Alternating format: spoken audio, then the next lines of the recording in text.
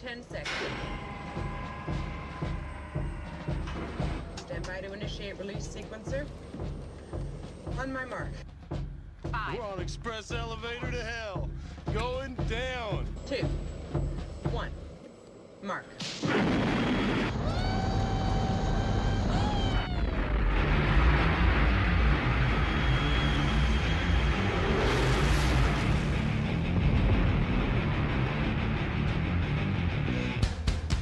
Welcome to the Super Bowl edition of the Rational Mail. Because what else would you be doing on Super Bowl Sunday? Certainly not watching sports ball. Right, Aaron Clary? He's not gay. Oh boy. Did we have a week of what, man? Holy Mother Mary. It has been a cornucopia of blog fodder, of YouTube fodder, of Red Pill fodder, whatever the fuck you want to call it. Collect it all on the award-winning show. Actually, that's big. The Rational Mail. Thank you guys for watching today, and let's lead off with this one. Body count matter? No, I heard it doesn't. It doesn't fucking matter because it's a stereotype where boys can have a very high body count, but girls have to be below 10, and that's retarded.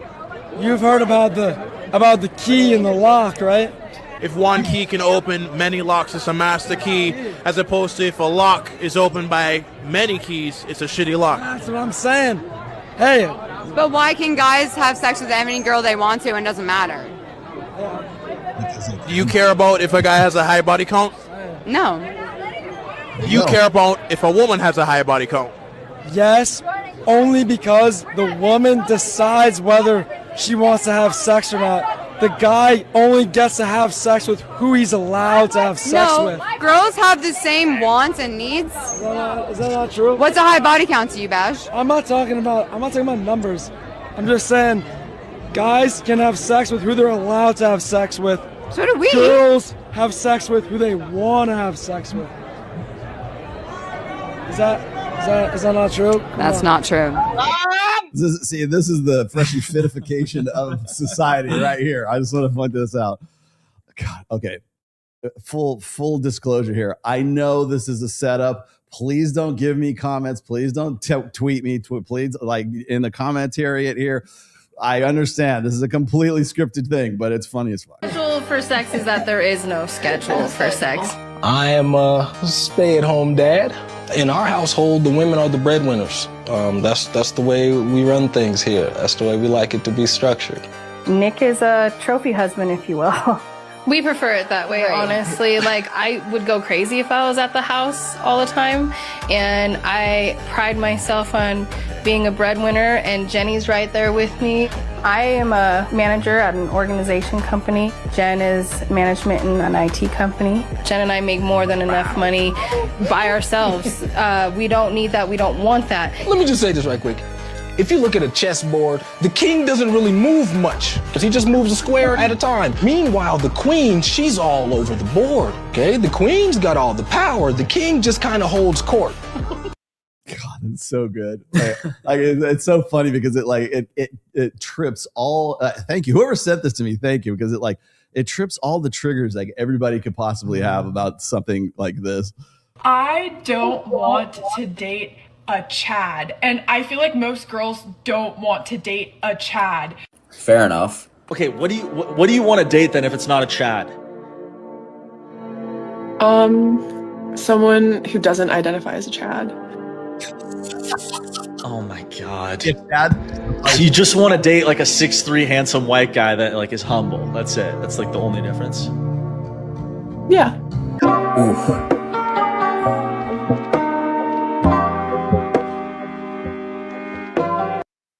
All right. Speaking of Chads.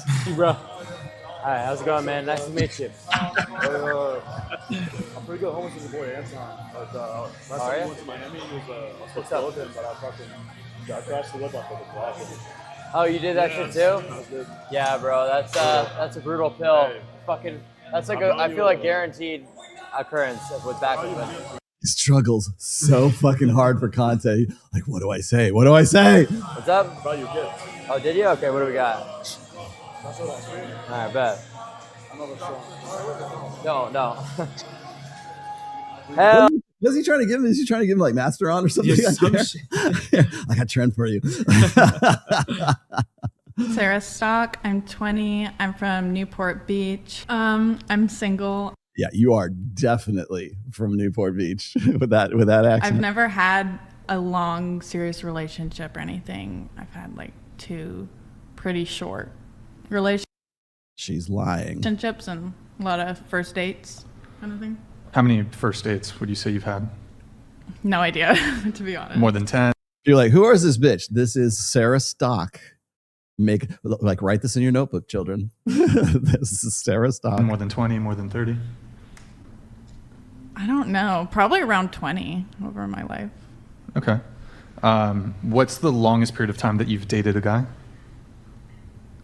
Like 2.5, 3 months, I think. Oh, I think we know it's 6 months now. Would you call it a situationship? No. Have you ever called somebody your boyfriend? Yeah. You're also religious. Yeah. I bet I know. Correct? Yeah, I'm a Christian. Are you waiting until marriage? Yep. Have you always waited till marriage? Yes. You both are virgins, is that correct? She's not a Christian! Yes. No shame, just... Yeah. Okay, Right cool. as I said yes. What's your body count? It's 8. Stop the cap. I can give like a roundabout. Sure. Like 120. 120, okay. Damn, girl. How you doing? 8. 0. Stop the cap. 0. Whoa. Stop the cap. Jake.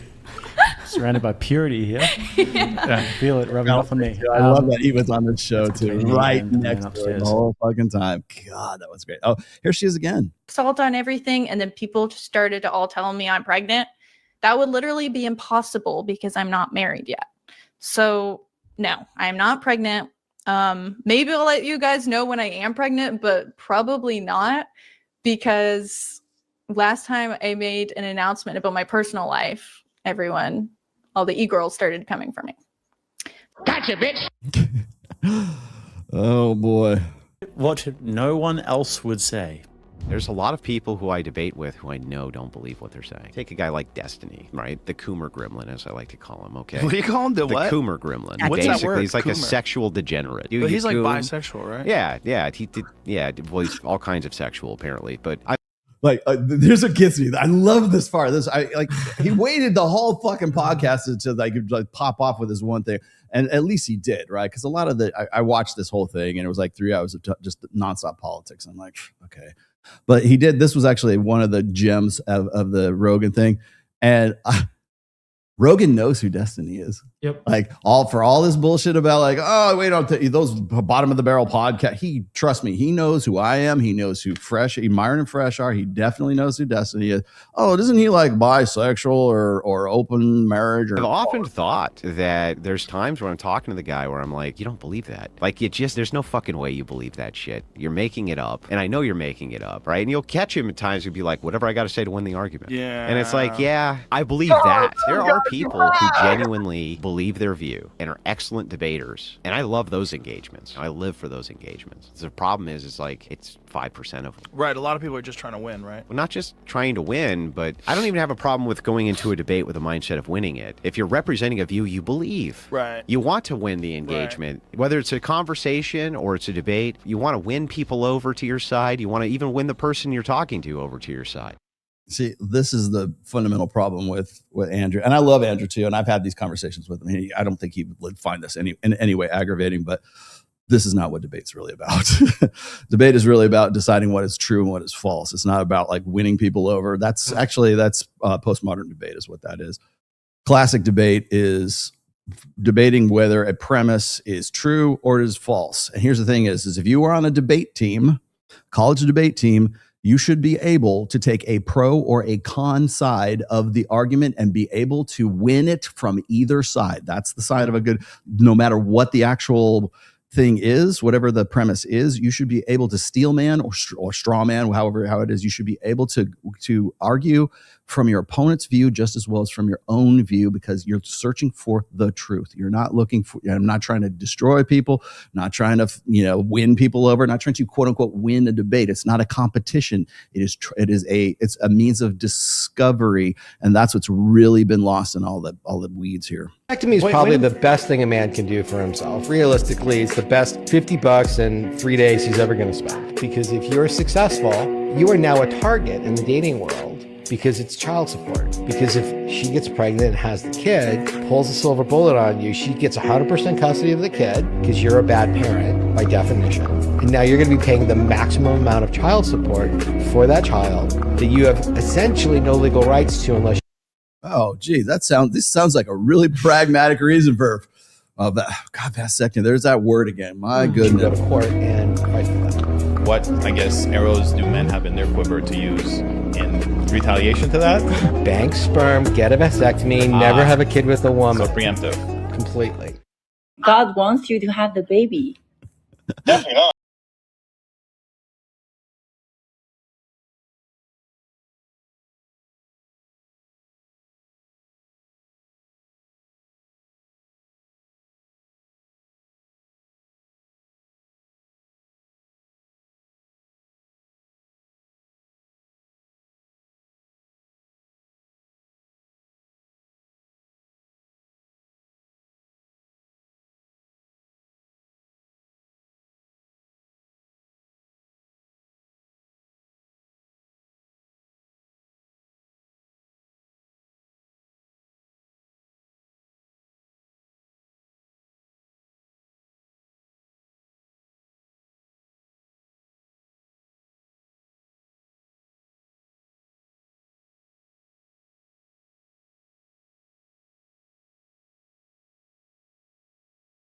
Oil. The Emperor protects.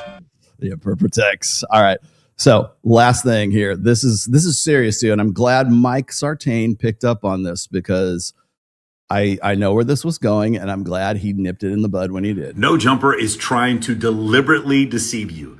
Any of you guys saw this earlier today. You can see this. No Jumper posted this, a photo of Post Malone and Dan Bilzerian with two women found in the Epstein files.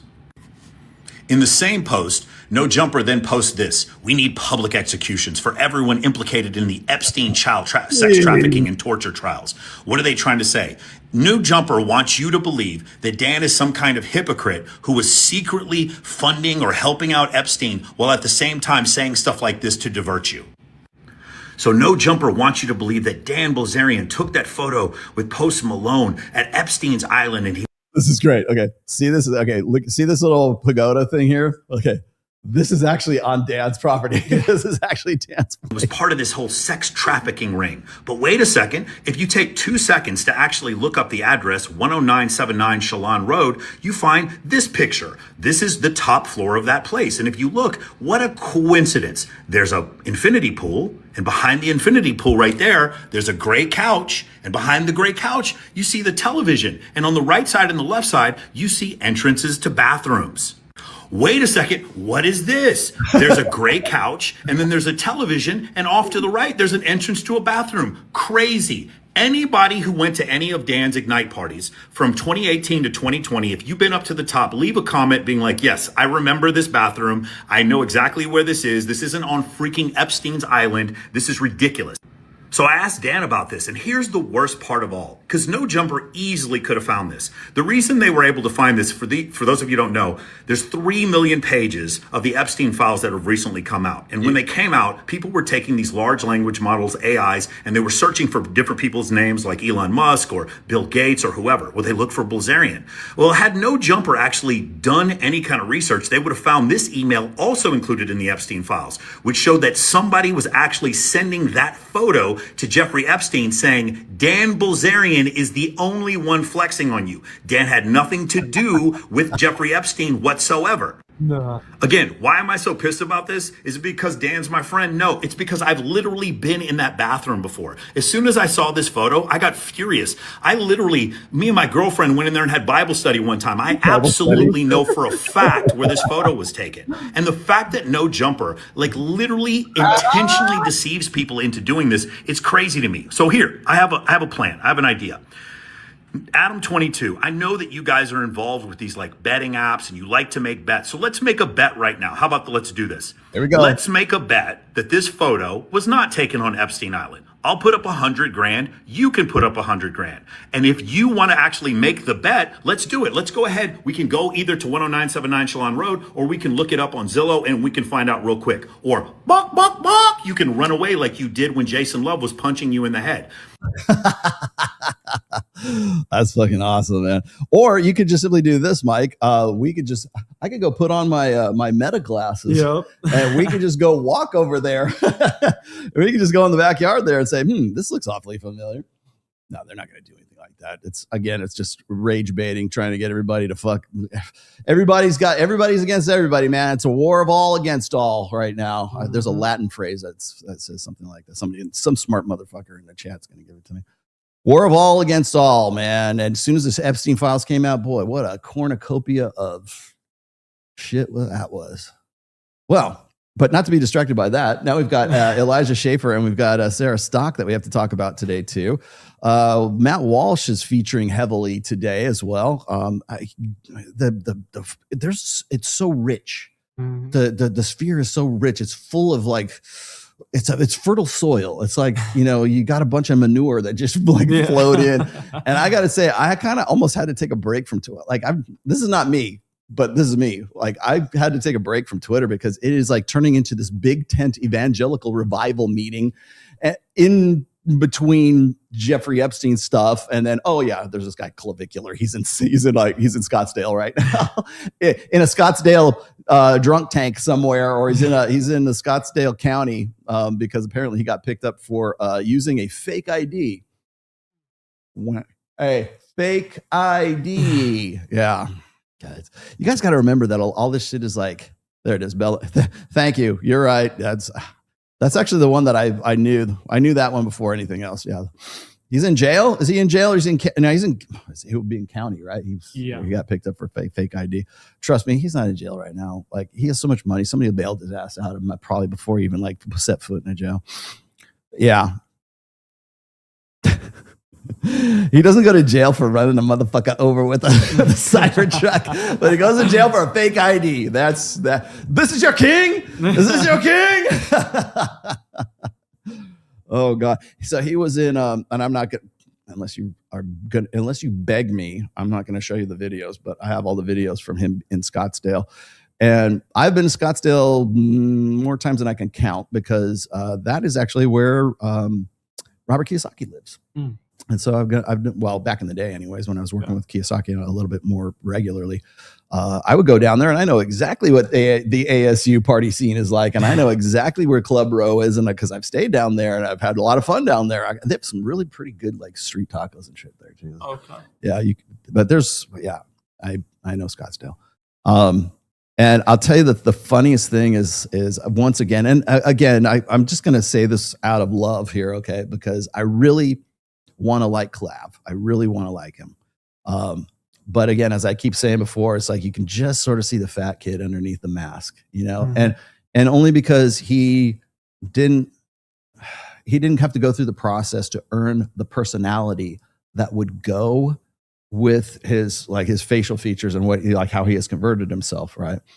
And so he's still kind of like, he's like the fat kid in a good looking guy's body. And he doesn't know what to do with himself, especially when some guy at the gym comes up to him and looks much more muscular than he does. And it's funny because they know who he is. They know, like, trust me, they're watching you go around, walk around these clubs and talk to these chicks. And chicks, it's funny because they like to get up close to him and like hang out with him. And then they're with him for 5 minutes and they're like, meh, This was out. And what gets me is like, especially for like looks maxers who think that it's only about looks. I think the illustration here, the lesson to be learned from Clav is it's not just about look. Is it very important? Yes. Is it sometimes the most it is the first thing? Is it the highest priority? Yes. Great opener. But it's not the only priority. And so once you get your foot in the door, then what are you going to do? What are you going to say? How are you going to do you have the social skills? Still got to close. Do you know how do you close? Do you have game do you have the social skills, right? Yep.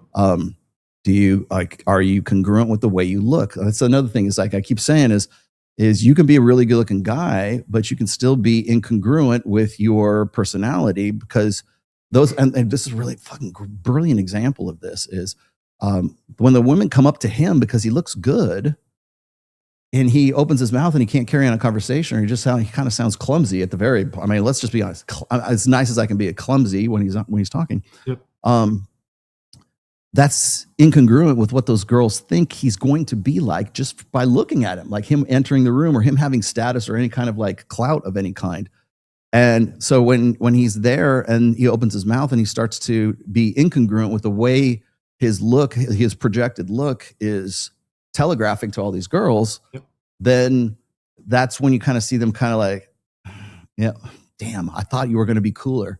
You know, it's almost like disappointment at that point. They're like looking like, yeah, you're hot, but yeah, you're the hot. It's like these are the kids that probably called him fat when he was like 16 as a sophomore in high school or a junior in high school, right? And so he just simply doesn't know how to interrelate. He'll get there, I think. At some point, I mean, he's going to learn through trial and error as it is, anyways. I wish I could work with him. Honest to God, I wish I could work with him. Like maybe if he came to like an immersion with me and Mike, like for MOA or something like that. Yeah, dude, if he can't, like Clav, I'm just going to say, if you're watching this show, God knows if you are, I mean, maybe you are. Come to Vegas, man, and come to the next MOA immersion. And I'm sure Mike would love to have you.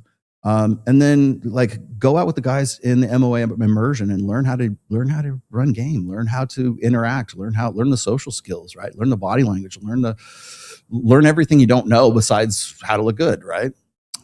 Just go with that. Yeah, incongruence equals creep. Yeah, exactly. Thank you for that. That's the thing. And in fact, it almost works against you in that case. Yep. Because if you're really good looking, but you have no social skills or you're like weird, then you give off Jeffrey Dahmer vibes at that point. You're not just creepy, you're like serial killer creepy. So yeah, you have to be very careful of that. Yeah, Kyle's in the house. Yeah. Shout out to Kyle today. There it is. Yeah. Wait. What's up, man? Yeah. Kyle's part of the show now. I think we have that established at this point. All right, I'll get to these super chats. Sure. Aaron Clary says, you're a cuck if you watched the halftime show today. Yeah, Bad Baby is the halftime show? Yeah. Bad or not Baby. Baby. Oh, Bad Bobby, Baby, whatever the fuck. It's Bad Bunny. But Bad Bunny? Oh, Bad Bunny. Okay, I'm sorry. But Bad somebody. Yeah, Bad Baby. Bad Bunny, whatever. Yeah, and he's supposed to do it all in Spanish? I think so. And I have a question for you. Was he planning to do that from the jump, or did he just decide to do that because he wants to like poke ice in the face? I honestly probably both. Probably. I mean, I don't know. Guessing he's taking his opportunity with the stride, right? So it might be. Yeah, it might be. I'm not familiar. Like, I don't hear his shit, to be honest. This is the dude you got instead of Metallica. Really? I mean, really? you could have had fucking Pantera. Yeah, actually, Pantera would have been a better choice, man. What the fuck? Yeah. That's old guy rock. Hey, people still fucking like that music, man. Hey, I listen to it. I love. All right. Best Pantera album. I know what I'm going to say. And don't say Cowboys from Hell because that's the one that jumped them. Because that was like, it has to be the best because that's what God put them on the map. Damn, that's hard. Because if we're not saying Cowboys of Hell, right? Yeah, you can't say Cowboys from Hell. You have to, this be another one. Although that is probably the best one they've done. But I'm going to say, I think a lot of people are going to say, everybody says Southern Tranquil. Everybody says that best one. I think Far Beyond Driven is better. Far Beyond. Yeah, there's just too many good tracks on Far Beyond Driven. I really like only because I was listening to it on the way over here today. Like Vulgar Display of Power. Well, very good, very good. Drag the Waters. Yeah. You hold your mouth for war. Yeah. No Walk. Like, come on. Yeah. The riff alone. Good. But then you gotta take into account Broken or Legend. Yeah. there's so much good This is where we just get which album just is I more know stacked, you're getting right? into the nuances of this. So like Kyle's my friend, this other guy Kyle that I know is part of our squad is going to chime in and go, no fucking way, how can you say it's not Southern Dragon Kill? All hail the God King Rolo. I am one of the Roughnecks. Rolo's Roughnecks. I need a sound drop that goes. I can probably get that. I'll just pull that from the song. Gotcha. Yeah. Thank you. You probably are referring to the new merch that is available. If you want the links, it's down in the description, or somebody will put it in the chat at some point. But there is the Rolo's Roughnecks t-shirt that is available. I wore it last week, and people are like, man, that's like the most popular shirt I've ever put on. I was like, suddenly I got like something like 20 some odd sales just after our last week's show. Oh yeah. I'm going to put some more stuff up there. I got to do another Access Vegas shirt. Oh, by the way, just a quick announcement. Last night, I went down to Origin Studios. If you guys are familiar with Origin, that's the studio that we do Access Vegas from right now. Simply, people keep asking, well, how come we don't do it in Red One? It's like, well, we kind of ran out of space. If we had a big, long-ass table in here, we probably could still do it. But if you've seen the table that we use at Origin, that's the primary reason, because we have so many girls. Like, I remember, was it on Halloween, we had 14 girls in that studio, and we still had to turn like 2 of them away because you only got room for like a dozen on that place. And so we're kind of victims of our own success. But anyways, Origin Studio is really great. I'm trying to get you. I want to get you to produce for us at some point there for Access Vegas. But we won an award last night. It was the second annual Originies or Potties or whatever. I don't know what the podcasting award.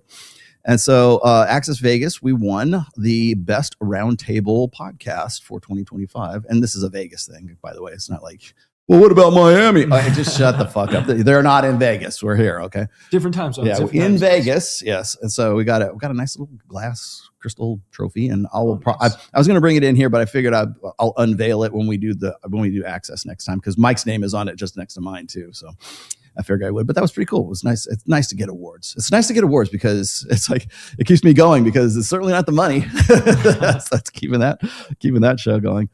If you end up debating Tim Gordon, I already am, again, please press him on the age gap relationships and peak SMV for men. Okay. Tim thinks both men and women should be married young and shames men for pushing marriage into their 30s. Okay. That was the first one. Thank you for that. And then Space Cowboy has a follow-up, which is Tim's hero is Aristotle, but he ignores the 1837, sexual market value reality, which, of course, Aristotle is famous for saying the best time for a man to marry is 37 and for a woman to marry is at 18, because what happens is they're at the peak of their power, or they're just coming into their power. They're hitting, basically, he says power, but they're hitting their primes, right? They're hitting their strides both at the same time, which is interesting that somebody like Aristotle way back then would have figured that shit out, okay? And then you got to remember that the gender norms, or I should say the understood gender norms of the time, this was not anything like when Aristotle said this, it wasn't like, oh my God, he's a pedo. Like that was nothing revolutionary at that time. Tradcons like Tim pressure men to marry in their early 20s and then are silent when Sarah Stock's husband are humiliated, and that advice backfires too. So yes, you're correct. We're going to get into Sarah Stock and Elijah Schaffer today too.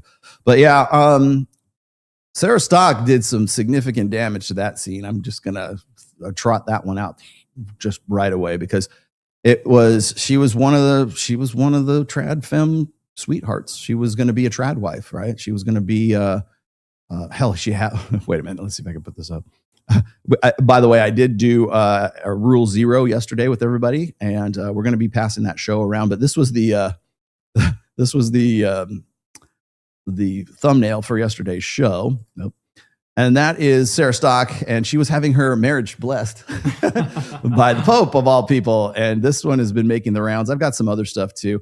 She, as you might guess, surprise, surprise, she's also very, very tight with Lauren Southern. Imagine that. So it's all inbred. All the trad wife.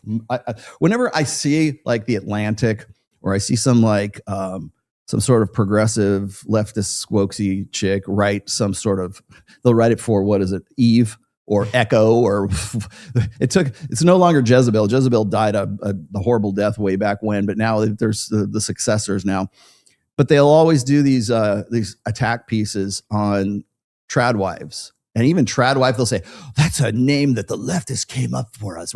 It's almost like they don't realize that the manosphere was actually, the term manosphere was created by feminists to talk about our little circle, our circle, right? But so they get really upset when you say TRADWIVES. That's why I put that in the thumbnail. But the thing is like Sarah Stock was definitely a come up. Okay, I'm not going to say I was like, I didn't subscribe to Sarah Stock. She's not anybody I have any real interest in. She's just another one of these, one in the choir, mouthing off about the red pill. I only know her because she's been on whatever podcast. And I now know her because of Elijah Schaffer, who has been a good friend of mine for a while. I'm not really sure what's up with him these days. It's not like I talk to him all the time, but the last time I talked to him, he wanted me to get on his show, which is on the Rift. And I think it was because I had medical issues. I was logistically, I couldn't do it. But we'll get into that in a little bit. Get the rest of these. There we go. Yeah. So anyway, Space Cowboy, just to answer your question. Yes. Because I was mouthing off on Twitter this week, because I can. I think what's really kind of going on Twitter, at least is from the Moral Brigade right now, is they understand that they're bleeding right now. There's blood in the water, and they need to find somebody to blame it on. And it can't be poor little Sarah Stock, because she was just abused by a horrible, horrible man. Horrible, horrible, alcoholic, drug-addled, bisexual, allegedly, horrible, narcissistic, sociopath, all the bad words that Jordan Peterson has ever called Andrew Tate. And of course, they're going to make him out to be a bad. I'm not saying he's a good guy. I'm not saying that some of that's not necessarily unwarranted. But Sarah Stock still fucked the guy on the regular for 6 some odd months before she decided she was going to get married, before she got engaged. And some people are saying, like, I don't know if Milo has this confirmed, but Milo Yiannopoulos, if you don't know who Milo is, Milo's another friend of mine, broke the story about Elijah Schaffer and Sarah Stock and the sort of illicit affair that they were having right up until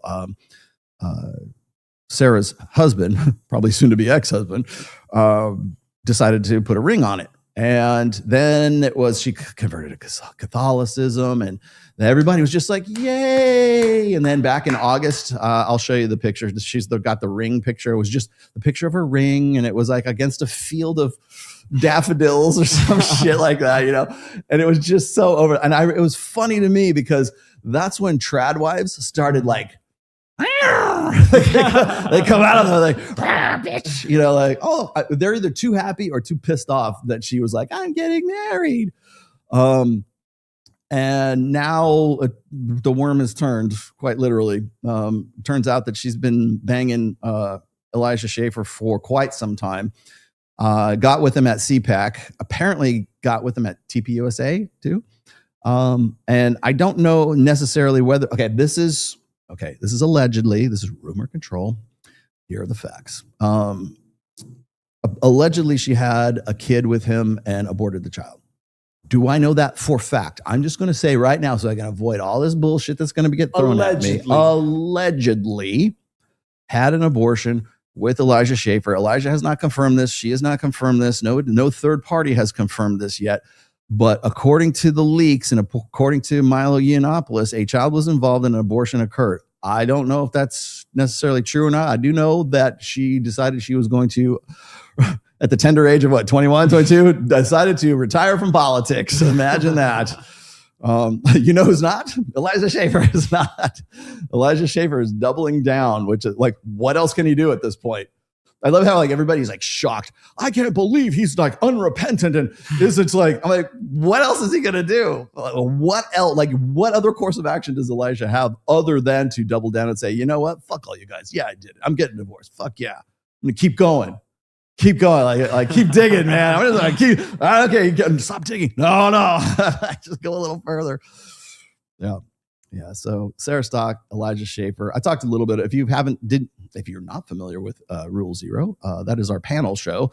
Myself, Ryan, Nuke, Jack Napier was on. Miguel, your brother, was on. Yep. I can invite you. You can come on if you want. Of course, you were in the chat that time. Yeah.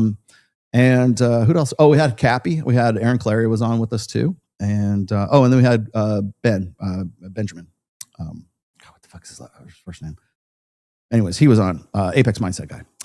So Paul Benjamin. And so we were discussing all things Sarah Stock, but I don't like to.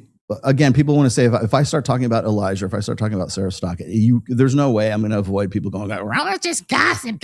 All he ever talks about is gossip. It's like, I did damn near 4 hours with you, last week, and we did nuts and bolts. I brought on this guy, the evolutionary psychology. We talked about research. We talked about all this stuff. And you know what you're going to say right after this? All he ever does is gossip. That's what you're going to say. Bring it on. I'll put it right here. I'm begging you, put it right here. You know, so you can't get into anything deeper without risking it sounding like it's gossip. So I'm just going to get that out of the way before I move into some of the other shit that's going on. That's kind of, I think, more important than the actual shit that's circling the drain with Elijah Schaffer and Sarah Stock. Sarah Stock, of course, is everybody's doing damage control for her because she looks the worst in all of this. And so what happens is the sisterhood circles the wagons at that point, and they want to focus all attention on Elijah. And I'm not saying he doesn't deserve a good portion of that, but bitch, let's be real, okay? You know. Like, she lied to the fucking Pope, okay? This is her lying to the Pope, okay? You lied to the Pope. You must really want to go to hell. like I'm not even Catholic, but I would not lie to the Pope, like, just to be on the safe side. I would not lie to the Dalai Lama. I would not lie to the fucking Pope, right? Who else can you think of, like, would be that you would never want to lie to? Santa Claus. I don't. Whatever the fuck. Like, I would not lie to the Pope. I would not lie to the Dalai Lama. Like, what's that trade-off there that she's just thinking? Just to be on the safe side, you know. I'm not really a Catholic, but boy, I better be on my best behavior. And so she's flexing. She's flexing on everybody by saying the Pope bless my marriage. And I don't know, man. I mean, maybe like people want to say, oh, well, she had to be silent. She couldn't say anything because it was Elijah and he was such an abusive asshole. And he was like, she fucked him every like week. I mean, it was like a regular thing. She worked for him at the Rift. And you know, it was an ongoing thing. And by the way, she wasn't the only one on that list too. I gotta say, Milo's already like dropping dimes on a lot of these other girls who are in what Andrew Wilson would call the coffee, or the sewing circle. I was gonna say coffee clash, the sewing circle Christians right now. And I think he's just kind of like trying to rise above the fray right now, which is probably what he ought to do. Instead of like sort of getting stuck in the mud like me, because I'm happy to do it. Oink, oink, let's go. So it also brings back conversations about Steven Crowder, right? It also brings back, why is Nala Ray on TPUSA's speaking tour? Why is it that everybody is welcoming Brittany Renner with open arms, being a new born again converted Christian? And if Rolo says she doesn't need Jesus, she needs Thorazine, you get mad at me for that shit, okay?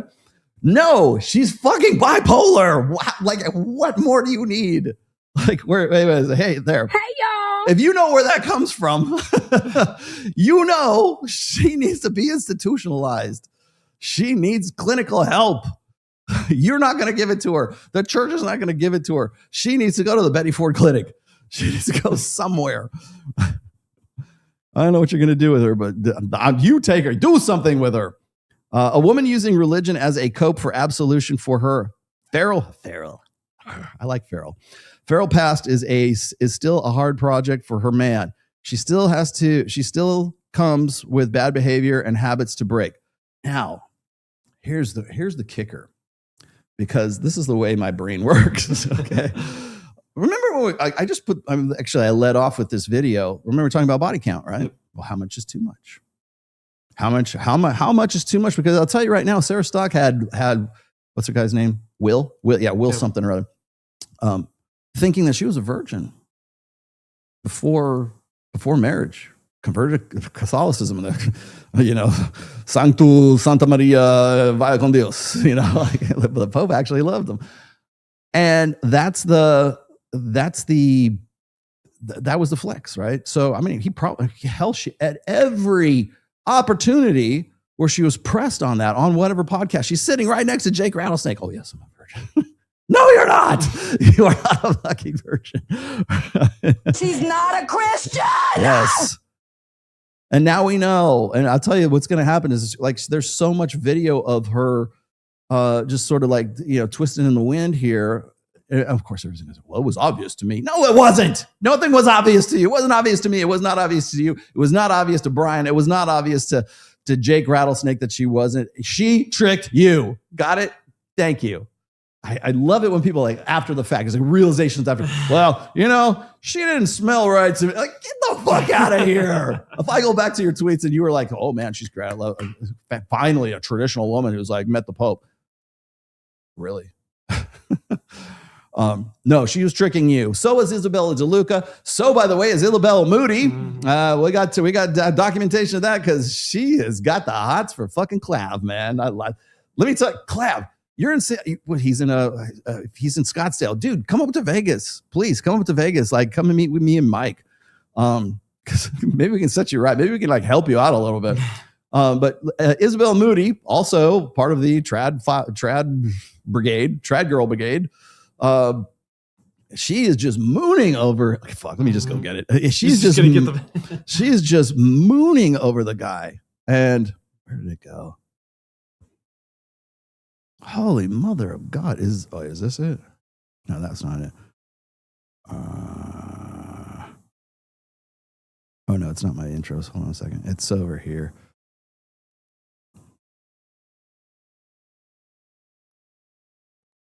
Is it video? Oh, here it is. Oh God, it's too fucking delicious. Okay, I'm glad I looked this up. I was kidding. That's Isabella Moody. I don't know what to do with my Why is hand. she hating on me? She hates you so much. It's crazy. I don't know. She's like, you see, he Okay. looks down, he's retreating. This is what mean girls do. She's talking shit about Brett Cooper right now. He takes everything back like he never fucking said any of that.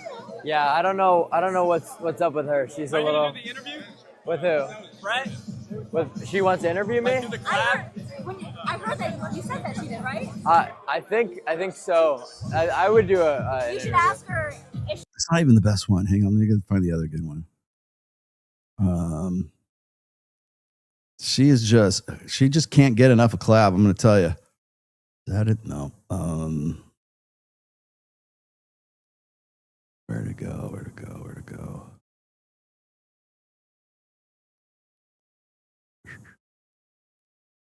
Oh yeah. Okay. Oh God. This is the good one. Here we go. This is the really good one. Huh? Goy Nip? Look What at does that mean? look, man. No. 1,000 cock stare. All right, so you're like one of those weird like internet chicks. I'm an incel.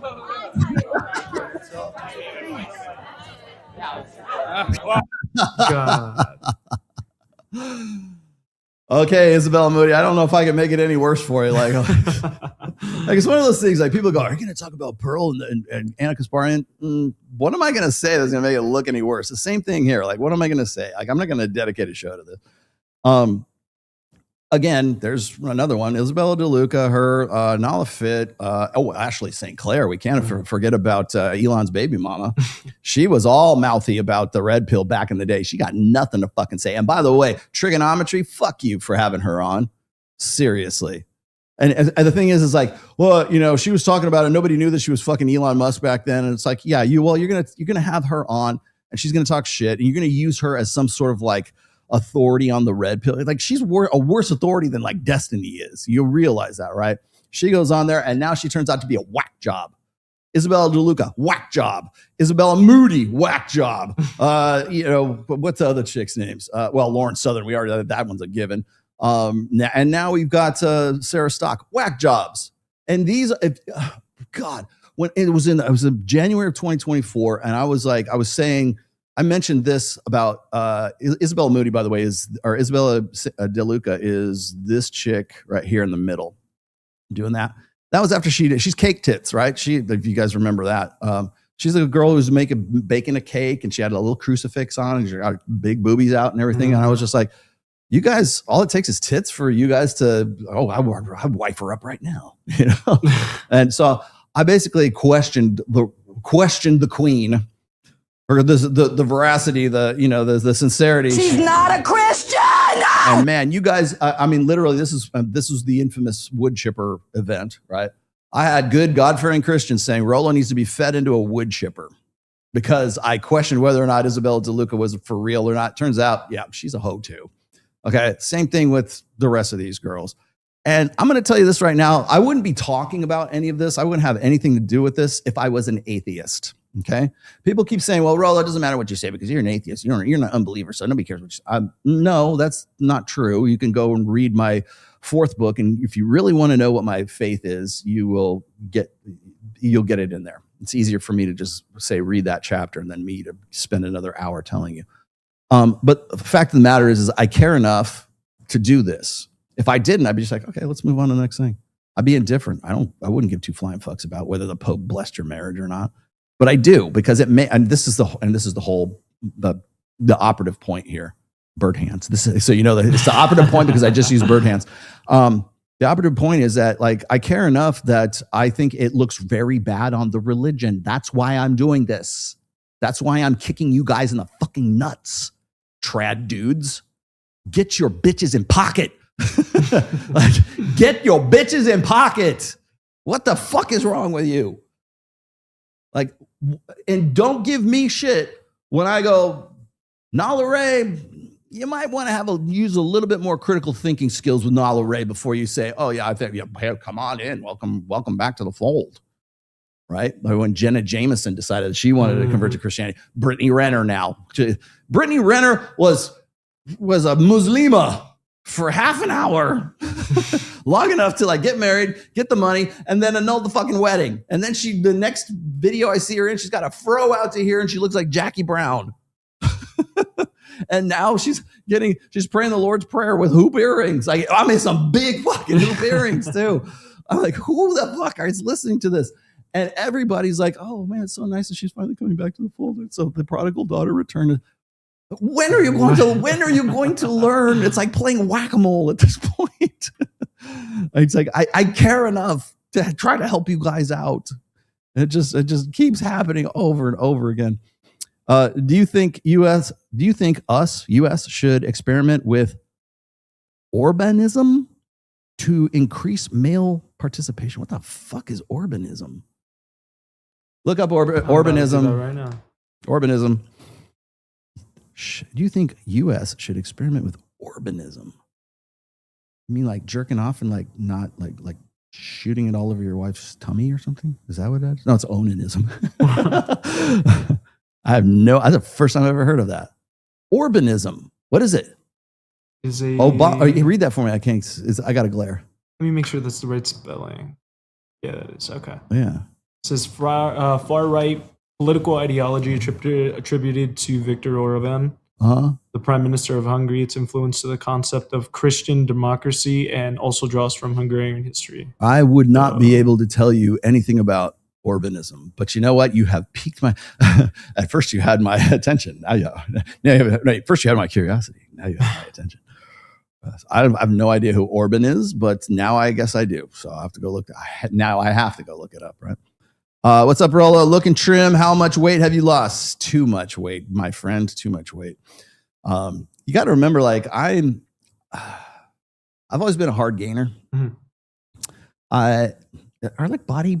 It's like body morphs. Is that still a thing? Like ectomorph? Ectomorph, endomorph. Is that still a thing? Or it's like somewhat, but there's varies in lines, right? Yeah. Well, if it's still a thing, I've always been an ectomorph. I've always had kind of like a runner's water polo player's body, right? I've never really.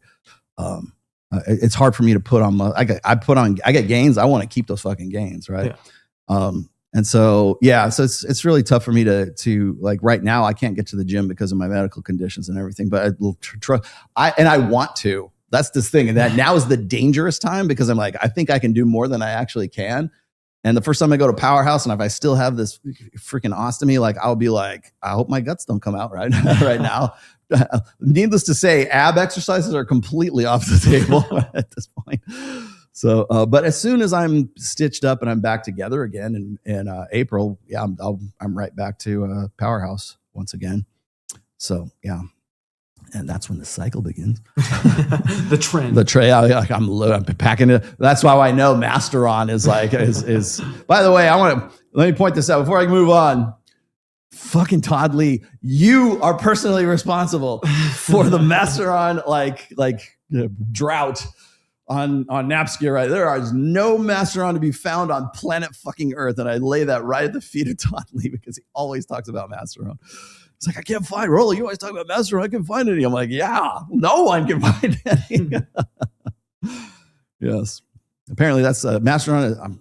Apparently, allegedly. I wouldn't know.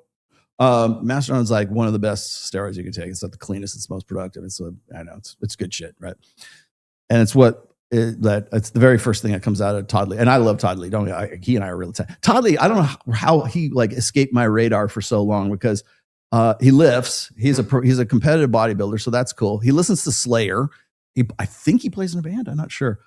He likes death metal. I think like he likes thrash. He likes all kinds of metal. I think, but like I think primarily he's into like black metal and death metal, like Swedish death metal kind of stuff. Because like I've seen some of his T-shirts and some of his like in his background and stuff like that. He'll have like a Behemoth shirt on or something. I'm like, whoa! And he plays Warhammer 40,000. So what's not to like about Todd, right? Like I'm surprised he's not. If he was in Vegas, he would probably be my best friend. So, but he's a good dude. If you don't know who I'm talking about, it's Todd Lee, MD. He's actually a medical doctor too. He actually has a medical doctorate. So. If you want to check him out, just look up Todd Lee MD on Instagram. He's big on Instagram. I know he has a YouTube channel as well, but I came across him on Instagram, and I think that's where he does most of his stuff. So go check him out. Okay, here we go. Thank you. Okay, that is 100 R's. What is R? A rupee? A ruble? Ruble. Russian monkey mark? What is R's? Our currency. There you go. What is our currency? Thank you. Rollo ain't got no hoes, man. Well, this is the South African Rand? South African Rand. Well, you know what? Like, man, don't get no hoes, man. Because $100 is $100. Rollo, could you expand on not smashing a 1 of 10? You said to game, but don't smash. I got trapped by a 1 of 10 a while back. Why? I think my bigger concern is why? Because you're better than that. I know who it was. Mike Sartain, of all people, posted a tweet on Twitter recently. It says most men haven't even fucked a 4. Like they've never like had sex with even a 4. Yeah. Let me tell you something. That one went as like most of Mike's. I know who runs Mike's Twitter. Most of Mike's stuff really kind of doesn't really get much traction. Not that one. That one definitely got traction. And so, but yeah, it's like I thought it was interesting because I'm always thinking like a lot of guys who think that they'll get with a chick who's like a 5 or a 6, and then suddenly she becomes a 4 afterwards. So maybe that's half true. Rollo, could you expand? Okay, I expand on what though? Did I say don't smash a 1 of 10?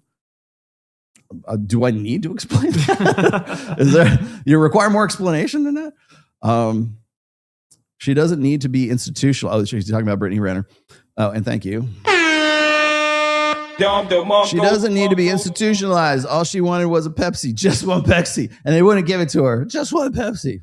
Doesn't matter. I'll probably get hit by a car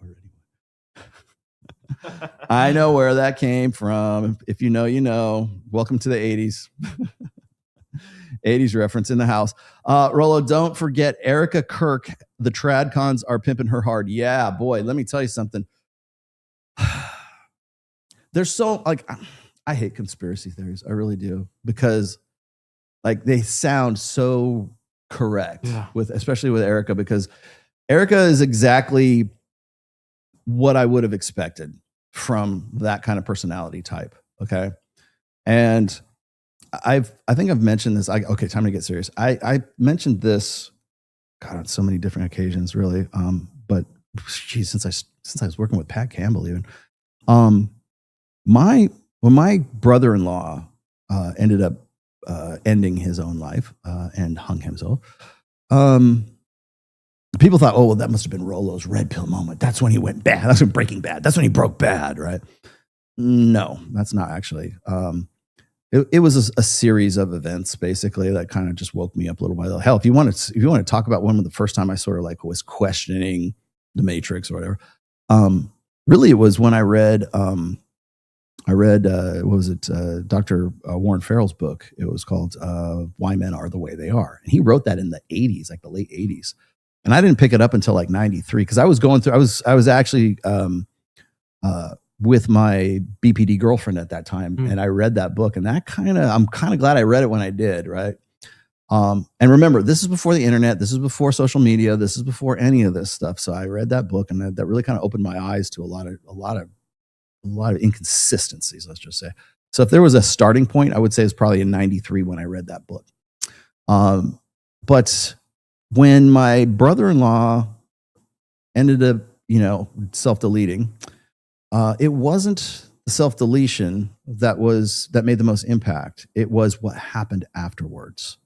It was how the women in his life, including his now widow, and unfortunately, including my own wife, and including mother-in-laws, and including friends, including women who didn't even know personally, had no connection to my sister-in-law, and how they would react to that, right? And because my sister, as the story goes, my sister-in-law decided that she was going to take up with this guy who was a very, very, I can't mention names, or professions for that matter, but very wealthy guy within 6 months. And then by the end of that year, she'd already remarried. And I heard the same thing then that I'm hearing now about Erika Kirk. And you know what that was? We all grieve differently. Like, well, yeah, I apparently so, because when you run into a multimillionaire, yeah, you're good. I'm done grieving. And it's been a point of contention for me for a very long time. But if you want to point, I really was kind of like, you remember in the Matrix when Neo sees the black cat twice and he goes, "Ooh, deja vu." That's the Matrix resetting. That was the Matrix resetting itself at that point. And I was like, I was working with women because I was working at a casino. Then I was working in an advertising department, and the women in the advertising department, we all go to like down to the cafeteria together and just kind of bullshit, shoot the breeze and stuff. And I was like trying to sort shit out, right? And I was like, yeah, she's with I was like, yeah, my sister-in-law is with her new boyfriend, and he's like got a lot of money, blah blah blah. And the fur got up, right? They wanted to defend one of the members of the sisterhood. And they had no idea, like, well, you don't know what she was going through, and she might have had a really tough time with it, and blah, blah, blah. Like, you don't even know who the fuck you're talking about. How can you even have an opinion about this? Like, it's completely illogical, but not to them. There's no cognitive dissonance whatsoever. So it wasn't actually the event itself of him self-deleting. It was all the shit that happened, like a cascade of events, and the way women respond. Hell, even today, man, they would respond to what happened way back in 2003, right? And I'm just like, that you remember. Okay, so in the book, in the first book, there's a quote in there that says, "She will bring a date to your funeral." That's where that comes from. You want to know where that? How to roll it tomorrow? How prolific? That's where that comes from that experience right there. She brought a fucking date to the fucking funeral. That's where it comes from. Fucking Charlie Kirk, via con Dios, but like. Yeah, man. So it's all happening over again. And it's so predictable, infinitely predictable. Like that's the thing, it's always the same. I mean, there's variations of it, but it's the same fucking theme. It's Erika Kirk and Charlie Kirk, who was brutally murdered. I mean, come on. You've seen the video. Everyone has seen the videos, right? His kids got to see that shit. And now mom's in leather fucking chaps, assless chaps with fucking JD Vance somewhere, like jumping up and down and fireworks and shit like that. What the fuck are you talking about? Yeah, there was no investment there. And the thing that gets me is, and if I was truly evil, I could very easily cobble together a montage of Charlie Kirk popping off at TPUSA, because he's done this so many times. Lots and lots of video to pull from, talking about how guys need to get married, and they need to get married early, and they need to, even have babies. And if you can't afford them, just keep having babies, right? And what is it? You don't get an Xbox, and you don't get to do anything until your woman is a woman of leisure, and all of her needs are met, and then that's when you can finally like actually have a hobby or some shit like that. It's just this self-righteous fucking, making your necessity a virtue.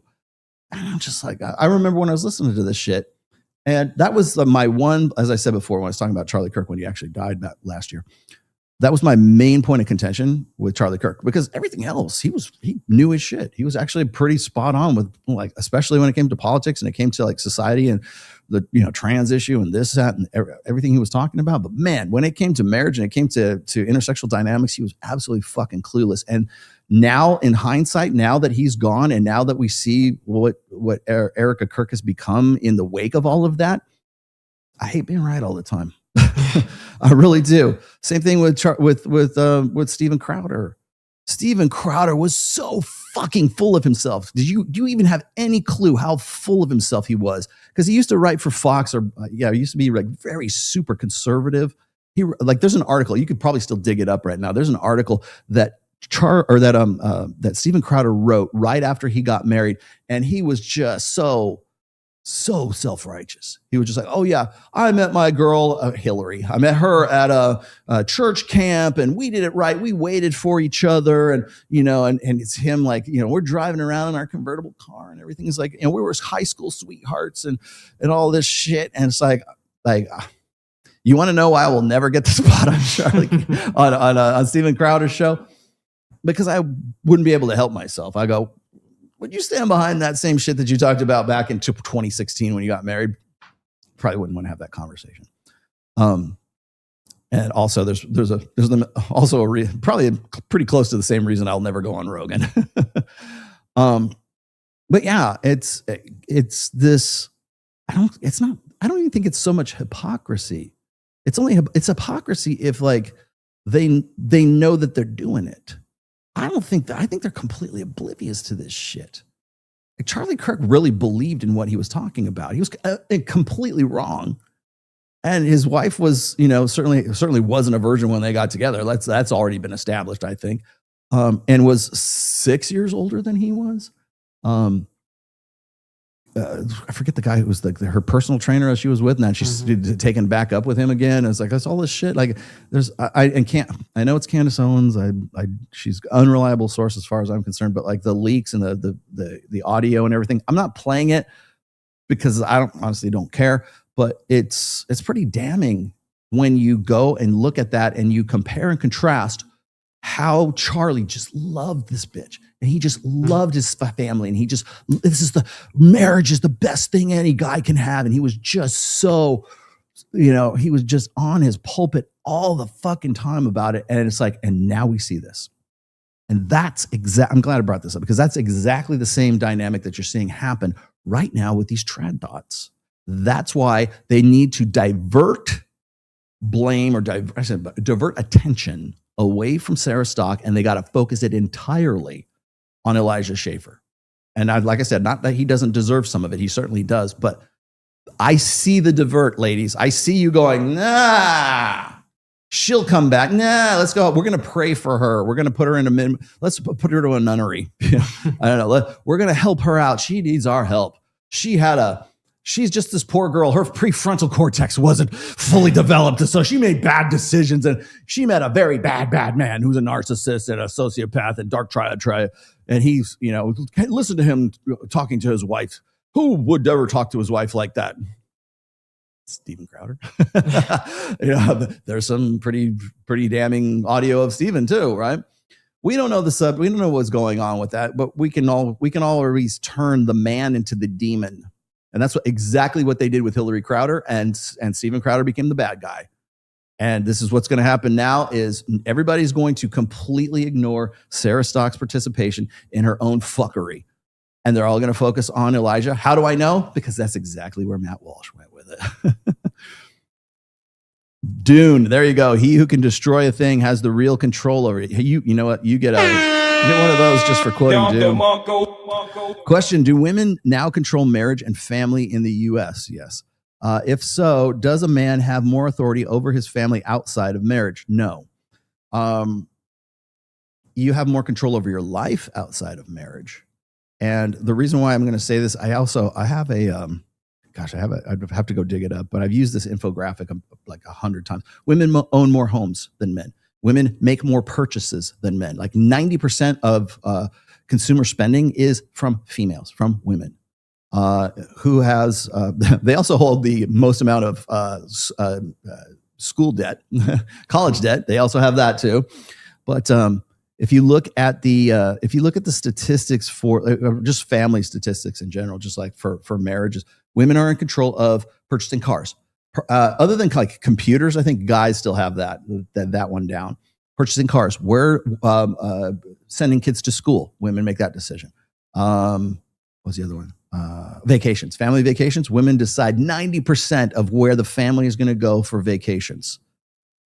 And I got to go get that. I'll find it. I have a really great infographic about the spending and the consumer, like the power that women have over the purse strings. Because the reason why I dug this thing up was because I had so many people saying, well, it's still a man's world. It's patriarchy. You know how many men are in Congress and how many men are in the Senate? Like, yeah, I do. But that doesn't mean jack shit. It really doesn't. Look how many women are in law. Look how many women are in psychology. Look how many women are in education. They are in public sectors that make the most fucking impact. At least from a social narrative perspective. Do you think the women, like they're all wearing white, the freshman women brigade in the fucking the Congress, do you think they have as much impact as every woman in the country who is on a board of directors, who is a mayor, who is on the city council, who is in state government, who is in law, in medicine, in education, and all of these different public sectors that women control? You know where men control? Raw sewage, construction, oil, pumping oil out of the ground, landman, pumping oil out of the, typically male endeavors that you would think. But women, they're dirty jobs, are dangerous jobs that women don't want. And consequently, those jobs don't have any fucking impact on society. But you know what does? Those guys that are working on the oil rig, guess who they are beholden to? The woman who runs fucking HR for MTechs. That woman, she fucking runs the show. Was it Demi Moore? Demi Moore runs a fucking show. Yeah. Husband dies, she inherits it, right? She's making the decisions. The women, that's the thing that gets me is like women will say, well, there's so many, what is it, Fortune 500 companies and men run the world and stuff. That's the apex fallacy, you dumb bitch. It's like, yeah, at the very tippy top of the pyramid, yeah, there's guys up there. There's a few women there too, but it's mostly men. But you know who's at the bottom of the pyramid? It's guys. And you know who's in the middle of the pyramid? It's women, to the lion's share. And that's who makes the decisions. That's how the society goes. And you want to know why we're in such a fucked up state between men and women right now? It's not because, we need more representation in the fucking Congress. No, we don't. We need more men in law. We need more men in education. We need more men in medicine. We need more men in fucking psychology, for goddamn sure. We need more men in those sectors to balance that shit out. Was it like something like 85, 90% of college psych grads are women? I would think we would need to have a Title IX program to say, we got to get some guys in here. Why don't we get some men in here? It's because they're going to have a different perspective. Or why is it that, what is that? I just saw the stats of this. For academia, for colleges and universities, you look at the liberal to conservative imbalance in like United States universities and colleges and stuff like that, you got 5 or 10% representative of like more conservatives. Everything else is liberal wokesy stuff. Why is there no special program to balance those two out? Because nobody wants to do it. Nobody has any. We would rather go and say, isn't it terrible that the wokesies are trying to censor Twitter in Britain, in Australia, in where else? Oh, Canada, and what was New Zealand for sure. Yeah, I forget the other one. Yeah, oh God, that's really tough. I got to go back to work. See ya, Bob. Yeah. Don't give me this bullshit about how we need more representation in the fucking Congress or in the Senate. That's not going to do shit. You know what's going to help is gentlemen, guys, run for city council, run for, I don't know, a position in your state government of some sort. Run for fucking governor for all I could. God knows we need new governors, right? Run for police chief. Run for fire commissioner. I don't know what the title is. Right? Like, guys, we need more men in those positions because you're just getting your ass kicked. We need more representation in those, but nobody's going to say, well, we need more balance. We need 50% women and 50% men in, psychology. No one has the will to even like chime in and say, this looks a little bit lopsided here. Get him out. Cancel him. Take his bread, as Roosh once said. So yeah, as far as families are concerned, then that's societally. Then you go down to the personal and the marriage, like the women who, like the people, the 6.1 per 1,000 people who are getting married. Guess what? The woman is going to be in control of 90% of the purchases in that family. Speaking of Super Bowls, I can remember a time when, because I was in advertising at the time. I remember when we were supposed to, because I won't tell you who I was advertising for. We were supposed to focus on women for Super Bowl ads. Okay. I'm like, why the fuck is that? Because because people watch the Super Bowl. That's why Super Bowl commercials, even to this day, cost millions and millions of dollars, right? And if maybe this is a good experiment. If when's the Super Bowl? Super Bowl's another 3:30. 3:30. So we got another hour. So watch the commercials. Like, how many dudes, like if you show a family, how many of them are just a single mom with kids and no dude? Trust me, that's a conscious choice on the part of the ad agency that did that. Or it'll be it'll be like a black dude and a white chick, right?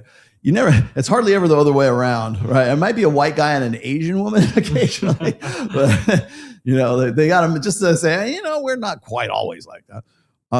Look at that. And I'm going to tell you right now that some woman at some ad agency is the one that directed that or thought that up or came up with the script or came up with the concept of that fucking ad. And then I remember back in the day, this was about the mid 2010s, we used to have to focus on selling specifically to women because women are the primary consumers in the United States. And so, and I read about it. Even at the time I read about it. It's like, if you look at, there used to be I know what it was.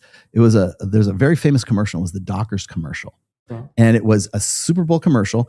And it was these guys parading around in their tidy whities. They were like, we're the men who have no pants. They're rocking around and they have like some, chant or something like, we're the men who have no pants. Da, da, da, da. And literally they're saying, we don't wear the pants in the house. Like that was the message you're supposed to get. But it's for Dockers.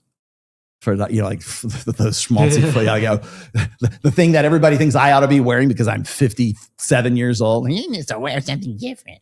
What, Dockers and a sensible button-down Izod shirt? That's what that makes me more valid. Thanks. No, but the reason why they were doing that, the reason why that was a popular commercial, is because women buy Dockers for their husbands. Yeah. Like, the women are actually purchasing, making your style decisions for you. Fuck that. My wife hates it because I'm the one that's going out there and buying my own shit. Right? She's like, oh, I got this shirt for you. I think it'd be really great. I'm like, oh, okay, cool. Turn it into a sleep shirt. I have taken my style very seriously for a very long time. You're not going to dress me. I will. I'm fully capable. I'm a fucking grown ass man, dog. I could dress myself. Thank you very much. If your wife is buying you clothes from like Kirkland from Costco, You need to reassess. You really need to assess your position in that marriage. If she's buying you Walmart brand, George brand, like button down shirts and stuff, so you're best business casual. He'd look really good in this. No, you wouldn't. You look like a proper drone in that. Don't let women make your style, purchases for you. But the reason why they're advertising to women is because they are the number one consumer on, really planet fucking Earth. And people know that, women know that. And so that's just one decision, buying Dockers for your husband at the Super Bowl, right? What about groceries? What's in your pantry? Like people go, I can't eat right. Well, yeah, because your wife's buying you fucking ho-hos and, Little Debbie fucking, cream-filled sandwiches and shit like that. Or, what are you, what part, this is even a better question, right? If you're a married guy or if you're in like a long-term relationship, in your relationship, in your marriage, how much of the decisions in that marriage do you actually make, right? Or do you just go, well, I want to play it even, Steven. We're 50-50. We're partners in this relationship. So she should have a say and I should have a say. But she's the one who's always saying, we're going to go to this place for our vacation. We need to put the kids in this school right here. We need to, and would you have the balls to say, no, we're not going to do that? Would you be able to, we talk about boundaries all the time. And I usually talk about boundaries in terms of what you will and will not accept from a woman when you're single, when you're defining the sort of the nature of your relationship. All that shit flies out the fucking window once you put that fucking ring on, right? And now the boundaries aren't the boundaries anymore. And I don't mean that in terms of she doesn't get to go to a girls' night out or she doesn't get to do a Vegas weekend with her girlfriends or stuff like that. That's probably not even going to be a conversation, but the boundaries become, our kids are going to this school. We're going to go, I'm going to take this job in this city and therefore we're relocating and you're going to have to get a job as a welder or whatever the fuck it is, whatever trade you happen to have, right? She's the one making the decisions. And you think she's the one you think that you have a 50-50 partnership because that's the key to a healthy relationship. Fuck you. No, it's not. Polarity is the key to a healthy relationship. But who's really seriously, assess this right now. If you're in a situation, how many decisions do you make for that family? And I mean, knock it down to the fucking cereal that's in your pantry, right? Assuming you have cereal. Who has cereal, Rollo? You got your fat. That's just seed oils and sugar. Okay, well, whatever the food is in your pantry or your refrigerator, who makes those decisions? Who gets to decide what laundry detergent you're going to use, right? I mean, who gets to decide? I'm trying to think. It's these basic decisions that happen around the house. You probably don't even think about it. Who cares, Rollo? Who gives a flying fuck? I'm not saying that she shouldn't make those decisions. I'm saying who is in control. And what is the percentage of the control of that freaking relationship is in her hands, maintaining it? I mean, from a logistical perspective. I'm not talking about emotional or we need to talk about her feelings. I mean, day-to-day decisions, the things that you're going to do. Oh, you're not spending enough time with me. Okay, well, where are we going to go? Okay, we're going to go to, we're going to have a date night. All right, where do you want to go? Hamburgers? No. This? No. Oh, this? Not. Who's making the decision for date night, right? And it's a stupid concept to begin with. I get it.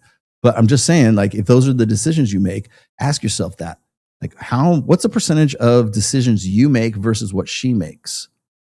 If it comes down to computers and technology, this guy, right? No is your most used word. If it comes down to car maintenance, Lord knows I own 4. Well, actually, technically 5.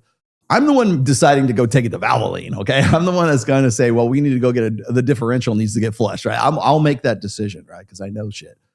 But I don't know what the detergent is that we have and we use on these clothes. I don't know what the dryer sheets are. I don't know what any of that shit is. And maybe that's insignificant, but I'm just saying tally up those decisions versus the ones that you make that actually keep the family going. And I guarantee you, if you can say she makes most of the decisions, then I guess you know who has the frame in the relationship at that point. Let's see. The same Erika Kirk who had a Nicki Minaj at the TPUSA Amfest. Why, thank you for reminding me of that. Yes.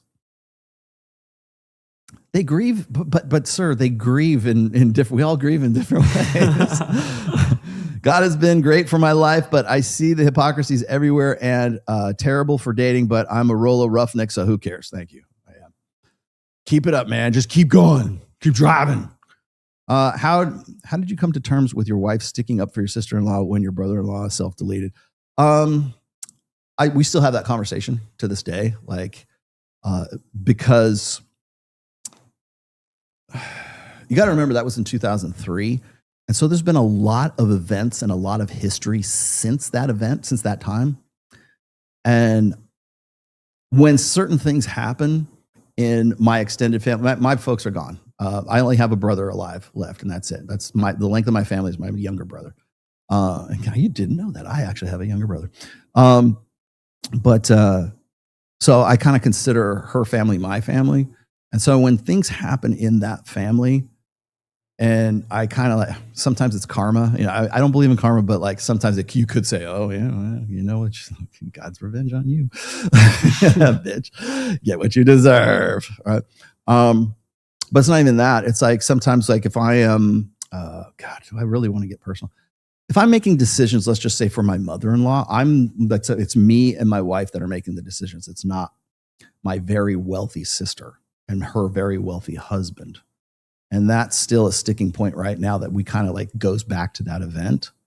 So, but I think over the time, at first, I was kind of like, why are you taking, well, I kind of realized it's her sister. What else is she going to do? She's not going to, you know, if my brother was in the same position, I go, yeah, well, my brother's really a good guy. And, you know, deep down, like I would say the same thing, right? It's your brother. It's kin affiliation. But after coming up in 23 years, right? Yeah, I mean, shit has happened down the line at different points in that 23 years from 2003 to 2026, right? A lot of shit's happened family-wise between now and then. I'm just going, remember that. Remember the decisions that were made back in 2003. Remember the shit that went down in 2006. Remember the shit that went down in 2015. I don't hold anybody to that because it's like it doesn't make any difference to me. I just keep going forward. Like, okay, that's the nature of the game that I'm playing, then I'm going to fucking be the best player of that fucking game and we're going to keep going. And I think I've done pretty well for myself since then, obviously. But yeah, in the beginning, it was a little bit tough, but like, I kind of get it. Like in hindsight, being 2020, I understand. But yeah, again, it makes things a little awkward at Thanksgiving sometimes, you know, whenever that occurs, right? Let's see. Hi. Why is smoking cigarettes an attraction trigger for women? An evolutionary reason. What do you think? What do you think, Kyle? Is smoking cigarettes sexy? Look, because I know you smoke. You smoke. Well, you smoke. Well, you do vape though. I mean, you know, and weed. Yeah. Okay. But let's get it out in the open. He smokes weed. Oh no, prescribed. But being honest, since the 1960s, smoking is cool. Yeah, it's true. It has an advertisement sense, you know, it's always been promoted that way, pushed that way. James Bond, yeah. Mm-hmm. Yeah, James Bond, Debonair. It's Debonair. Yeah. It's for the longest time, it's been a status symbol. Yep. Like even a counterculture symbol too, like James Dean and shit like that. Yeah, for sure. I think there's always going to be sort of a gravitas or a mystery around guys. Okay, if you want to explain it from an evolutionary perspective, the guy's doing something dangerous. Okay, dangerous men smoke because if you're smoking, especially now when we all know you're going to get COPD, you're probably going to get lung cancer, you're probably going to have some pretty fucked up shit if you keep smoking. I know because I have had smokers in my family and in my background. I don't smoke. I've never smoked. I never will fucking smoke. Okay, I understand why people do because initially it relaxes them, but when I don't know if you remember this. I do. I remember this distinct. I shouldn't say that. I smoked for 1 week when I was 13 years old. They're like, fuck this. Yeah. Because I couldn't get high. I couldn't get, this is a regular cigarette. I want to eat a joint, man. But I think there's first of all, I think you say, what's peer pressure? Well, why would it be cool to smoke in the first place? Because dangerous guys do that. Dark triad guys do that. Why? Because it's a devil may care attitude. They don't care. They're going to die. You're smoking. You know it's going to kill you, right? Yeah, but I know. Yeah. It's like when you watch. I shouldn't say that, God. I do smoke cigars from time to time on special occasions. So yeah, let me backtrack a little bit there. I do smoke cigars when my daughter gets married, right? Or I surpass, book sales benchmark. Hey, I should have had a cigar last night when we won the award for best roundtable podcast in Las Vegas. Maybe I'll do that. Maybe on the next Vegas, I'm gonna go, Mike, here, have a cigar. Let's go. All right, we'll smoke it for 1 second. We're good. I smoke with Aaron Clary. Yeah. Aaron Clary loves a good cigar. I do like cigars. Don't get me wrong. But it's not like I have to go and smoke. I'm not like a 2-pack a day smoker or anything like that. You know, I don't smoke like Andrew Wilson. Put it that way. I get it. There's a definite appeal to nicotine is very addictive. Yes, I know. Is it? As somebody said, nicotine is an adrenaline booster. I thought it was a depressant, though. I thought it was to make you relax. Well, it's technically an upper. For being honest, yeah. But it's like an upper in the terms of like alcohol can be when you first drink, it's an upper, and then it depresses your system. What is it? Hi, is it any evolutionary reason why women get bored and need emotional stimulation in a relationship? Yeah. Is it any reason? Yes, there is a reason. Because okay, so why do they get bored in a relationship? So ask me about cigarettes. Okay, bad boys smoke cigars. Okay, it's a status cue. It's a guys with dark triad personalities probably smoke. I like that's the perception, anyways. I know a lot of redneck fuckwits who smoke too, so it can't be that, right? But I mean, from a social appeal, yeah. I mean, there's a gravitas, for lack of a better term, that goes along with guys smoking. It's much different than women smoking, right? A woman smoking a cigarette looks like she belongs at the Flying J truck stop, like a lounge lot or lot lizard, right? Or it's like, yeah, give me a cigarette. And by the way, I love Tiffany Fox, but you need to stop smoking, bitch, because your voice is going to end up, you're going to sound like, come and give Grammy a kiss. Yeah, like, no, yeah, don't. Like, I want the best for you. Stop smoking now. But when women smoke, it's either you got two choices for the female smoker. Mm-hmm. The female smoker either has that little long stick and she's like, high society, and it's like Art Deco, and she's got a Greyhound next to her, and we're going to go see the opera, and she's got Cruella de Vil, you know, it's like she's got that, or else she's, I gotta go pick the kids up from school right now. That's you got two choices. Like, you get to be classy smoking bitch, or you get to be a trailer park bitch. That's what you get. Okay. Yeah, that is Breaking Bad. Smoking, yeah, from Breaking Bad. You are correct. So fuck, you get that for that. That's an ancient reference. Actually, I should have given you this. Say my name. Yes, absolutely. Oh, God, that's funny. God, now Tiffany's gonna jump in my fucking text now. What are you talking about? I don't sound like that. I don't sound like that. Give me another cigarette. Why are you making that voice? What voice? Anyways, so why do women need stimulation? Why do they need entertainment?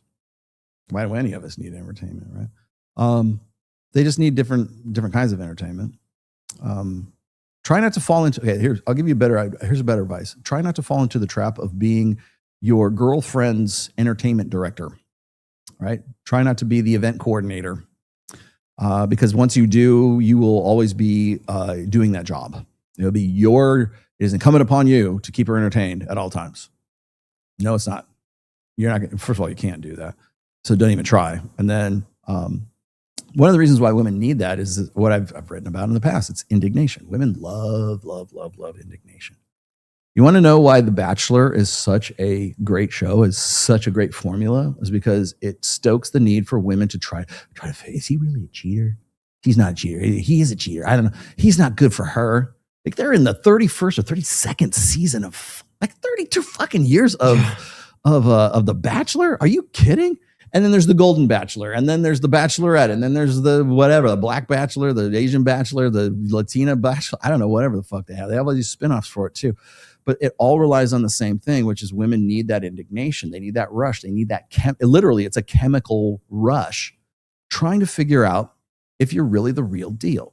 Remember when I talk about like shit tests, and I talk about active shit tests and passive shit tests? This is like women wanting to sort of artificially, or like, by proxy or by, vicariously trying to stimulate that need to sort of trigger the female intuition thing, right? Want to figure out if he's really who he is, right? I've told you this, guys, if you're single, that's a tool. Use that shit.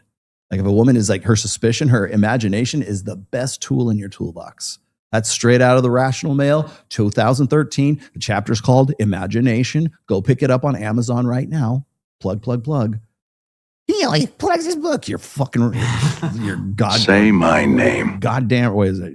Let me see. Oh, you're goddamn right. Goddamn right. I'll plug my book on my own fucking show. But yeah, in imagination, her imagination is your best tool. And I'm glad you brought this up because this is the perfect fucking segue into the next thing I'm going to get into. But imagination, you have to be able to, like, if you don't do it, if you don't give women some kind of indignation, if you're not the source of her indignation, if you're not her drug dealer, and I mean that in the literal sense, if you're not tweaking her, if you're not, and I mean that like by stimulating dopamine hits, stimulating endorphin hits, like through suspicion, through excitement, through being the roller coaster. Dalrock had a really great post, and maybe Sam, if you can pull that up, it's the roller coaster the roller coaster quote from Dalrock. It's on one of my blog posts. I can't remember. I'd love to read that right now, but Dalrock can't. I'm just going to paraphrase it really quick. Dalrock said this: is that women want danger. They really want danger. They want to be able to be in dangerous positions with dangerous men. But they want to know that waiting in the backstage or in the backfield somewhere, it's really not. Someone's going to be there to pull the ripcord for them when they parachute. They want a roller coaster. They want the feel, but they don't want to. They don't want you to tell them they're on a roller coaster. They want you to be able to be the dangerous guy, to drive the car and just to drive it off the fucking freeway. But at the last minute, the parachutes deploy and everything's all right. There's men behind the scenes that are going to make sure that she's going to be okay, but she just wants to feel that rush of actual danger. You want to know why true crime stories are like such a draw for women, or The Bachelors is such a draw for women, is because it hits that need for indignation. It hits that need for wanting to know. Yeah, that's it. Is it 50 Shades of Twilight? Thank you. I'll pull that up. This is such a good quote. There it is. Okay. I'm going to read this to you because I haven't read this in a while. It's very short. It's very, very quick, but I thought this was one of the best description. And this is Dalrock, Dalrock. He's no longer active. His blog is no longer around, but they have archived it on the Red Pill Reddit blogs or whatever. Here it is. This is it. Okay. These women don't just want to build a better beta. They want to tame the alpha. In fact, I think the former is just another way they are trying to approach the latter. They want to make an inherently unsafe activity and make it safe. Okay, they want to submit to a man without having to submit. They want a man who can tame her feral self. They want him to trip all the danger signals. Even better if he's a stranger from a strange land. Imagine that. He was ahead of his time. This was in 2012 when he wrote this. They want all of this to happen without giving up their freedom. They want to play this out in the context of serial monogamy so they can feel loved while also claiming their promiscuity is moral. They want to lose control to a string of strangers who have all the hallmarks of very dangerous men, or they want a promise that this will always end well. They want to know that this will be safe without it losing the excitement and feeling unsafe. They are telling men to build a sort of serial amusement park where they can ride the roller coaster and experience the fear of falling or crashing while knowing that just behind the scenes, grown-ups are actually in charge and are responsible for them safely feeling unsafe, right? One more thing. As I mentioned above, they don't want to be hemmed in. So instead of building an actual amusement park, they want a roller coaster to spring up randomly in the same exact circumstances where the real danger they mimic would actually appear. They want to be driving their car on the freeway in one instant, and then the next experience the fear of careening out of control the next. They want to impulsively jump off the edge of the Grand Canyon and have a parachute appear and deploy at the last minute. And all they ask is your guarantee that all of this will be safe. That's why they want to feel that's the recreation. Hopefully that answers your question. That's the best way I can put it. I haven't read that in a long time. They want the roller coaster. They want to feel unsafe. They want an inherently unsafe situation to feel safe. That's what they like. It's like when you go to, do you like horror movies? Yeah. I like horror movies too. I like horror It's movies. occasional. I like them when they're a little more scary. Like I like Alien, but I like lore. It's kind of hard to find especially as an adult, it's kind of hard to find a really. I don't think I've been scared or like, lost myself in the narrative kind of thing in a very long time. But man, when I was like 10 or 12 years old and I was watching like Child's Play goes on. Oh my God. I remember my brother and I used to wait up until like midnight on HBO when HBO was like still on, like it's a cable thing. And we'd wait for Friday the 13th. Like, when Friday the 13th was actually fucking scary. Yeah. Or the Boogans. The Boogans. Yeah. I used to love like really, I still have cut some of them too on my hard drive. There's this one, it was called Without Warning. And it was this alien, it was an alien guy who was like, it was a slasher film kind of thing. But the dude used to throw these discs and they were like alien discs, right? They look like a mini pizza. And if you threw them on you and they got you, it would eat you and like you suck your blood out or something like that. And they didn't show the alien looked like a big head gray alien at the time, which was scary as fuck back then, right? But like they would throw these things if it hit you in the face. There's a pizza guy, it got me. And then like the Boogans, and so I like the schmaltzy stupid ones. But there's a reason why you like those, because it mimics your evolved fear response. It's because we don't get to feel real innate fear all that much anymore. I mean, unless you live in like, war-torn country and you're worried you're going to get shot on the way up. But that's not what I'm talking about. I'm talking about like fear that the Black Panther is waiting out in the jungle in the dark to eat your ass, and you better be scared that you're going to get, or the snake is going to appear out of nowhere and bite your neck, right? Those fear responses that that evolved over the course of like 200,000 years of human evolution. We've pretty much eliminated a lot of the things that we would need to be fearful of, and right up until like the mid 80s, right? Do you ever see The Conjuring? Yes. The movie The Conjuring? My daughter saw that one time, and The Conjuring takes place in the 70s, right? It's like a kind of a retro kind of thing.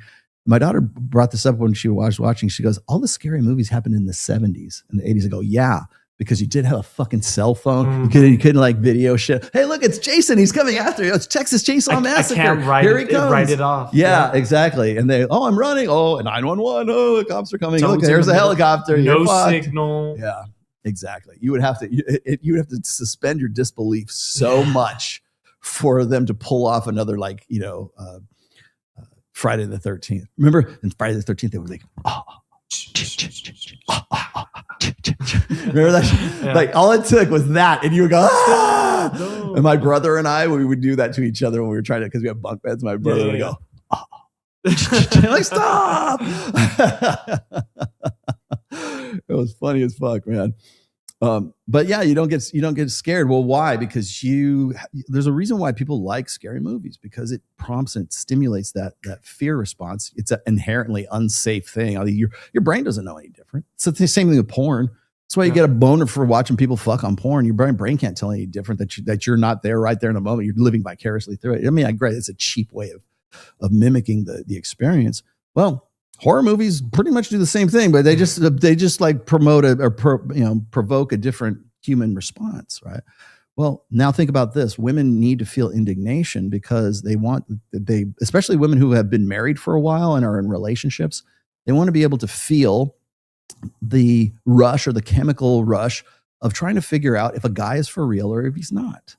So when a woman gets it, like a married woman gets into a sort of an emotional entanglement, or an emotional relationship with her work husband, like that. We even have a word for it right now. The reason why that's so engrossing and so immersive for women is because that situation is stimulating that old response that she probably used quite a bit when she was younger, when she was single and she was probably more attractive. And now she's later in life, and now she's met this other guy. And that's not her husband. Her husband's boring, very predictable. She knows, she smells his farts. She knows what he does. She knows what he eats in the morning. That kind of stuff he's all completely predictable. And now she meets this other guy And she's trying to figure out, is he really who he says he is? Is he really that way? Because now it's the shit test isn't, is he the best I can do? That's for her husband, for the guy that she's with, or for the guy that she's having an emotional affair, quote unquote emotional affair, which is bullshit. But now it's the shit test is he really who he says he is? Now it's an active shit test. And the active shit test is based on indignation. I want to feel indignant about something. I want to like, oh, is he lying to me? That's why people like when I remember when Julian Blanc from RSD, okay, he got some SA charges thrown at him back in 2014, I think, somewhere around there. And it was really tough for RSD after that. They had to restructure after this. But he took it on the nose, and I think he went on, I forget what talk show he went on, but he went on the talk show and basically said, oh, you know what? You guys are right. I've turned over a new leaf. I was like this. I was really not like, and women loved that show so much because they were right. Hey, we figured it out, girls. Yay. High five, and he was just basically copping to being a really bad dude. Yeah. You know what? I used to be really manipulative. I used to be a player. I used to use women and play games with their emotions, but not anymore. Now I've found God. Now I've realized the destructive power of a lie. Trust me, I will never lie to you again. I will never tell a lie. But yeah, so they love that. It's the same. It's a response. It's a need to know. It's triggering. It's like watching a horror movie, or it's like guys watching porn. They need that indignation and in the absence of that indignation, they will create it for themselves. That's why talk shows are so fucking popular. That's why The Bachelor is so popular, because it's them making it for themselves. There you go. And have you seen the movie Magnolia? The themes never made sense to me until I started reading The Rational Male and Tom Cruise playing a PUA is priceless. Yes, I have seen Magnolia. That's fucking, you're digging now, man. You're going to the back catalog there. Oh boy, here we go. Yo, so just got this girl's number, really attracted to her, mid-20s, has one child. Wait. Where are the Cheetos? There you go. And this one has late 30-year-old kid. Late 30-year-old kids? Really attracted her. She's in her mid-20s as there's another. And another one. Oh, and a late 30-year-old. She has 3 kids. Really likes me. Late 30s is really cool, but no long-term thing there since she's older. Should I keep her in the friend zone? You should keep both of them in the friend zone, my friend. Yeah. Should I just go with standard procedure here? Women with children should only ever be recreational use only. Because I'm not going to say they're bad people. Like, oh, Rollo, why do you hate single moms so much? I don't hate single moms. I just think you made a decision and that you have taken a hit to your sexual capital as a result of that. It's like you could have gotten fat, and that would have had even a bigger impact, right? You could be completely childless and got fat, and guess what? That's still going to impact your sexual capital, sexual market value. I'm calling it capital in a sense because it's a depreciating asset as you get older. The 30-year-old one with 3 kids, yeah, definitely not. And if there's anybody who needs a vasectomy more than you, I don't know who it could be at this point, because God wants you to have the baby. Definitely not. I'm not advocating anybody go get a vasectomy, because I think we need to sterilize men. That's not what I'm saying. If there was a way, if there was some sort of technique where you could like turn your dick off or turn your fertility off, let's just like say a switch, turn it back on, I would be saying that right now too. But apparently we can put multiple landers on Mars and get 4K streaming video back from the surface of a planet 2.3 million years away or million miles away from us. But we can't figure out male birth control, right? Yeah. Now cue everybody linking me to like studies are showing they're going to have a pill really soon, Rollo. Yeah, I know. You know what they say that to tell me that since 2012. hasn't arrived in my mailbox yet, so I don't know what you're fucking talking about. But there's no will to put it this way. There hasn't been a will to do that. Well, certainly since 1965. So yeah, I would be very cautious of even recreational use with women who have children. Okay, but they should just be there as friends with benefits until you're spinning a better plate. Really. I mean, have fun, do what you're going to do, because you're going to do it whether I say you do or you don't, right? But, and then by the way, never, because people ask me this all the time, never tell, if you do make a woman with kids, like let's say the mid-20s chick with one kid, don't give her the impression, like, I'll be above board with everything. Like, don't give her the impression that you're going to be anything more than a fuck for her. You're a fuck boy. Just say, I'm a fuck boy. I just leave it at that. If she's good with that, fine. Then you can go fuck her like Sarah Stock. You could be Elijah and she could be Sarah, right? But other than that, I would not invest too much emotional capital or emotional space or give her too much, head space than that. Don't promise her a future. That's for damn sure. And the reason I say that is because you're always going to find that because you're essentially signing up for your own cuckoldry. Simple as that. Pragmatically speaking, you're signing up for your own cuckoldry. Some other dude planted that. God knocked her up. She chose to have that baby because she's the only one who can choose to have that baby. And now she's got a baby daddy. And quite honestly, when women get to the epiphany phase and they already have a child, they're 28, 29 years old. They're looking for a man with benefits. They're looking for a guy who has a solid job and he's got health insurance. And he's got, that's what they're looking for at that time. I'm not saying that's necessarily bad or good, but I understand the pragmatism of it. And you don't want to have it, as far as I'm concerned, best practices. I wouldn't want to have anything to do with that.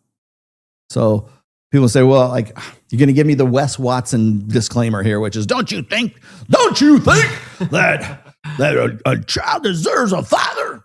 Yeah, the father that fucked her and that she that's not taken care of. Yeah, it definitely does. Does that have to be you? No. If you want to, if that's what you choose to do and you think it's your noble God-given purpose to like wife up a single mom, or adopt the kid and take responsibility and raise it as your own, you know what? That's on you. But know what you're doing. All I'm saying is like buyer beware, man. Just understand what you're getting yourself into. A lot of guys marry single mothers or they get involved with single mothers. Let's say that. They first get involved with single mothers. You know that it's serious when I'm using bird hands. Would get involved with, I'm going to point instead, get involved with single mothers. And then they transition from there to, it just seemed obvious we were going to get married. She's such a great girl, blah, blah, blah. They didn't start out thinking I'm going to marry a single mom. They just sort of got into a habit. They got into a routine. They got into, she sucks my dick really good. Yeah, of course she does. She's a motivated buyer. She's incentivized. I'm sure she'd suck your dick like she lost her keys in it, right? But yeah, don't because again, it's just like one thing leads to the next, and you don't even notice it's happening. I've seen so many guys who got married like single mothers, and now they're saying, well, I'm not the stepdad. I'm the dad who stepped up. Well, if you want to jump into that narrative, fine. Only reason I'm telling you this right now, because you're not marrying her, you're just dating these two chicks, fine. But just remember, they're only there for recreational use only. Do not go meet the folks. Don't go to the company picnic. Hey, we're going to go to Disney. Me and the kids are going to Disneyland. We're hoping you come with us. No, you take that go to Harry Potter land by your fucking self. Okay. I don't care. Simple as that. Yeah. What was this? This is too good. My dumb ass did that in the last relationship years back. She's a good girl, 2 kids. She cheated. Never again. Yeah. I'm not saying the chick will cheat because a chick is a chick, but just understand this. If you're becoming, let's say you become monogamous with her. I don't say married. You become monogamous with her. Just becoming monogamous with her, you're now limiting your options for a woman who has already fucked the alpha guy, because women keep alpha children. Okay. If you're the beta bucks guy, you're the guy she says it's your baby, even if it's not your baby. And this is how I love it when Mac and Murphy. When Mac and Murphy starts popping off about how low the actual cuckoldry rate is, it's only like 3% or 5% or whatever it is, and those are only the guys who are actually going to the clinics to get a DNA test because they're already suspicious. So it's a little bit higher and everything. I go, yeah, because the most efficient way for women to cuckold men right now is not to like trick them. It's to trick them into thinking that their noble purpose is wiping up a single mother, because you're signing up for, if you can make cuckoldry socially fucking acceptable, jackpot.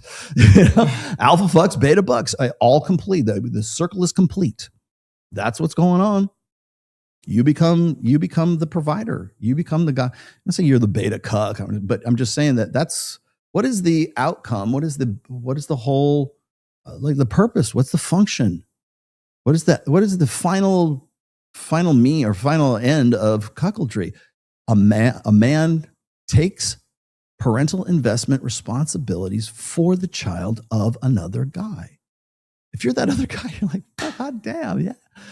She won't. Here's the funny thing is, she'll get alimony and she'll get child support from that guy until she marries you. And if you don't make enough money to offset that alimony and that child support, guess what? You'll be like, baby, I want to marry you. You get down on one knee with that fucking Walmart ring and everything. It's like, I don't think now's the right time. Yeah, you know why? Because you don't make enough money to offset the child support and the alimony money that she's getting from the other guy. Once you do, you're emancipating. It's like she's working for OnlyFans and you made enough money to like lift her out of the business now. Yeah. Stop. Think about it. Either put a condom on or get a vasectomy if you're going to do that, man. Or whatever it is that you can reverse. I don't care. Rolo's talking about vasectomies again. All right. Anyways, just getting back to the point here is one of the things that went down with Sarah Stock is she was getting with Elijah Schaffer, and Elijah Schaffer was technically her boss. This is kind of a harassment case just waiting to happen right there, just not for nothing. And Elijah, I've known Elijah, in case you want to know what my background with Elijah Schaffer is, I did his podcast, his up-and-coming podcast that never got off the ground, that was called You Are Here. It was hosted by Glenn Beck's network, The Blaze. And this was back in 2021, December of 2021. And I gone on that show twice. I forget the name of the chick who was the lesbian, something Aurelia. I can't remember her name. I was on there with her. It was actually a really good show. I had a great time. They were really good to me. They put me up in a good hotel, got some good food and everything. They took care of me. Like they took care of their guests. So I got nothing bad to say about Glenn Beck or The Blaze or anything like that. They were really pretty good because it was them that was doing it. And then Elijah Schaffer also had his show under The Blaze, which was called Slightly Offensive. Now, I don't know that he still has that show, but I did his show, and then I did You Are Here twice. And it was a really good show, had a good time. Talked to Elijah. I had talked to him before because he was a fan of my book and he was a fan of my work and he was asking me questions. We kind of had some discourse and back and forth with DMs and shit like that. And then I went on the show. We've still kept in touch over the years. He's wanted me to come on the show on his new show on the Rift a few times. I just logistically haven't been able to do it because of my medical stuff. And as late as like I think last summer he asked me to come on, and I simply just couldn't do it. But I never said any, didn't have a bad thing to ever say about Elijah. But now that everything's coming out that he's like, he's a drug addict, he's an alcoholic. And I am fully aware that there was a lawsuit, not from Sydney Watson, by the way. Sydney Watson was a doctor. Sydney Watson was the co-host on You Are Here with Elijah Schaffer.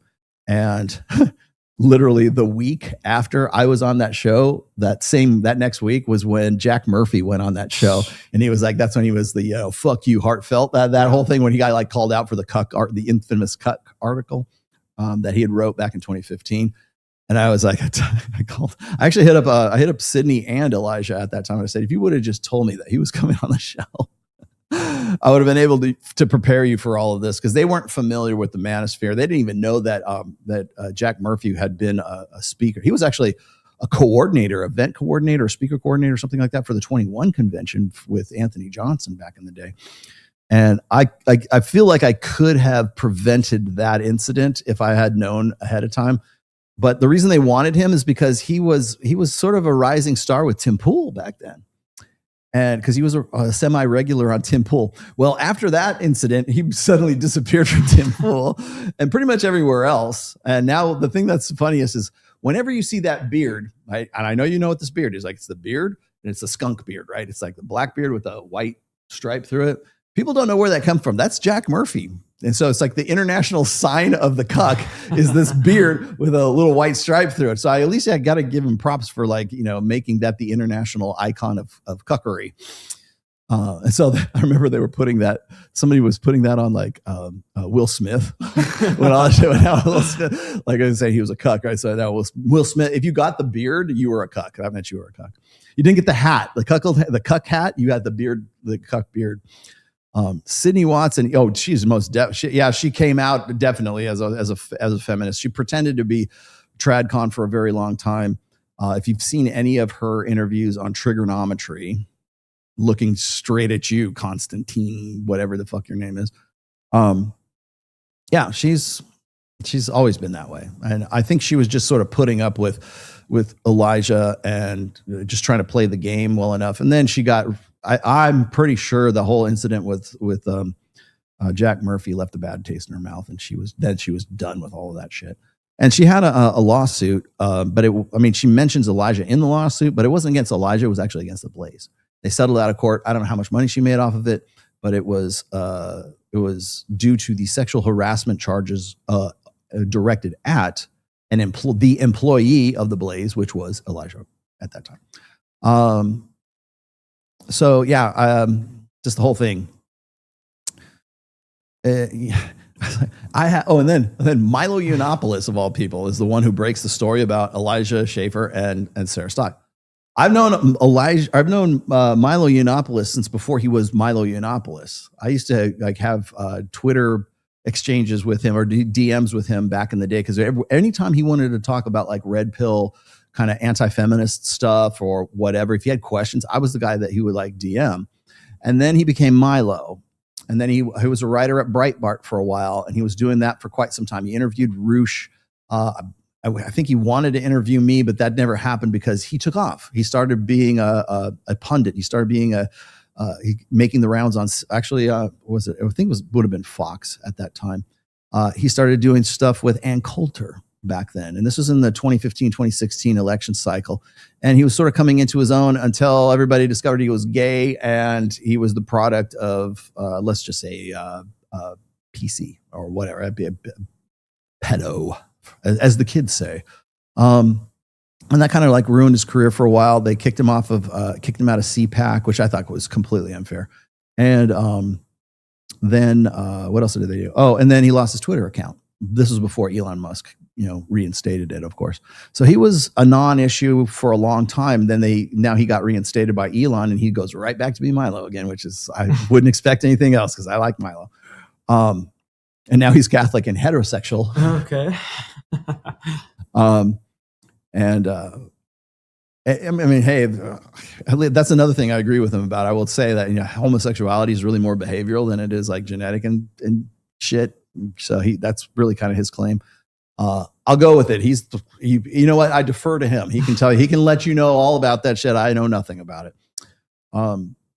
He's the one that broke the story. He's always been a provocateur. So don't throw rocks at Milo for being the fucking messenger. Okay, that's what Milo does. When I met Milo for the first time, face to face, I was in Orlando, Florida. It was right after the 2017 21 convention. I flew back a week later just so I could go and meet Milo, because he was going to be at this Orlando event with Roger Stone. I had no idea who Roger Stone was at that time. And I met him. I hung out with him. I gave him a signed copy of one of my books, and I still have the pictures today. Really cool. I've never had a problem with him. I like Milo quite a bit. In fact, I would love to get him on the show. I know he has a place here in Las Vegas, and I know he's also, and I have tried desperately over the years to get him to go on Fresh and Fit. Never would. And then recently, just last year, he went on Fresh and Fit. Okay. Thanks, bro. Come on my show. I don't want to go on with all those bitches. Okay, come on this show. I'll just talk to you. We'll just like shoot the shit between the two of us. I like him quite a bit. I think he's very entertaining. He's very intelligent. He can hold a conversation. He's a good dude. Elijah Schaffer, I don't know what's going on with him. I don't exactly understand like his flame out. I don't know. Like people say he had cocaine. He was like somewhat bisexual. He's definitely an alcoholic. I don't know. And I don't care. I mean, that's on Elijah. I'm not here to be an apologist for him. He did what he did. He's getting divorced. She filed, he filed. She filed in Texas, and then he filed in Florida to make it look like he was the one that filed. Okay, I know what you're doing. I get a game, recognize this game. And then then Elijah doubles down. He's like, "Fucking, I ain't leaving." And why would he? Because nobody's going to care. In another 6 months, no one is shit. In another 2 weeks, nobody's going to care. Do you care now? Probably not. Who is this Elijah? Fuck this guy. Tell me about war brides. Well, the reason why I'm bringing him up is because everybody wants to like focus the attention on Elijah, not on the behavior of Sarah Stock, who was everybody's sweetheart. And she's the female. So she has to be the one who was abused by this horrible narcissistic, he's not a real Christian. She's not a Christian. He's just a narcissistic prick. And that might be true. But a narcissistic prick that she fucked on multiple occasions for a very long time, met the Pope, got blessed to the marriage and everything else, possibly, allegedly had an abortion. We still don't know for sure. Okay, I love it when I posted this one picture because there's a picture of her and Lauren Southern together. Yeah. And I'm like, all I did was because I knew I was gonna poke the bear. I was like, women who've had abortions? ? Why are you insinuating? Do you have any proof? I'm like, no, that's why there was a question mark at the end of that fucking sentence, you dumb fuck. Like I'm hedging my bets here. I would like to have a conversation as to whether we think that it's a possibility that either one of these people have had abortions. And in this case, Lauren Southern aborting Destiny's child. And then Sarah Stock aborting Elijah's kid. Is it possible? I don't know. That's why I put but of course, if I go and I say that, everybody goes, he thinks he's promoting the presumption that he had an abortion. If it comes out that she does, if it was confirmation of it, I'm going to go back to that tweet and go, yeah. You like apples? How do you like them apples? And trust me, I will phrase it just like that. Oh, man. So anyways, Matt Walsh has decided to throw his mark a clip here, StreamYard clip, mark this here. Matt Walsh has decided to throw his hat into the ring because Lord knows we can't have a good Christian girl being defamed by this horrible narcissistic prick. And we need to, I love how he did a full video on all of this and everything that he talks about in the video, probably like the first 5 minutes of the video, he just says, hey, mea culpa, this happened, and this happened. He's like soft selling the whole thing. So he can get to the point where he says, but this is really no reason why you shouldn't get married. Like the bitch is in front of the Pope getting her marriage blessed by the Pope while she knows damn well she's not a virgin and knows damn well she's been fucking Elijah. And Lord knows what kind of sex he's into, right? And you're going to still say, well, you know what? It's still a good idea, guys. We still need to go with Charlie Kirk once said that everybody needs to get married and all this stuff. Charlie Kirk or Erika Kirk, not a really glowing endorsement for marriage either. Hillary Crowder, not a good glowing endorsement for that kind of marriage. And I don't know how this happened. I really don't know. Maybe it's a God thing. But like 3 days before this story dropped, I put a post out. And this was just a post I was actually testing a theory because I wanted to see how the Twitter algorithm worked. Because you can put you can put a 1-sentence tweet out and it could go viral. Like you could have, if it agitates enough, and you interact with it enough and people like retweet it enough, it'll go viral. It could be one fucking sentence. There's no rhyme or reason. It just has to be something that people want to talk about. And so every time I go and I post a link to my book, so people will actually go buy The Rational Male Reignite, because that's my main way of advertising my book, is through free sources. Well, it's relatively free sources like Twitter, like Instagram, Facebook, I guess too. That those posts never get any kind of traction because I put a link in it. So I thought, how can I make this linked post actually get some traction, actually work? So I put, this is the quote. I put something like, I'm paraphrasing myself. I said, I was trying to come, because I hear this all the time from the religious right. Whenever they decide, when the moral majority and the moralists and the good evangelical Christians who want to throw me into a wood chipper, they always come up with a lot of the same quotes or the same bullshit, right? And they'll start a tweet like this. The tweet usually starts something like this. And I quote, I never see those red pill guys in healthy, loving relationships or healthy, loving marriages. Boy, I guess that shows you what the red pill's really about, right? And then, of course, there's 90, 100, 200 comments. It goes to, 1 million views because everybody wants to, oh, yeah, those red pill guys, fuck them, blah, blah. And so what did I do? I used that quote, put a link to my book, and then I put a picture of myself and my loving, beautiful, wonderful wife on there. And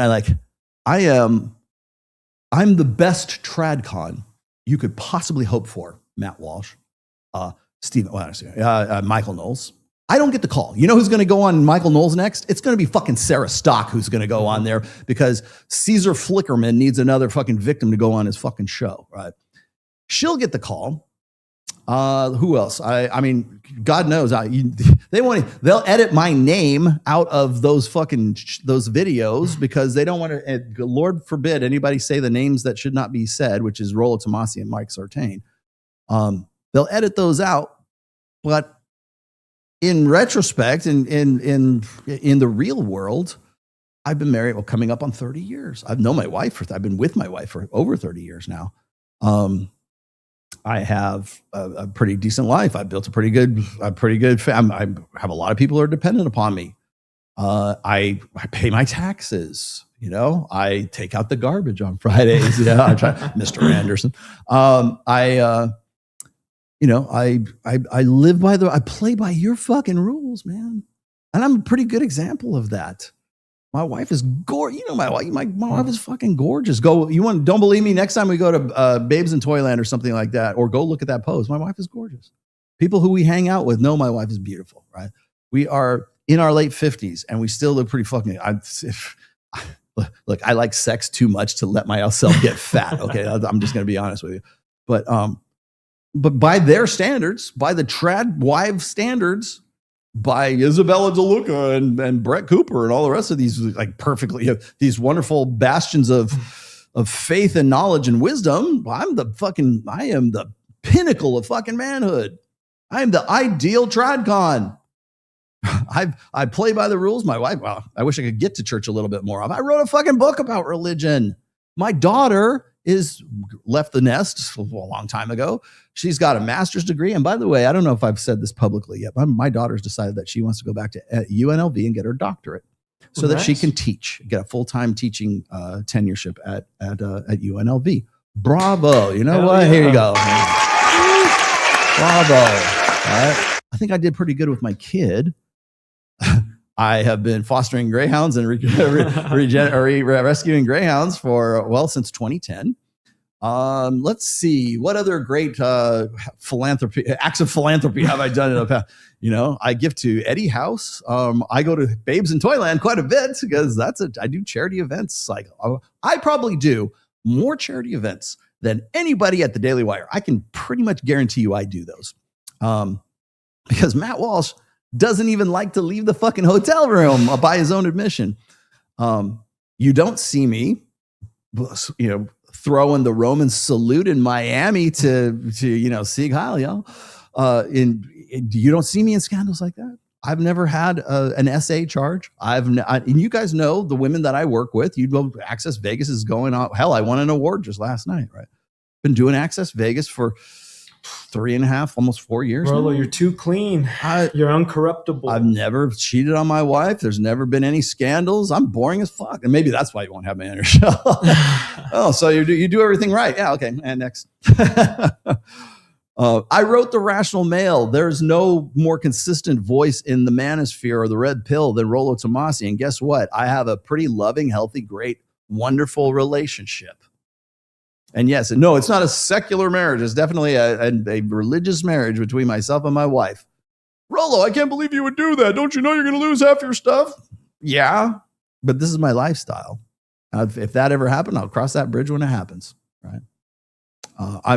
One other reason why I don't promote the idea of guys running out and just getting married willy-nilly.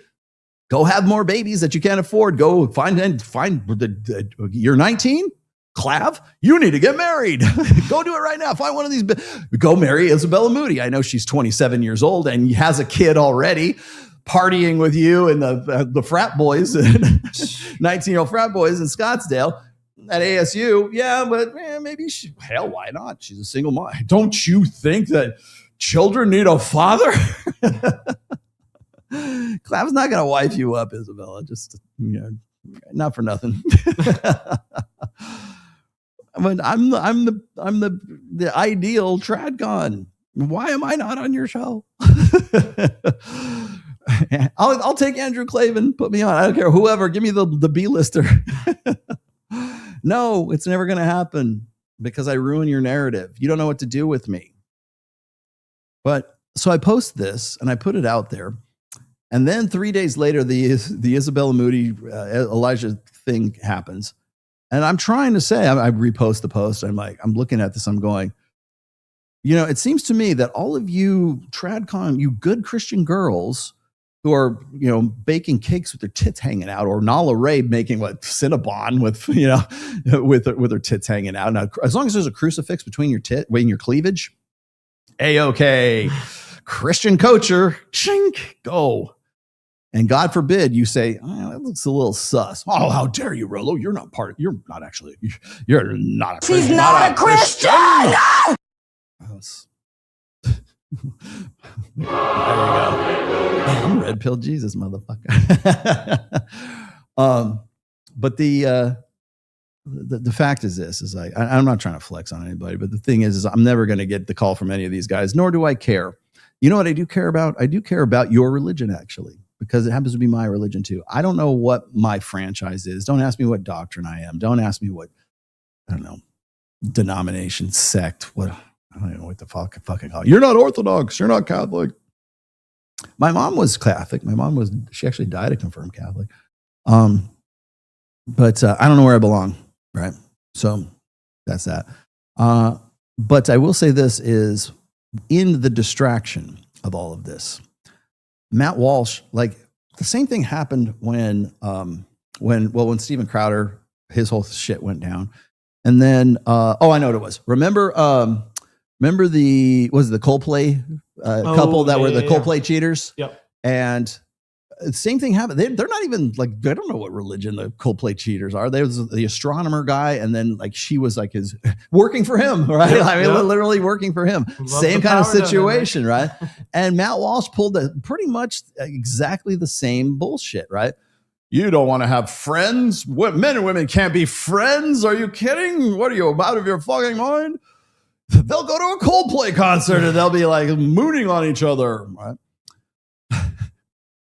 But the thing is what happens is whenever there's whenever there's cheating, whenever there's I can't even say the astronomy guy was really a high profile cheater. Elijah Schaffer, yeah, gotcha. Crowder, gotcha. And I don't even think he was cheating. I think that marriage just dissolved. But they don't want to have the stink of cheaters on them. So guys who are really super pro marriage, or they build their brands based on I've got 5 children and I've been married for 15 years to the same woman, and that's why I rule and you drool. Fuck you. I've been married twice as long as Matt Walsh, which I've mentioned on several occasions. He's got me on kids, but if it comes down to passing on your DNA, well, the Danish guy who knocked up the 200 chicks that I mentioned on a few podcasts ago, if that's the metric, then that guy wins. I don't know if he's Christian or not, but does it matter? He wins. He wins the genetic competition, I guess. It's not about that. Either way. That's when, and he's not the only guy to do this, but he's the most obvious, because when shit like this comes out, when the Coldplay Cheaters comes out, the first thing he's going to do is he's going to try to white knight, and then it's going to be like everything that comes out of his mouth for the week of, and maybe the week after all this shit goes down, is going to be virtue signaling for the sake of setting his wife's mind at ease. Right? I can't think of any other reason to do it. Right? He could be talking about Epstein. He could be talking about Clav in Scottsdale. He could be talking about anything else, but this is what he chose to talk about. And a brief mention of Epstein. He did actually mention Epstein, but I mean, this is the meat and potatoes of it. But the thing that got me is like he was going hard on. He talked about Elijah. He didn't give Sarah Stock a pass, but he didn't lean into it like I just did, because she's like that. Well, technically, I guess they're both. Like, it's funny. It's like if a woman is a Christian and the guy is a Christian, and they're like in sin, or there's like some sort of like infidelity between the two of them, and they're both, because Elijah Crane would definitely tell you he's a Christian, right? Guess who's still a Christian and guess who's not at the end of all of that? The woman is like, oh my gosh, you were abused by this horrible narcissistic fuck. But come back, girl. We got you, sister. Come back to the battered women's narcissistic recovery group. Oh, you had abortion. Oh, we have a women's ministry for you too. Elijah Schaffer, nobody, no one is like outreach. Elijah, come on my show. I'm serious as a heart attack. I got you, man. Come to my show. Tell me your story if that's what you want to do. I'll even do it remote. If you want to do it remote, fine. You want to come to Vegas? Why wouldn't you want to come to Vegas? Now you probably should come to Vegas. I'd be happy to do an interview with Elijah so he can like say his side of the story. I will do, Elijah, if you're watching, I will do that in a heartbeat. If you want just me, if you want me and Mike Sartain, no problem. However you want to do it, I'll set it up either here, wherever you want to do it, wherever you're comfortable. More than happy to do that. And the reason why I'm saying that is because no one else is offering him that. No one else is saying, I know he's got his own show. I know he's got the Rift and everything, but like him going on his own show and saying, here's what really, rumor control, here's what really happened. It looks very self-serving. You go on my show where I have a live stream and people can like, super chat in and ask you about shit. That's going to hit different than if you go and do it on your own. So just saying, it's out there. If you want, it's an invitation, Elijah, if you want to come and rock out with us, that's fine. But nobody has his back right now. I guess Myron kind of does too, but like, I don't think Myron really even knows Elijah as probably not as well as I do. And cause he's never really gone on his show or anything like that. But, I think Elijah might've been on Fresh and Fit once. Anyways. What about the cuck? Thank you for bringing that up. What about the cuck? No one is mentioning, what's his name? Bill or Paul? Nobody's mentioning Paul Setka, I think is what his name is, because that's his last name. Sarah Stock's soon-to-be ex-husband. I God forbid, like, I'll give you the same invitation, Paul. You want to come on this show and tell your side of the story? No problem. Come on over here. Come to Vegas. Yeah. we've got hookers and blow. But come to Vegas. I will set it up in as neutral as I just honestly want to hear your story, man. I mean, we'll probably get some good shit out of that. And you clear the air. Yes, is it salacious? Fuck yeah, it's salacious. But you get to clear the air. Elijah or Paul should do it together. How awesome would it be if I got both of them together on the same show? I asked this too. I was like, the first thing out of my mouth, the first question I had was Elijah at their wedding when that happened? Oh my. And Brian from whatever podcast, thanks, bro. He picked up on that and he started asking that too. I'm curious. I want to know if he was actually at that wedding too, because that'd be a whole different animal at that point.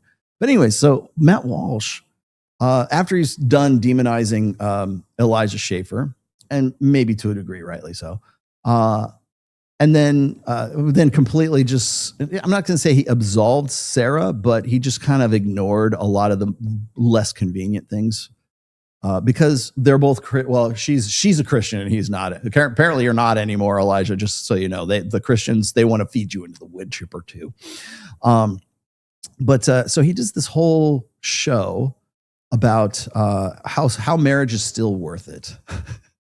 And I'm like, you have a fucking tough row to hoe with that one, man. You've got an uphill battle there, Matt, especially after this, which is exactly what he did after the Coldplay Cheaters. He said the same fucking thing. It was almost verbatim the same shit, right? Well, not all men are like that. And one of the things that Matt Walsh talked about was about how men and women can't be friends. And this kind of comes back to a topic that's near and dear to my heart. I really wanted to talk about this today. So here's where, mark this, okay? I have come to a different kind of understanding about male and female friendships. This is not backpedaling. This is in addition to what I've said in the past. Now, you guys already know that probably the number one point of contention between myself and Mike has been like men and women can or cannot be friends. Michael Sartain is always going to tell you, and from the Michael Sartain perspective, is always going to say that he has a lot of female friends, and he does. And I have a lot of female friends as a result of my interaction and my association with Mike and with the people that he's close to. And I kind of got a little bit different perspective as a result of that. And the perspective is this. Nothing I've said in the past do I really want to recant or anything like that. But I will say this is I will say that when I wrote the posts that I did, like my Let's Just Be Friends post, usually the LJBF, does anybody do that anymore? Like, let's just be friends. Like, remember when women used to do that? You'd shoot your shot, you'd make an approach. I don't think of you like that. Or, can't we just be friends? I think of you as a brother, which is woman speak for, I think of sex with you as incest. Yes. I think of fucking you like I would think of having sex with my brother. That's what it comes down to. Look, can we just be friends? I'm sure a great girl's going to come along for you. You would make a great husband for any other girl except for me. I'm not ready for it. And I'm actually an abhorrent slut, but that's okay. You're going to find the girl that you're looking for. Let's just be friends is eternal. Yeah, it might be. Okay. It's always been the LJBF rejection is what it is. If you ever get that, just understand it's a rejection. But guys will take that to heart and they'll go, "Oh, we can be friends," right? And those were the guys that I used to lock horns with back in the day, because I would always say, well, men and women cannot be friends because there's always that sexual tension between men and women. That's pretty obvious, okay? But it's more than that. And one of the things I'm sort of famous for saying is that women have boyfriends and girlfriends. If you're not fucking her, you're her girlfriend. People lost their minds when I said that. What do you mean? You're looking for easy girls who want to fuck you in the first date, Rollo? Is that what you're promoting? No, not at all. What I'm saying is men and women communicate differently. And this is what they do. Like I've said this on countless occasions, is that women communicate in their own native language, which is really emotionalism when you think about it. But women speak covertly. They are interested in the emotional context of the conversation. They prioritize the emotional context of a conversation, not the information. Not that they don't. That just comes after the emotional context. Women are better at communication than men. There you go.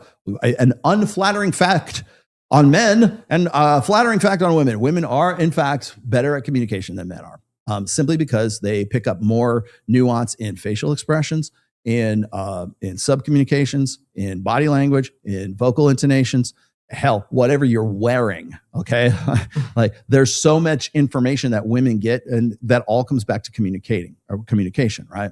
Remember we were just talking a minute ago about Clav. Clav's a good-looking guy, but when he opens his mouth, he gives off the creep vibes. That's because women are better at communication, okay? They can pick up on covert communication. Have you ever been in like a group of women and another chick comes into the group and then she talks for a little bit and she leaves and then immediately talk and behind her back. The chicks are like, they'll be like, "Did you see that dirty look that bitch just gave me?" Like that. And you were right there. It happened right in front of your face. Yep. And you're like, "What the fuck are you talking about?" "Yeah, she gave me the stink eye when I said this or that or whatever." And like, you were right there. And all the girls that are in that circle picked up on that, but you did not. because women are better at communication. That's why. They're analytical when it And, comes and to that. innuendos and all this other shit, right? So that's what the reason why I have to sort of set that out there is because women are used to talking to other women in a certain way. They're friends, they're girlfriends. So when men and women have friendships, okay, we can only base our opposite sex friendships on what our native same sex friendships are. Our frame of reference, men's frame of reference for friendship is me and Kyle, me and Mike, me and Aaron Clary, right? My frame of reference, the way I think of friendship is this is how I relate to my guy friends. And therefore I should be able, because of the blank slate, we're all just equals, right? No differences between men and women whatsoever. I can go and take that. I can certainly go take that over into a platonic friendship with the opposite sex. No, you fucking can't. Okay. And ladies, you do the same fucking thing. That's why I say women have boyfriends and girlfriends. If that guy's not fucking you, he's your girlfriend. Why do I say that? Because what men do is they take the female dynamic of friendship, right? What do girls do? What do girlfriends do? Ladies, what do you do with your girlfriends? We go and we paint our nails and we talk about guys and we go to the club together and we do our hairs and we get our nails done. And we go to Starbs and we catch up. We look at each other. Hey, they look at you. Let's talk about our feelings is he really who he says he is? That they have those conversations. Let's talk about The Bachelor, right? Communication for women is enjoyable. They get off on it. They will communicate just to communicate because they like the feelings that they get. Men tend to communicate based on just information. Like I'm talking to you right now. I'm relating information to you right now. I'm not going, how do you feel about what I'm saying? Or after you turn the podcast off, you're going to go, oh, I really feel bad about that. Or I feel great. Like that comes secondary for guys. But what happens is when you accept a let's just be friends rejection, guess what? Now you communicate with her and your frame of reference for that friendship is not your guy frame of reference. It's her girlfriends. So when you start talking to her and interrelating with her as a friend, her only frame of reference is her other girlfriends. And if you adopt her language and if you adopt like men will tolerate shit from women for their female friends that they would come to a fist fight with their male friends. And, oh, she's late for the date, or she's late for us going out, or hey, we're all supposed to go to the club today. I'm out front. I'm waiting for you. Oh, give me a few minutes. Half an hour later, right? And guys will tolerate that. They'll sit there. They wouldn't do that for their bros. They're like, fuck it, dude, I'll meet you at the bar later on. Go, you take your own fucking car, right? None of that has any bearing when it's male friendships rather than female friendships, right? Now, am I saying that there can't be male friendships? Yes, there absolutely can, but it has to come from the Michael Sartain side of the school of opposite sex friendships, okay? How does Michael Sartain manage to be friends with so many chicks that he's with, okay? He's going to tell you there's a functional reason, which is if he's hanging out with a lot of beautiful women, it's pre-selection for him. It's social proof and pre-selection. Not a lie. I've tested this. I've A/B tested this myself, right? If you post a picture of you in between a bunch of beautiful, beautiful women at Tao Beach or Tao nightclub, ask me how I know. Go look at my Instagram. Those will be some very popular pictures. Women will say, oh, he's pre-selection. There it is. Mike's got way more than I do. I have a few, but not like he does. And so how is he able to maintain these friendships? And why is that something that he's able to do? And other guys who get LJBF'd, like the thing is what's the first thing you say when a guy wants to be a friends with a girl? Well, he's just simping for her. That's an unequal exchange of value, right? He's just simping. He's just trying to be her friend until something breaks, until the boyfriend breaks up, until he can shoot his shot again. You mean there's a chance? There's an opening. Yeah, there's an opening. That guy is the guy who is her girlfriend. He communicates as one of her girls. He says, I'm not going to use my male friendship as a model for an opposite sex friendship. I'm going to use her female friendship as the frame of reference. And so what does he do? He starts tolerating shit. He starts doing he'll go, how do we be friends? Does she come over and go play Warhammer 40,000 with you? Does she want to join your band? Right? Does she? What do you do with your female friend? If you're telling me that you go and you just do, well, we just hang out. Guess what? You're her girlfriend. And so when that is the nature, when that is the frame, oh, thanks for that. When that's the frame, it's actually this one right here. Yeah. If that's the frame of your relationship, your friendship with that chick, then yeah, you can't really be friends with her because you're simping for her all the time. You'll do anything. It's because you're still trying to get in there. For Mike, it's different.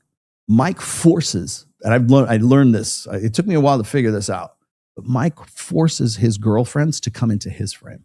He uses his guy. He doesn't treat like the girls like the girls you see on our show, the girls he hangs out with that aren't his girlfriend. I'll let you figure that one out.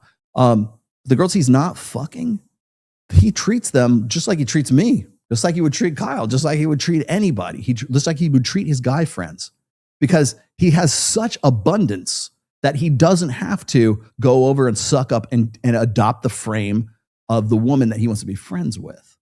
So that's how Mike is able to do that. That's how I'm able to do this now. So when I'm hanging out with like Tiffany Fox, when I'm hanging out with porn stars, when I'm hanging out with FHM models, when I'm hanging out with OF girls or the strippers at Sapphire, right? When they come on the show, some of them become pretty good friends of mine. Domo's a good friend of mine. My wife knows Domo. My wife knows Tiffany. My wife knows, I'm trying to think who else does she know that would be from the show. She knows Alina. Alina's she's one of our regulars. Laura's a really great, if you've seen the show, if you've seen the pictures of me in August when I was at Babes in Toyland, she was my date, my de facto date. She's just there to make me look good. I'm not fucking Laura, but like she hangs out with me and it's great, right? It's because it's good. It's on brand. Awesome. Cool. But I'm not taking her home and nailing Laura. Okay. I know where I'm going because I have a 30-year shared history with my wife. I have no reason to cheat on my wife. But the matter of fact is right now I could call Laura and say, hey, Laura, you want to come to the show? You want to come down to here? I could call her and say, hey, you want to come down to the Rational Mail and hang out? I could tell her, hey, I should have done this last night. I should have had her come to Origin Studios with me when I went to go get the award. That would have been even better because I needed to show up with some big fucking jet screaming hootie queens. Like that's what I needed for it. Maya Sofield, little Maya, man, love me some Maya Allegra. I love Maya very much. I love Maya, but did I fuck Maya? No, but I treat Maya just like I kind of treat her almost like a daughter at this point, but I don't treat her like one of the girls, and I don't communicate with her like one of the girls. I don't communicate with the girls that I know from the show that are friends of mine. I don't communicate with them like, hey girl, what are we getting? What you doing? what WYD? What are you doing? No. And like Kyle's been here when we've had shows, we go girls in the green room and everything else like that. I'm like totally fucking chill with these chicks. And it's not, it's not leaning over into that. And I know a lot of guys think that, well, if you have a girl who's a friend at all, that means you're simping. Well, there's no such thing as an unequal exchange of value, period. So I guess everybody's simping. But there's a difference between the way that Mike Sartain does intersexual friendship, and there's a way that simps do intersexual friendship. And I think Mike has a much healthier idea, way of going about it. He forces that girl to come into his frame, to his frame of reference with friendship. See, he'll tell you, the first thing he'll say is, I treat all the girls like they're one of the guys. And if they don't want, hey, do you want to go do some cool shit? Yeah, we're going to, like right now, he's at the Super Bowl. Who's winning the Super Bowl? Oh, wait, hasn't it started yet? Okay, hasn't started yet. Because we care about the Super Bowl here on the Rational Mail. We actually care about sports ball. Sorry. Okay, hasn't started yet. Pre-game show is up right now. So that's my sort of take on friendship. I'm going to expound a little bit on that a little bit later because I want you guys to see Matt Walsh has decided that he's going to do this crusade against opposite sex friendships. And he does so from a guy who sounds like a guy who doesn't fuck. Guys who fuck, who have abundance, they have lots of girlfriends. Lots of girls. If girls are no object for you, if you have a roster, right? If you are not, if you're the kind of guy if you're a guy who fucks, right? If you're a guy who is attractive enough so that you know that I can get with a girl if I want to or not, those guys have a much different outlook on male-female friendships than guys who are necessitous. Guys who are like, I would never want to be the Mike Pence, protocol. I would never want to be in a room with a woman without the door open, because, we wouldn't want to get me too'd or anything like that. You take that to its absurd extreme, and you've got Matt Walsh's take on intersexual friendships. He wouldn't want there to be any suspicion, any public suspicion that there might be some hanky-panky going on between me and this girl that I went to go have a soda pop with down at the the candy store. Like, no, dude. It's like you're approaching this whole thing from the perspective of wanting to present this idea that you couldn't be corrupted because you're never going to allow yourself into a position where you might be. The truth of the matter is, Matt Walsh, you don't have the opportunity. There's no opportunity for you. Guys who have I've said this, God knows how many fucking times. Cheating requires two things. It requires an option. It requires a reason and opportunity. Those are the two elements of cheating. Right? If you're with somebody, you have to have the opportunity to cheat with somebody else, and you have to have a reason. Like your girlfriend has to give you a reason she's not fucking you or something like that. You're in a sexless marriage. Those guys have a reason, a really good reason to cheat, but they don't have, they're fat and they're ugly and they're plumbers and God knows whatever the fuck they are. They're average dudes. They don't have the opportunity unless they go and you want to know why OnlyFans is so popular with married men? Because it's vicariously them trying to create that opportunity for infidelity. And they'll take jerking off to the girl that they think on the other side of the screen actually gives two shits about them. Hey, here, have another tip, girl. That's why it's so popular, because it's infidelity behind a shield. It's not quite infidelity, but potato, right? It's for guys that would never want to come to Vegas and get a hooker, right? It's like you can manufacture an opportunity. Yeah, certainly in Las Vegas, it's everywhere. But by the way, in Clark County, prostitution is illegal. Wink, wink. It's illegal. Unless you go on tryst.com or you go skip the games and you know who. Or you can go to, you can go up to Reno and you can go to this place. It's between Dayton and Carson City. It's a town called Mound House. And that's where the Moonlight Bunny Ranch is, the Mustang Ranch is, and God knows whatever they're calling the other ranches are right now. Lord knows everybody in Reno knows exactly where those are. You can go and get laid. You can go. You don't have to be an incel. You can create your own opportunities with about $400 or $500. How good a time do you want to have? You want two chicks? You need about $1,000. So infidelity requires two things: a reason and an opportunity, right? So, for instance, and I'm going to show you the clip here in just a second. For instance, I have lots and lots of opportunity. How many times have I been in Miami by myself for a very long time, right?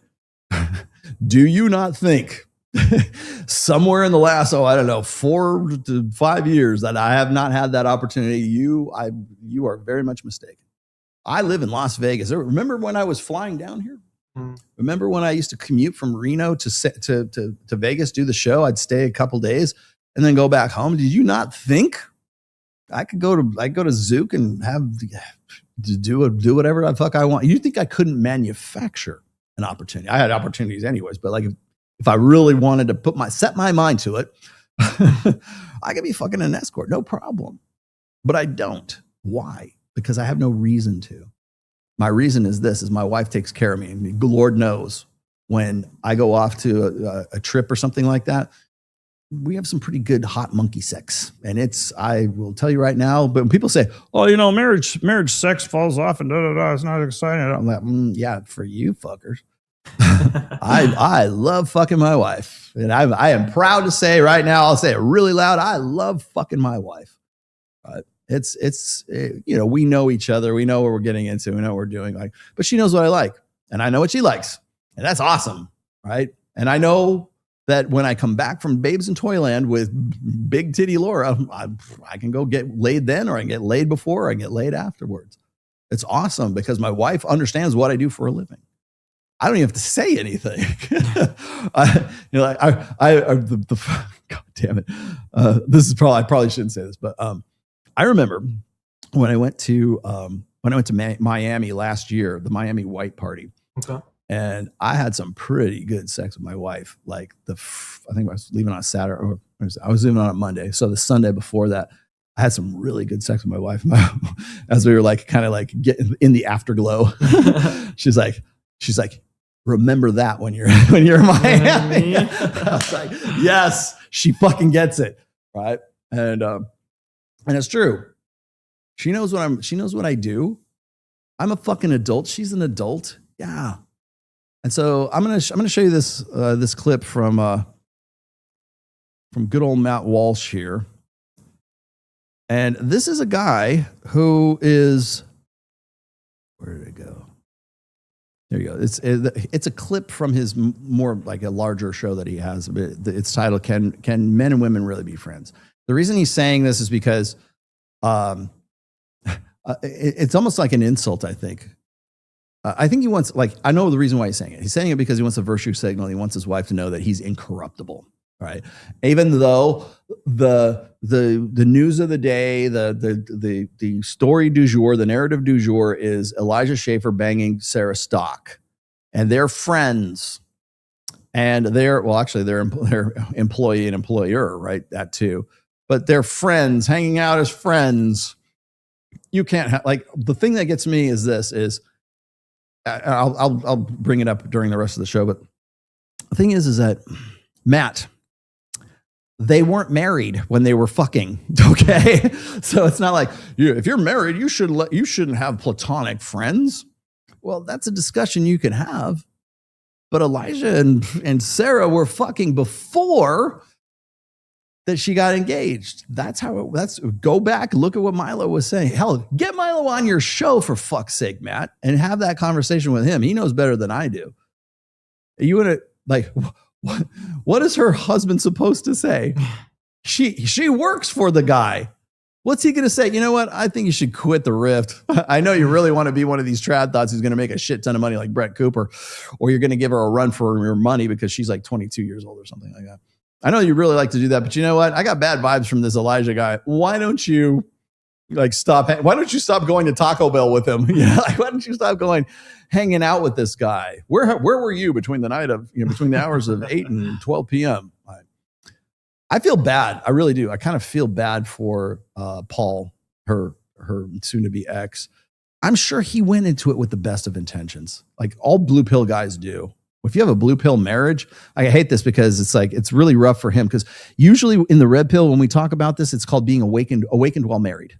Like in the red pill subreddit used to have a whole like category for this. It's called awakened while married. It's these guys who got married when they were blue pill, and suddenly something woke them up and they're like, oh shit, I'm married, and they don't know what to do with themselves. They're like, how do I get my wife to fuck me again, Rolo?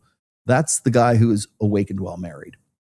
Unfortunately, that Paul had the most rude awakening, but Matt Walsh is going to blame this all on this idea that men and women can or cannot be friends. And I think his fundamental premise, at least when it relates to Elijah Schaffer and Sarah Stock is concerned, is your logistics are completely off, Will, Matt Walsh, because they weren't married when they were fucking. She was with the boyfriend. And she was on, whatever podcast, saying that she's still a virgin because I'm unmarried. Of course I'm still a virgin. Yes. Anyway, so here's Matt Walsh. Well, we're going to spend time on the show talking about the things that matter in life, as we so often do: marriage, children, relationships, and that's going to be a special focus of the show this year.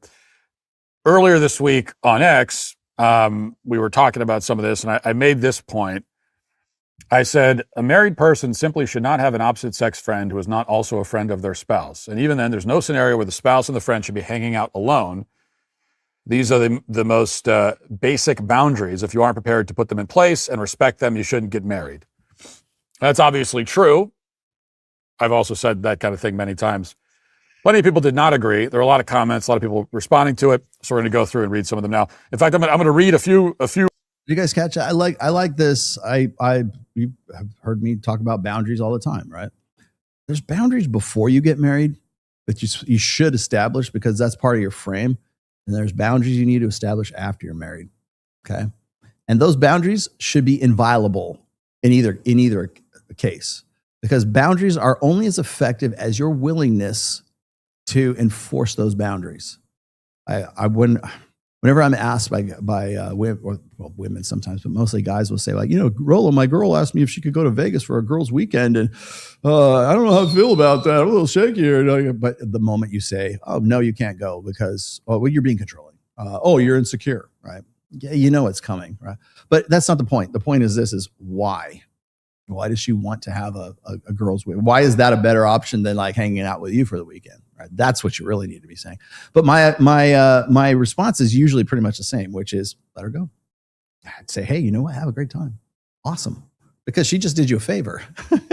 She just told you where her headspace is at. She just told you where you fit in priority wise in the grand scheme of things. And now, of course, my pat joke. Some people have taken this to heart, but my pat response to that is like, yeah. And when she's gone, take all her shit, put it out on the sidewalk, and change the fucking locks of your house. Solved. That's you enforcing a boundary. You shouldn't even have to be discussing boundaries. She should know what your fucking boundaries are before you're even talking about them, because her desire for you should be so complete that she has a good understanding of what your boundaries are and is not going to test them. And it's not going to say, hey, we really need to talk about our boundaries. No, that doesn't happen. Do you know? I have never in 30 years of marriage with my wife, have I said, you know what, baby, we need to set some boundaries here. We have never in 30 years said, here's our boundaries. You know why? Because we know what the boundaries fucking are. We know who each other is. Closed on my end, closed on your end. Good? Sabe. All right, we're good to go, right? It's never happened. I know that I can go do Access Vegas. She knows I'm not going to fucking cheat on her. She knows that's not going to happen because I'm solid with my wife and she's solid with me.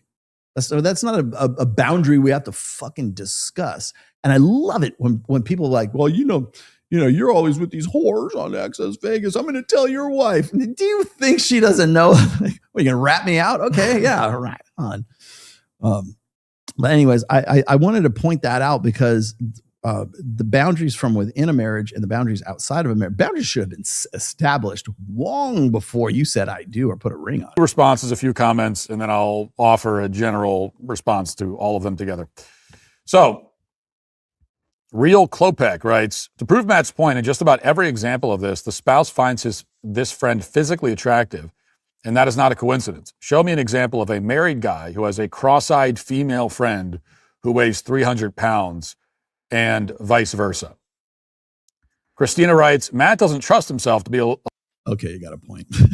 All right, I'll give you that one. You are correct in that, Stace. Alone with any of his female coworkers, or does he not hire women? Either way, he needs to learn to grow up and not ogle other women.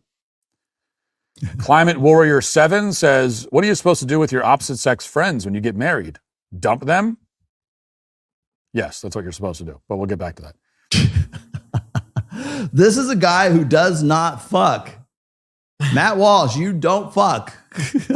All right. This is a guy who is like, this is the mentality, by the way. And there's this is an evolutionary psychology, let's say hypothesis, theory, explanation, let's just say. It's called strategic pluralism theory. And I want to say it's Gangstad who came up with it. But anyways, I'm going to paraphrase here because I don't have it sitting in front of me. But the long and the short of strategic pluralism theory is that guys who lack sexual opportunities have no other choice. Their mating strategy they have no other choice but to adopt a mating strategy of going all in with one chick. That's why monogamy exists, right? Guys who don't have sexual opportunities cannot afford not to say, I'm going to be there for you, baby. I'm going to be the best guy I can be. I'm going to be monogamous with you. I'll marry you. It's God's plan for us. Like I'll be the best I can possibly be. And it gets really fucking annoying. And guys think that that's a good form of game, especially gamma male guys, because they want to live it out. They want to say, well, women want X, Y, and Z. And this is what they say. They want a kind guy with loving heart, and he likes Jesus, and he wants to have kids in the future, and all this other stuff that women say. So what does he do? He makes his life all about that. He has no identity. His identity is becoming whatever character he thinks that woman wants in the long term. And again, those are ever-changing things. He's never his own person. This is why when I get into, in my book, Reignite, there's a section in there about, identifying with women, but also the mental point of origin. I go into great detail in Reignite about mental point of origin. And this is it. Because what guys will do to solve their reproductive problem is they'll go and become, literally cater their entire lives around becoming the character or the personality or the kind of guy that they think that women want. And, she's got to be kind. He's got to be intelligent. He's got to have a college degree. He's got to like puppy dogs and rainbows. And, come from a good family. And I loves his mother and all that stuff that she said. Of course, those are all beta male, or beta buck side of hypergamy. Again, some of those are good and some of those are bad, taken to the extreme, right? But those are all long-term security qualifications, right? It's never, I want a guy who's 6. Well, of course, now they say it, but I want a guy who's 6'5", blue eyes, trust fund. Yeah. And he's got to have a 10-inch dick, and he's got to be swarthy and he's got to be from another country. He's got to be from Italy or I don't know, the motherland. He's got to be, they don't go into, he's got to have 18-inch guns. he's got to be on trend. Serrated out, or he's got to have a visible serrats. That doesn't come out, right? Rarely does that come out, and if it does, guys really would rather. Oh, that's only sluts say that. Guys who don't have sexual opportunities very much will put all of their eggs in one basket. They put all of their focus onto one girl. It's what in my first book I called this the sniper mentality. They will focus and focus and focus and focus until they take that one shot and hope to God they get that shot, right? Instead of spreading the shot, instead of shotgun method, which is try to go out and meet a broad variety of women, right? But that would never occur to a guy who, in strategic pluralism theory, is going to make his mating strategy about all in on one girl. The opposite is true for men who have a lot of opportunity. They don't need to. They can spread the seeds. Those are the guys. Those are the Justin Wallers of the world. Those are the Alan Richards of the world. Those are the ballers, right? Those are the guys who have sexual opportunities, and they don't have to adopt that. So they adopt another sexual strategy, which is I'm going to be a player, right? And very few and far between. Why? Because 80% of guys are unattractive. Even those 20%ers who aren't necessarily unattractive, they still got to play the game right. They still got to get in there. They still got to do some value added shit to that, right? But even those 20%ers are still, they don't have abundance. They can't just like I love it when women go like, well, men can get any girl they want. No, they can't. Or it's like or like when we were watching the video at the very beginning of the stream today, when the chick is like, why is it that women who have a high body count are sluts and guys who don't, they're heroes? Because it's harder. It's much more difficult for that guy to do that than you. All you have to do is spread your legs. That guy has to fucking work. He's the pitch man. He has to be. It is a much more difficult thing for a guy to have a higher body count than it is for a woman to have a higher body count. That is just simple logistical pragmatism. That's the way it shakes out. But again, going back to strategic pluralism theory, guys who don't have much opportunities in the sexual marketplace are more apt. It just makes sense. It's pragmatic. They're better off putting all of their energies and their efforts and anything into one girl. That is monogamy. I believe in monogamy. Well, you have to, because no chick wants to fuck you. You're a part of the 80%. And maybe you're part of the 20% who still believes that because you're just happy that a 6 got with you. That's sorry, but that's how it works. If you have abundance, if you're around beautiful women, you don't even have to be fucking them. If you have women that want to fuck you and you have those, it's men with opportunities. That's the other side of strategic pluralism theory, that you don't have to. Those guys have an abundance mindset versus a scarcity mindset.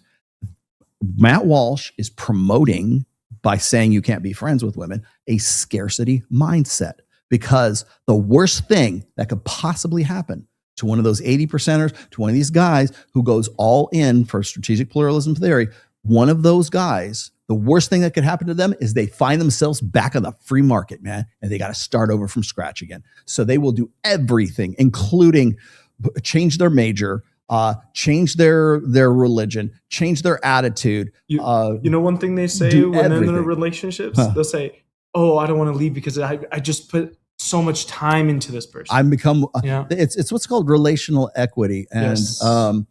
Archwinger, a friend of mine, has a really good Substack about this recently. It's guys who think that if they do everything right, I did everything right, Rollo. I did everything society ever told me I'm supposed to do. I did everything. I read the kids, stories at bedtime. I did homework with the kids. I did diapers. I went to piano recitals. I went to Little League games. I did all the things a good dad's supposed to do, and she still fucked the jujitsu instructor, right? I guess I'm not, if you're still in the beta mindset, I guess I'm not good enough. I have to keep going better. I have to do more. No, you're not. She's playing by the real set of rules, and you're playing by the blue pill set of rules because you've never had sexual abundance, and you've never even given yourself permission to have sexual abundance. That's the difference. That's why I go, well, I wouldn't want to date a bunch of girls because that's hard to have. That's wrong. That's just morally wrong. Why is it morally wrong? Why is it morally wrong for you to date non-exclusively? I'm not saying even fucking the girls. I mean like having multiple girls in a roster that you date concurrently. And you're all above board with it. You're not like trying to tell one that, I'm with you only, baby. Like Andrew Huberman got into a lot of fucking trouble because the chicks he was with presumed monogamy with him. He's like, I don't tell you, what are you fucking talking about? I date her and I date you and I'm having a good time. I'm just deciding I'm weighing my options. Why is he a player and a bastard? Like to the point where people wanted to sue him for fraud or something. I don't know, or assault or whatever the fuck it was. He was dodging lawsuits as a result of that because women took it upon themselves to say, well, I guess he was with me exclusively. No, he wasn't with you exclusively.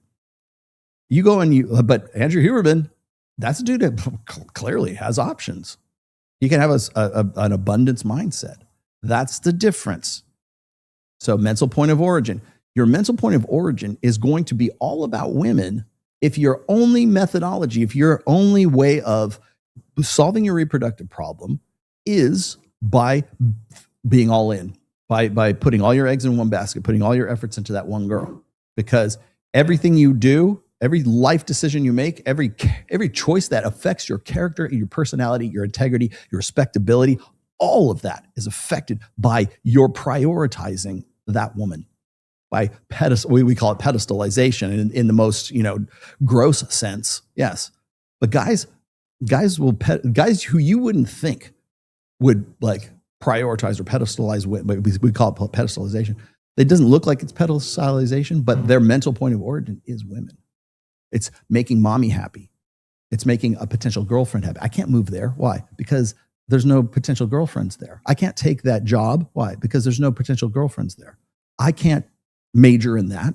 Why? Because girls don't really like that major, right? Like that's you're literally making life decisions based on your mental point of origin, which is founded in fucking scarcity. That's why. And that's why the shit that comes out of Matt Walsh's mouth, it sounds good. It sounds morally upright. And you don't want to be a cuck. You don't want your wife to go out and fuck other guys or you have friends, or you can't have friends because that would be impropriety. It's the Mike Pence rule. No, you're just a guy who's making a virtue out of his necessity, and that necessity stems from a lack of options, which means you are You live in a state of scarcity.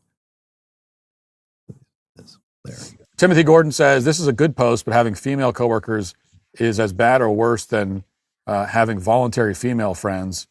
Both situations are terrible. Arguably, the workplace is worse because you're a captive team member forced by equality in the workplace to spend 40 hours weekly on a project with some broad, not your wife. Okay. That is Timothy Gordon, who I'm supposed to go have I'm not going to even call it a debate. I'm going to go have a discussion with, and hopefully Aaron Clary will be able to join me. By the way, Tim, if you're watching this, I am trying to work out a good date for our talk.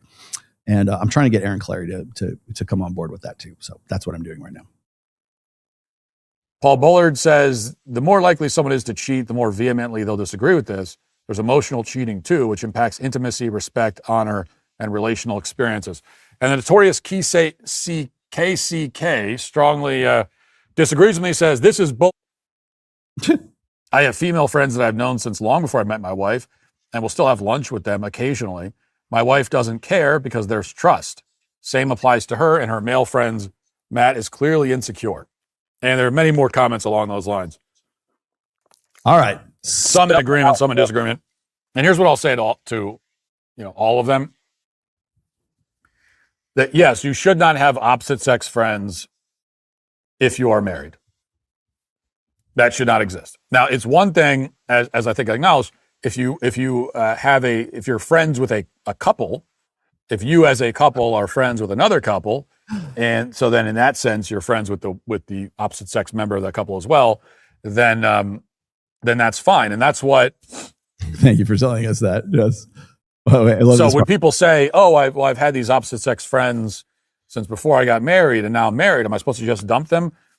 Well, yeah. Actually, see, when you get married and you grow up, you're going to end up drifting apart from a lot of your friends, and especially if you have any opposite sex friends. That's the way that's going to go. You grow up. When you grow up, all your friends are going to fall off, man. Yeah. If you have no options and you pedestalize and make your wife your mental point of origin, yeah, that probably will happen. That'll probably happen. I'll tell you right now, I have friends that I've had for a very, very long time. Right. And never fell off. And guess what? Social media, Facebook, all that great stuff. Hey, it's a good way to keep up with everybody. I know it's modern conveniences right now, but I get it. I mean, the idea is that you're supposed to be 100% on board with you and your family and your wife. And yeah, you should prioritize. I'm not saying you shouldn't, but the problem is like, this isn't coming from a place of it's not coming from a place of worrying about whether or not men and women can be friends. It's worrying about the opportunity that you might have to fuck that other person. That's where this comes from. It's not about like, oh, well, we wouldn't be ashamed. You wouldn't want to be shamed for having an opposite sex friend. No, that's not. It's about, well, you wouldn't want to be. It's the Mike Pence rule. You wouldn't want to be in the same room with that woman because if the door's closed, I guess they're fucking. They must be fucking. Oh, mate guarding. Yeah, mate guarding. There you go. Mate guarding. Yeah, mate guarding. Putting it back in. But if you want to keep being friends with them, well, now you are. You have dinner. Like you have another couple, and you have dinner with them you invite them over to your house as a couple, and you sit and you drink wine and you eat, dinner. Like that's grow up, okay? You're an adult now. I mean. That's funny. I love how he like his frame of reference is like his circle of friends. We're all gonna get together and have wine and brie and Triscuits. It's like no. Most people are like in the trailer park, like drinking light beer and smoking cigarettes and like hanging out. Matt, sorry. I mean, there are actually other strata of society here that you kind of need to account for. But yeah, I mean, I get what you're saying. You're going to have same-sex couple friends. I have same-sex couple friends too. Like, Monica Almaguer and her husband, Mike. Like, we're good friends with them. I also have a single friend. Her name is Leona Logan. She's very single. And my wife and I go out with her all the time. We both go out together. Is that okay? What if I do that? What if I go out with my wife? Is this okay, Matt? If me and Mrs. Tomasi, we go out to Bel Air and we take my good friend, Leona Logan, with us. Is that, do I want to fuck her? Is that okay? Can I do that? well, yeah, I guess if your wife's there, she's monitoring the situation, then I guess it's okay. No, it's about opportunity, fuckwit. It's about having those opportunities and what those fucking, like, here's the thing that gets me is whenever because he's done this show before. He did this show almost to the letter, did this right after the Coldplay Cheaters, right? Because wait, mama, wait, whatever his wife's name. Wait. I don't want you to think that I would ever do anything like that. So I'm going to tell all the guys that they can't be friends with the women they work with at the astronomy magazine. He's a bastard. Well, she was there too, but they're not going to say that. A lot of this stuff, whenever he goes into, especially when it comes to infidelity, and especially something as, I'm going to say objectively worse than the Coldplay thing, because we didn't know what was going on with the Coldplay thing. The Coldplay chick, the mom who was cheating on her husband at the time, she wasn't trying to be a tradfluencer.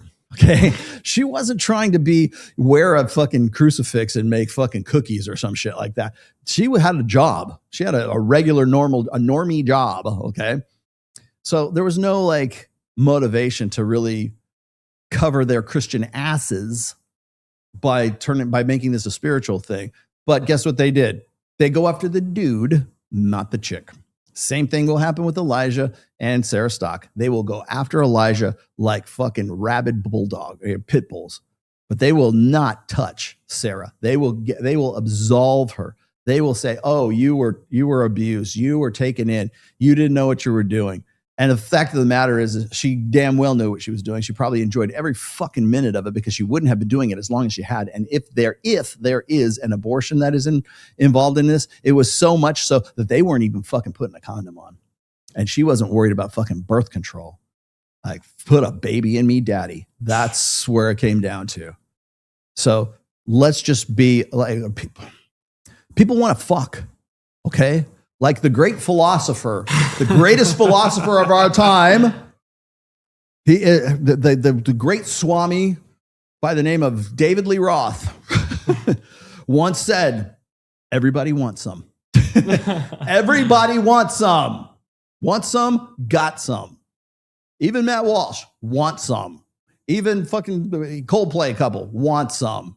I want Kyle. Kyle fucking wants some. Okay, everybody fucking wants some. Can we just at least use that as like our starting point for the rest of this bullshit? Elderly homes. Yeah, They want some. The villages, for fuck's sake, in Florida, man. They had STDs in the villages because the old people are 65, 70 years old, fucking like rabbits. Look it up. The villages in Florida. I want to say it's actually, it might be Apopka. I think so. Something like that. The villages in Florida. There was a STD. It might still be going on for all I know. It was back in the day. Yeah. The villages, Florida. There it is. Where is that? It's for rich people. They go and retire there. But anyways, they like to fuck. They like to fuck a lot. Okay. Anyways, let's move on. Let's get back. Tell us why we can't be friends. So now those relationships are supposed to mature. And so you can be friends in that sense, but you should not be friends individually with a member of the opposite sex. And like this guy who says that, searching for words. Well, he has friends who he goes out on lunch dates with women. That's crazy. That is a crazy thing to do if you're married, and to let your wife do it. So you're telling me, who is this? The notorious KCK. You're telling me your wife sometimes goes and hangs out with her male friends without you? You're telling me you're okay if your wife says, "Hey, I'm going to go grab lunch with, Jake." Okay, you got me there. I would not let my wife go out with any motherfucker named Jake. Never. That dude will steal your woman. That dude will take her home and fuck your woman. Any guy named Jake will definitely is not allowed near your woman. Okay, just saying. Jake knows what I'm talking about. Jake, okay, have fun, you two. And you're okay. What are you? You're a cuckold. That is pure cuckold behavior. That's what that is, and you should be embarrassed. Wow. Okay, you should be humiliated. You should be humiliated. Well, let me explain, because I can't not give him one point here.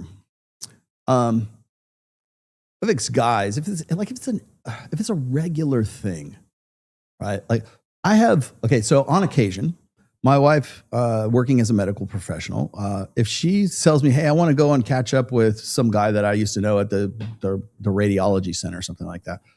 I know her friends. I know the people she works with and stuff like that. There's in no way would I ever be concerned with her cheating with a guy that looks like that, right? A guy who's who I already know is married too, right? Or maybe, what about this? She wants to go and have a reunion with people that she used to work with at some medical center, right? Or wherever it is. I'm just using my own reference here. She has old employee friends, or she has old school friends, and it's a mixed group, right? Mm-hmm. It's like a couple of girlfriends and a couple of guy friends. Yeah. Okay. Yes. Never let a guy named Jake know your women. Jake rhymes with snake. Jake the snake, man. Yes, it does. Jake's gonna fucking kill. I'm talking about Jake, my drummer. So I just said he's a fucking lady killer. But yeah. So I mean, there's so much nuance here that you could throw out. But I understand what he's saying. So I'm going to give him a point here, right? And I'm going to say and here's the reason. Because men and women are different, Matt. That's why. Because men and women are different. So let me just explain something to you here. Like, if my wife were in that scenario, I would say, fuck no. What are you kidding me? But does that mean that there has to be some sort of equality in my relationship with the girls that I know from the show? Like, I don't go out to the girls and say, hey, you want to go, let's go out and have some food or something. I'm not doing that. But I might have Laura come with me to Babes in Toyland to sort of be my arm candy for the night, because my wife just simply didn't want to go. My wife is cool with that. She's like, I know, go. She's got big tits. Yeah, she'll make you look good. Go for it, right? Awesome. That's what I fucking do. My wife fucking understands that. My wife understands what I've done for a living, and she's okay with that. You know why? Because she knows I'm not going to fuck her. That's what it's all. Everybody wants some, right? And is she attractive? Fuck yeah, Laura's fucking hot for being 40 years old. I mean, she's a good looking woman, right? And single. And probably if I was down, she'd be down, but I'm not going to go there. I'm not going there for a variety of reasons. The first reason is I got to see her on the show. And the other thing is I'm Rollo fucking Tomasi. I don't want some chick to go, yeah, I'm the first girl that fucking ruined his relationship. Because I guarantee you, the minute I put my dick in some other chick, that girl will not stop talking about it. It will be the first thing out of her mouth. Oh yeah, it'll be on Instagram like half an hour later. I guarantee you. It's the same problem Myron runs into, same problem Fresh runs into. Mike, God bless him. Mike can handle that shit pretty well, but Mike's single, so he's okay with that. He's not like in some monogamous relationship where he would be cheating. And in fact, it wouldn't matter because the girl he'd be with would be the one going out and sourcing the girls and bringing him into bed with them. That only builds his brand. So Mike Sartain would laugh his fucking ass off at you. I'm laughing my ass off at you because I know the difference here. The difference is like, yeah, would I want my wife to be going out with some random dude? So she wants to go have go down to fucking Sprouts with? No, of course not. I have a real problem with that. Well, then how come she can't have a problem with you being with her? She can, but she doesn't because that's not the dynamic. It's the same thing with this shit. Like, remember when at the very first of this show, when we were talking about body count and the guy was saying, master key and a shitty lock and all that stuff. The thing is men and women are different. I sometimes sexism is part of that equation. For all these guys who want to say, oh yeah, well, egalitarianism and feminism and all this other, shit, that's not right. That's against the Bible or whatever. Okay. Well, if you're willing to accept that there's differences between men and women, then why are you not accepting the differences between the relationships between men and women right now? As I was saying before, men base their friendships on male-male friendships. Women base their friendships on female-female relationships. If you are a mature fucking adult who understands that nature and you're not going to simp for that girl and you're not trying to get into her pants, and the only reason the only reason you'll be going on a date with any chick or be going out to a club or be going out to I don't know, lunch or dinner or whatever the fuck you want to call it. The only reason you would be doing that on planet Earth and you're a guy who has living in scarcity. The only reason you'd ever do that is to fuck the girl. That's all. That's not my purpose, right? That's not my point to be doing what I do with the guys at Reignite, or if I go out to a club or whatever else. I'm not there to go, there's a lot of good looking girls. I'm gonna see if I can go home with one of them tonight. That doesn't cross my mind, because I'm there to fucking do what I do. That's my job, is to be there. So if I'm at the Miami white party, man, I love fucking talking to the chicks. Love it. It's called catch and release game. So I call it, it's catch and release. Use barbless hooks. Use barbless hooks. Yeah, single bar. You can't use treble hooks. You got to use single barbless hooks. That's how it works. And I know sometimes it's a lot more difficult, but yeah, catch and release, man. And so and that's the whole thing is, again, this is coming from a guy who's never had sexual options to begin with. And so that translates over into an understanding of male and female nature, where everybody is ready to fuck everybody else. And it's again, if you're a guy and you leaning over into the female way of dealing with friendships, you're simping. Yeah, you most definitely are. And in that case, it probably behoove you to just simply have an OnlyFans girl instead of some chick that you want to say, I'm going to go see this girl for coffee. No, you're not. Delaying the inevitable. Delaying the inevitable. Exactly. She's there's a high chance that she's cheating on you. There's a high chance that's already happening. Why? So you can say all you want, I trust you. Don't worry, I trust you. Why is there a high chance that you're cheating? That's what I would like to know. Why do you think that there would be a high chance that she's cheating? Opportunity and a reason. Does she have a reason to cheat on you? Maybe that's where you need to start before you're talking about going out on dates. Self-reflection. Right? Does she have multiple opportunities to cheat on you, and you've given her a reason to cheat on you? Guess what? That's the thing you need to deal with before we even have the discussion of her going out to fucking Panera Bread and chatting up this guy. Okay?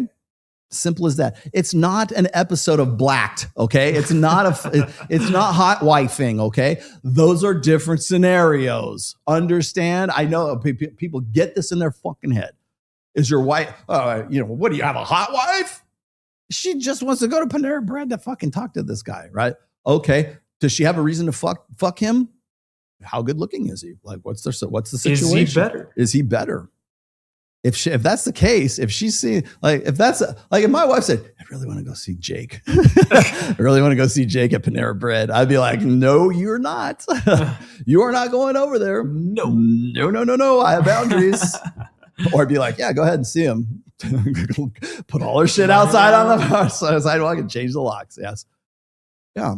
That's the thing. Is I love how everything is so Sesame Street. It's so everything happens in a vacuum for Matt Walsh, right?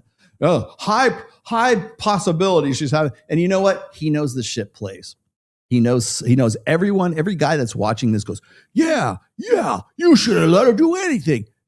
My girl did this to me. Yeah, she did it to me. She needs to put her in a hijab. Why not? Why stop there, Matt? Why not just put her in a fucking burqa or a niqab or whatever the fuck it is? Why not do that? Why? I got to go. Well, you know what? All these guys that I'm walking down the street, they would fuck you in a second. So you know what I want you to do? Mate guarding. I want you to go put a niqab or whatever the fuck it's called, a hijab on, right? I want you covered head to fucking toe. So your hot ass doesn't tempt them to sexual immorality thoughts. Why not? Why stop there? Why stop at limiting her from going to Panera Bread? Although she showed her ankle time. She showed her ankle. My God. I love that. People go, get the rock. That's and you know who I'm talking about when I mention this.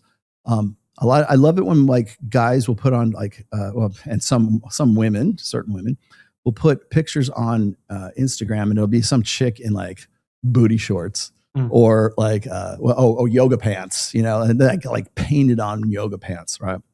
I'll say, is this appropriate? Would you let your wife go out? And they're just fishing for it. I know it's engagement bait. I get it. I understand why you do it. I can't blame you for it. But the reason why is guys just get so self-righteous. It's not wholesome.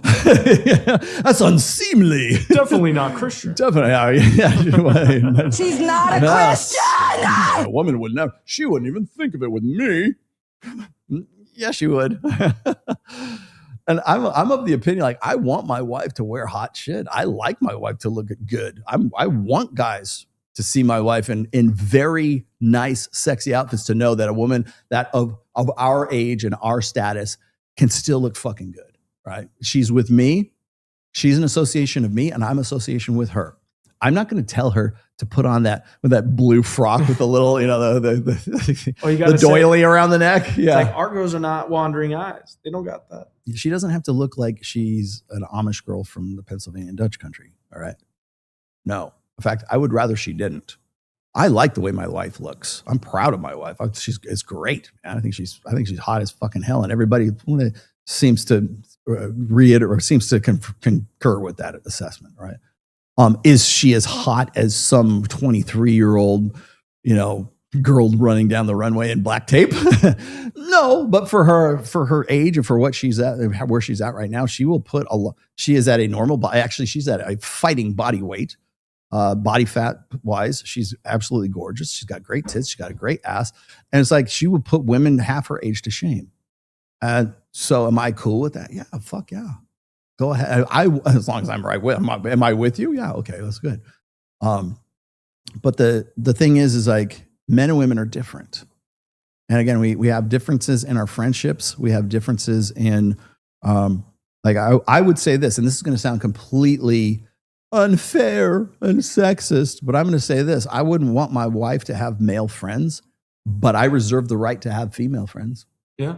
I reserve the right to be able to work with these people because I have to. It's part of my job. But even if I didn't, even when I was working in wine and spirits and I was picking girls to go do promos with, I would actually go to the website, the agency, and say, yeah, that chick's hot. That chick's hot. That guy looks good too, because I have to have guys at the booths as well. I would go and pick the beautiful people, put them out there. And that's how I did a lot of people watching back in the day. You want to know where the rational male came from? It was from doing observational studies of human beings in those environments, right? But I was having to pick those girls out. Now, are they attractive? Do they pass the boner test? Oh, yes, they most definitely do. Okay. But again, I know who my wife is. I know who I am.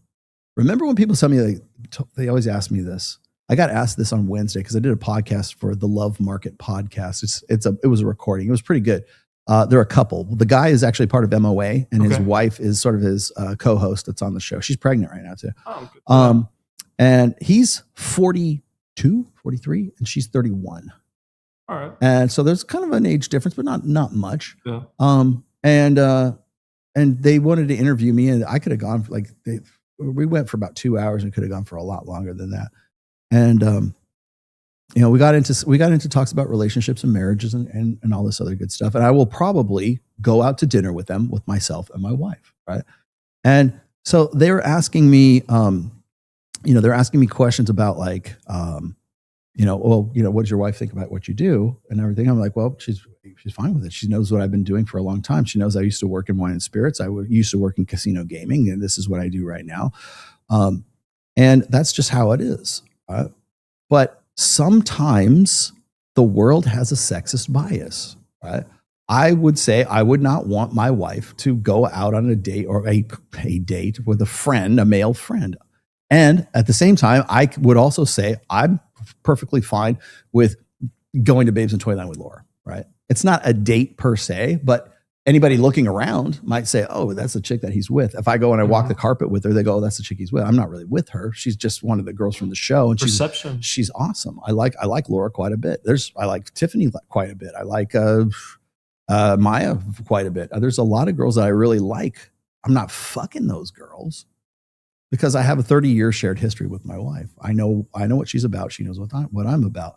So yes, I think the affirmative, because a lot of women will say that and they'll go, well, that's so unfair. Yeah, because this relationship, this marriage, this whole thing between men and women, some aspects of it are unfair. There's very unfair aspects of me being with my wife or you being with your girlfriend or you being with a woman. You know what that is? It's I have to take a bullet for you. That's the expectation for me. I'm expected to die for you in a violent act if somebody comes and tries to rape you, right? If somebody tries to burglarize our house, that seems very unfair, but I'm going to go do it. I'm going to put myself in front of live ammunition, so I'll take the bullet and you don't. Well, Okay, that seems pretty unfair. I'm going to die. You're going to live. Well, maybe we can offset that a little bit with I'm going to go out with these chicks to Babes in Toyland, and you're not allowed to go see any other dudes, right?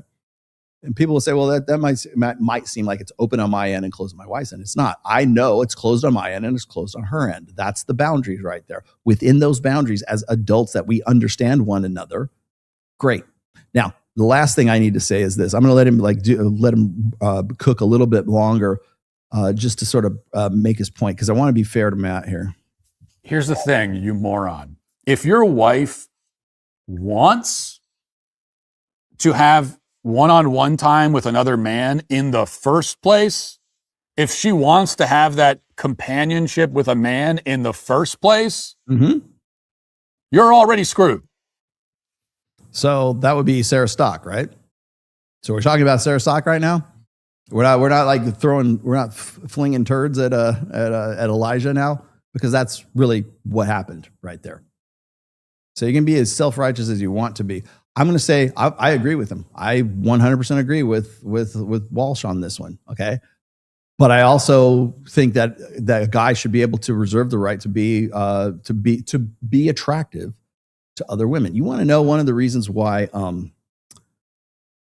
lot of guys, average guys, we always talk about average women don't want to get with average guys, right? Half the reason is because nobody wants to fuck those guys. Nobody wants to get with a Delta male. If you're the kind of guy who is necessitous, if you're the guy who lacks sexual options, if you don't get pussy that much, you're a guy who doesn't fuck, right? If you don't get pussy that much, you have a much different outlook on women and men than you do if you have like abundance and you have a roster. Mike has, I know because I see the Excel spreadsheet. We use it because we got to confirm girls for the show. So we use this Excel spreadsheet, and most of the girls I know from over the years. I know who they are. I talk to them. Is this okay, Matt? Can I DM girls on Instagram? They're bikini models, and some of them are actually in commercial porn. Some of them aren't. Some of them are FHM models. Some of them do the Black Tape Project. Some of them are just simply bodybuilders. I would worry more about the girls who are like really the fitness girls than anybody else, but that's just me. Is that okay? Can I like the pictures of these girls too? Does that mean am I straddling the fence there? Is that okay?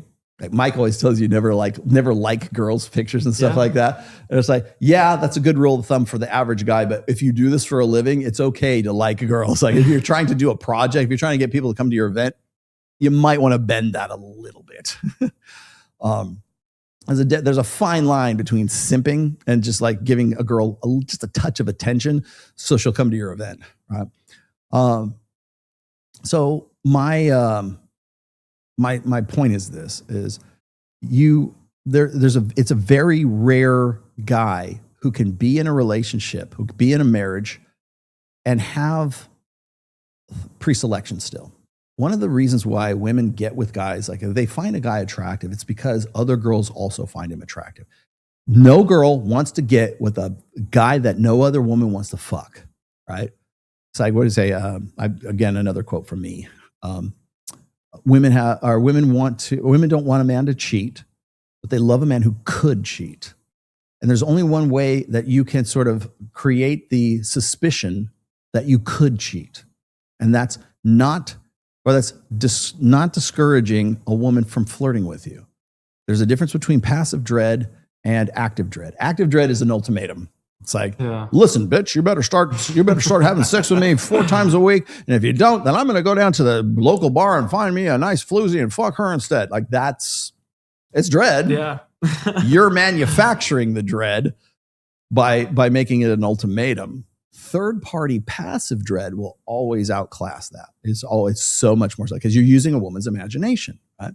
She's imagining it's the best possible outcome for you in this situation is if she has hot girlfriends and one or two of them say, girl, if you don't want him, I do. You know, if you stop sleeping with him or if you have a problem with him, I certainly don't. I would like to fuck that guy. If you have one of your ladies, if you have one of your girlfriends that says she wants to fuck your man, there is no higher compliment to you that you're with that guy. It's when women, here's another third party dread.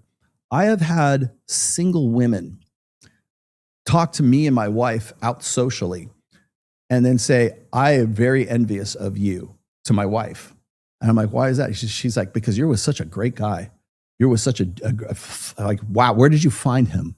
Like gushing, not flirting with me, but just like admiration, saying you are with a great, do you know who you're with? I've had that happen on multiple occasions. Even before I started working in Las Vegas, I've had that. I've been at gyms where I've had women do that while I was there with my wife. Again, it sounds like a humble brag, but I'm just telling you from like an illustrative point, that's the kind of dread that you want, or I shouldn't even say dread, that's the kind of pre-selection that you want to be able to have from within the relationship. You want to know why relationships just fall off why your wife won't fuck you anymore, because she thinks no other woman would fuck you either. She thinks that no other woman would ever want to have sex with you. It's your passive game. Because you're fat, because you let yourself go, because you don't care anymore, because you spent 20 minutes on the couch and she hates that shit, right? There's a whole slew of reasons why a woman will think you gave up. And in giving up, you cease to be the guy that other men want to be and other women want to fuck. And most guys don't have that opportunity. If you started your relationship, which I'm going to go out on a limb here and say, Matt Walsh probably started his relationship from a position of scarcity. Well, she's a jewel in the rough.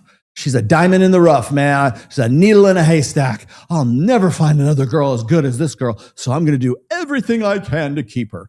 And these are the same guys who, when they're introducing their wife, they'll go, I don't know why such a beautiful, wonderful woman would ever want to get with a fat schlub like me.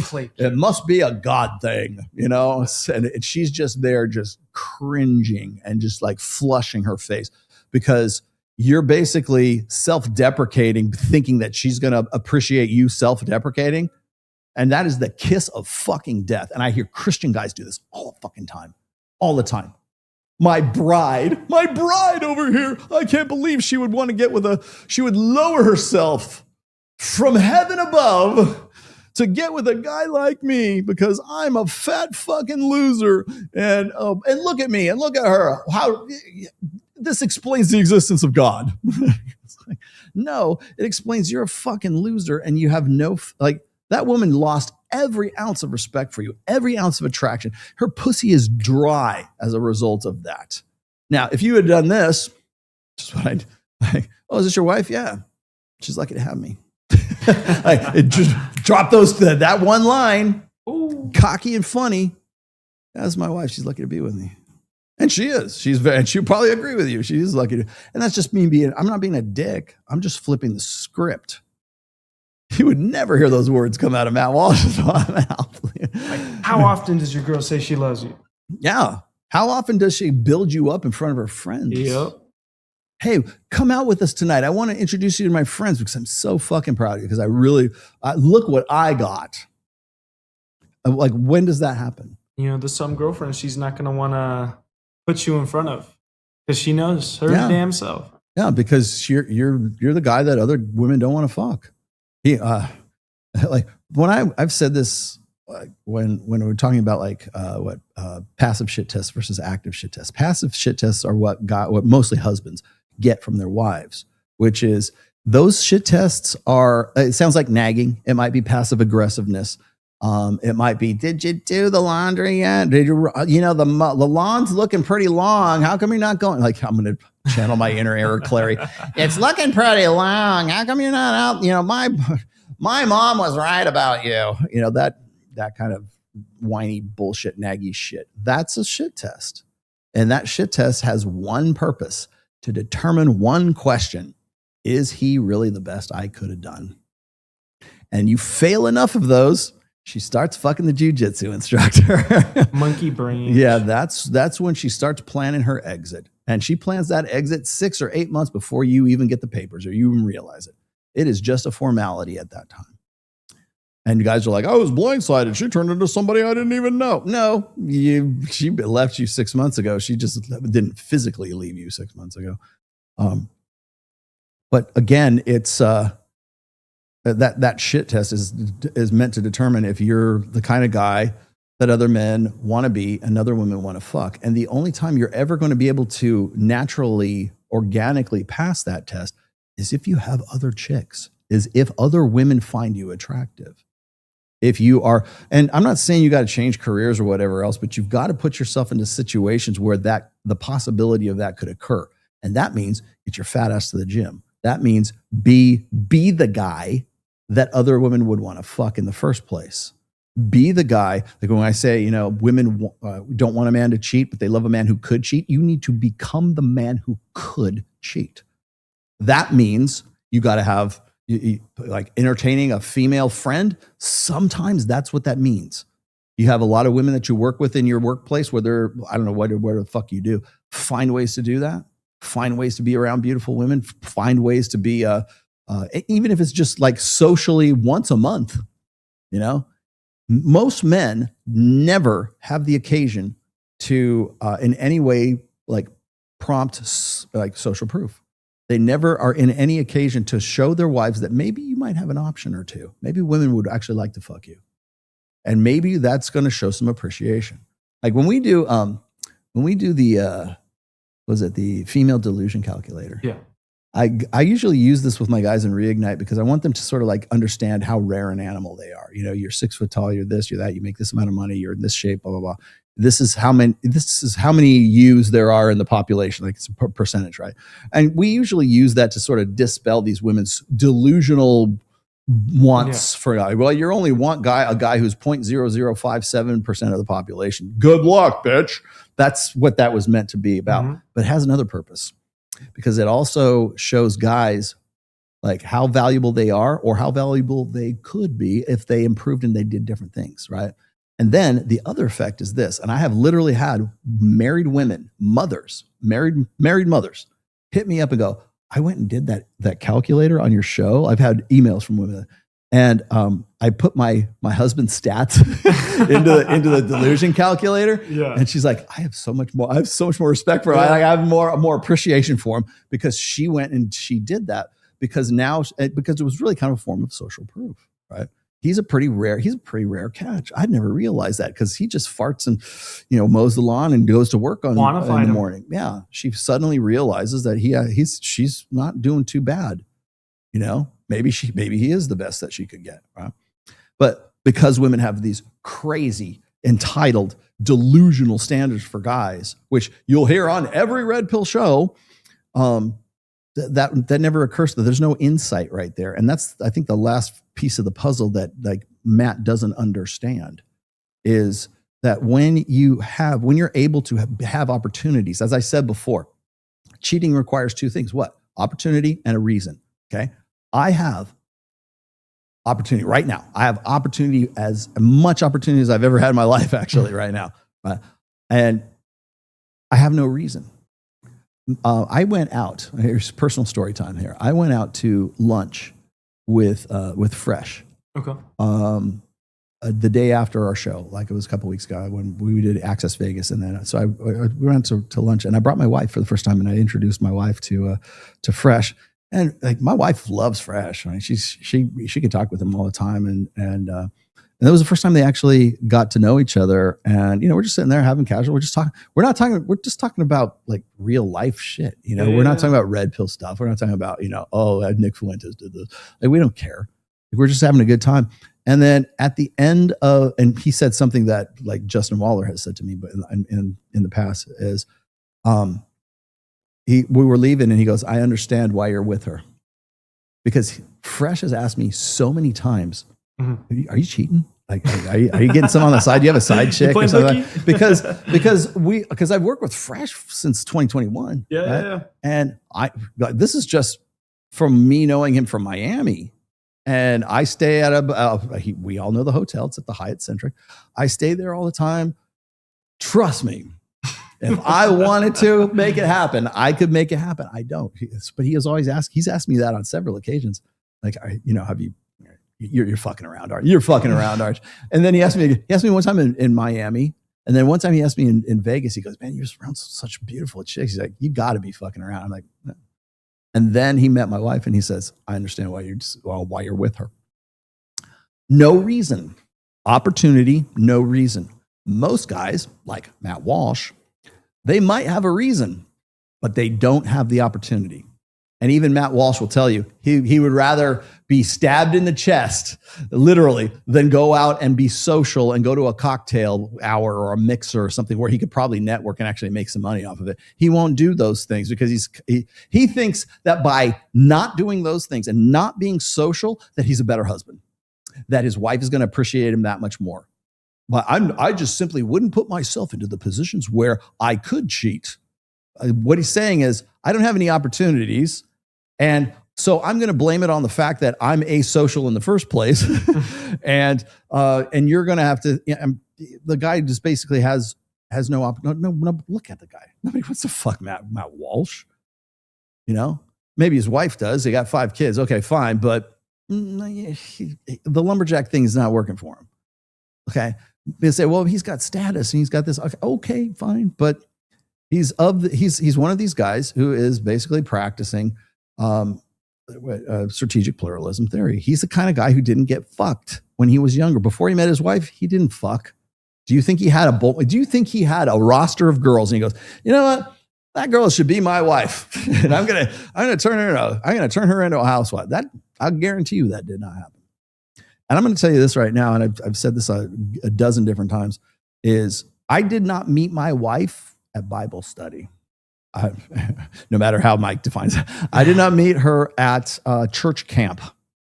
I did not meet my wife at the bookstore. In fact, I'll tell you something funny. The borderline personality girlfriend that I had, who was like the terror of my life, I met her at a bookstore. I actually met her at a bookstore where you're supposed to meet chicks, right? I met my wife at a club. A friend of mine's, well, actually I was playing band, but I was watching a friend of mine's band play, and that's where I saw her and I met her. And I'll tell you the story sometime. It's not really important at this stage. But I met her in the place you're not supposed to meet, like quality women. Oh, but that was the 90s, Rolo. It was different back then. Let me explain something to you. I have a notch count of 41. And those were all between the ages of 17 and 28. Okay. So about a 10-year stretch. 41 was my notch count. Still is my notch count. I mean, if you don't count like random blowjobs, I guess. All in various different ways. Met the girls in clubs, met some girls just socially, met some girls at college, met some girls after a gig. Lots of different ways. I have story. Trust me, when I put my memoirs out, you are going to want that book. But the thing is like the woman that I married met at a club that you're not supposed to find quality women at. Well, the clubs were different then. No, they fucking weren't, because that's where I met that's where I met number 38, 39, and 40, right? Okay. So just like the thing is like this, it's like this advice that is just so tight. It's like, she's going to cheat on you if you let her go, and you're going to cheat on her if you do this too. And I would never put myself into a position where that could ever possibly happen. Well, yeah, you're limiting yourself. Your wife probably is never going to want to fuck you, at least not to the same degree that she probably could want to fuck you, if she thought for an instant that you're the kind of guy that could fuck, that could cheat. Like I said, women don't want a man to cheat, but they love a guy who could cheat. Dread is not a bad thing in measured doses. I'm not saying, oh, you got to rule her with an iron hand. No. But the very fact that she has an appreciation going, you know what? I got a guy that other women want to fuck. Maybe I better give him a blowjob before he goes to Miami this time. Maybe I better tell him to remember this when he goes to Miami. See, that's why I have such a fucking great relationship. Because I trust my wife. My wife trusts me. We're not, like, we have 30 years of shared history. Trust me, she's helping me through my fucking medical problems right now. I'm gonna gloss my wife just for a quick second here. Like I look around, I look around all the, and I trust me, I love every single one of the girls that's on our show, even the ones who are like the mouthy girls. I love each and every one of them to some, they're very special in their own ways, right? September, summer, both of those are very special in their own way. 1900, 1400 cc's. Very memorable. My wife likes a lot of the girls. She wanted to meet Doma when we moved to Las Vegas. Hell, we've met her and her daughter. Her daughter's is cute. Hell, I want to be her godfather, and she wants to be her godmother. We said, hey, if you need babysitting, we'll be happy to babysit your kid, right? Do you know what Doma does? And so, Leona Logan, good friend of ours. She's a musician. She's not an OnlyFans girl or anything like that. My wife and her are kicked off, like just instant friends, right? I'm not going to limit that possibility of her having friends and being social. And I want to be social too. It's important for people to be. So we're social fucking animals. I'm not going to tell her to isolate. Don't tell me to isolate, because I will tell you to go fuck yourself. You need to dress different, Rolo. You need to put on this suit and this time. Fuck you. You know how many times people have told, if my dad could not get me to dress differently or cut, I did cut my hair finally, but if my dad couldn't get me to cut my hair, what chance on planet Earth do you think you have to telling me this? But the long and the short of it is this, is guys like Matt are just, they live in this very tight, very constrained, very like, I want to make sure that there's no chance that either one of us could ever be in a position where cheating might be even a possibility. I don't want opportunities. I will never put me in a position or in a social situation where there might be girls there, where there might even be the slightest hint that I might think that I want to fuck this girl. I don't want any. He doesn't want opportunities because this is what guys who don't fuck think.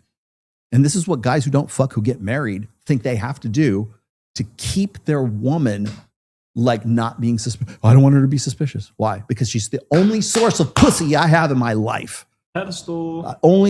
He couldn't fucking get laid, but he still is worried that she might think that he's going to go to the strip club. He's going to Vegas. He's going to go to the strip club. Like Matt Walsh will never come to Las Vegas because that'd be too much opportunity here for him. Because I would make that happen. I would surround him with the hottest fucking chicks he could possibly imagine. Yes, I will do it. I will surround you with beautiful women with buxom, huge twins, majigums. Yes. I'll just put you in between Harper and September Summer. That would be a game over, man. Look, here he is between these. I don't know where it is. I don't have the picture. Rolo the corrupt. There exists a picture. I don't know where it is. I swear to God, because I didn't shoot the picture, but there's somewhere floating around on the internet. There's a picture of me at the it was in Los Angeles. So at the Mondrian, it was at the Sky Bar for the Pink Party, which was everybody's supposed to wear pink because it was for breast cancer awareness. And it was me between these two chicks, and I forget the name of the one girl. They're both known for having 2200 cc, 2600 cc tits. Damn. And I'm in between the two of them, and I was just like, all right.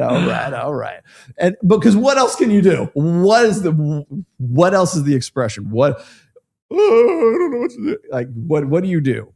Right. And I am wedged between these two chicks who, like, their OnlyFans shtick is they have like circus tits. Like they have like balloons.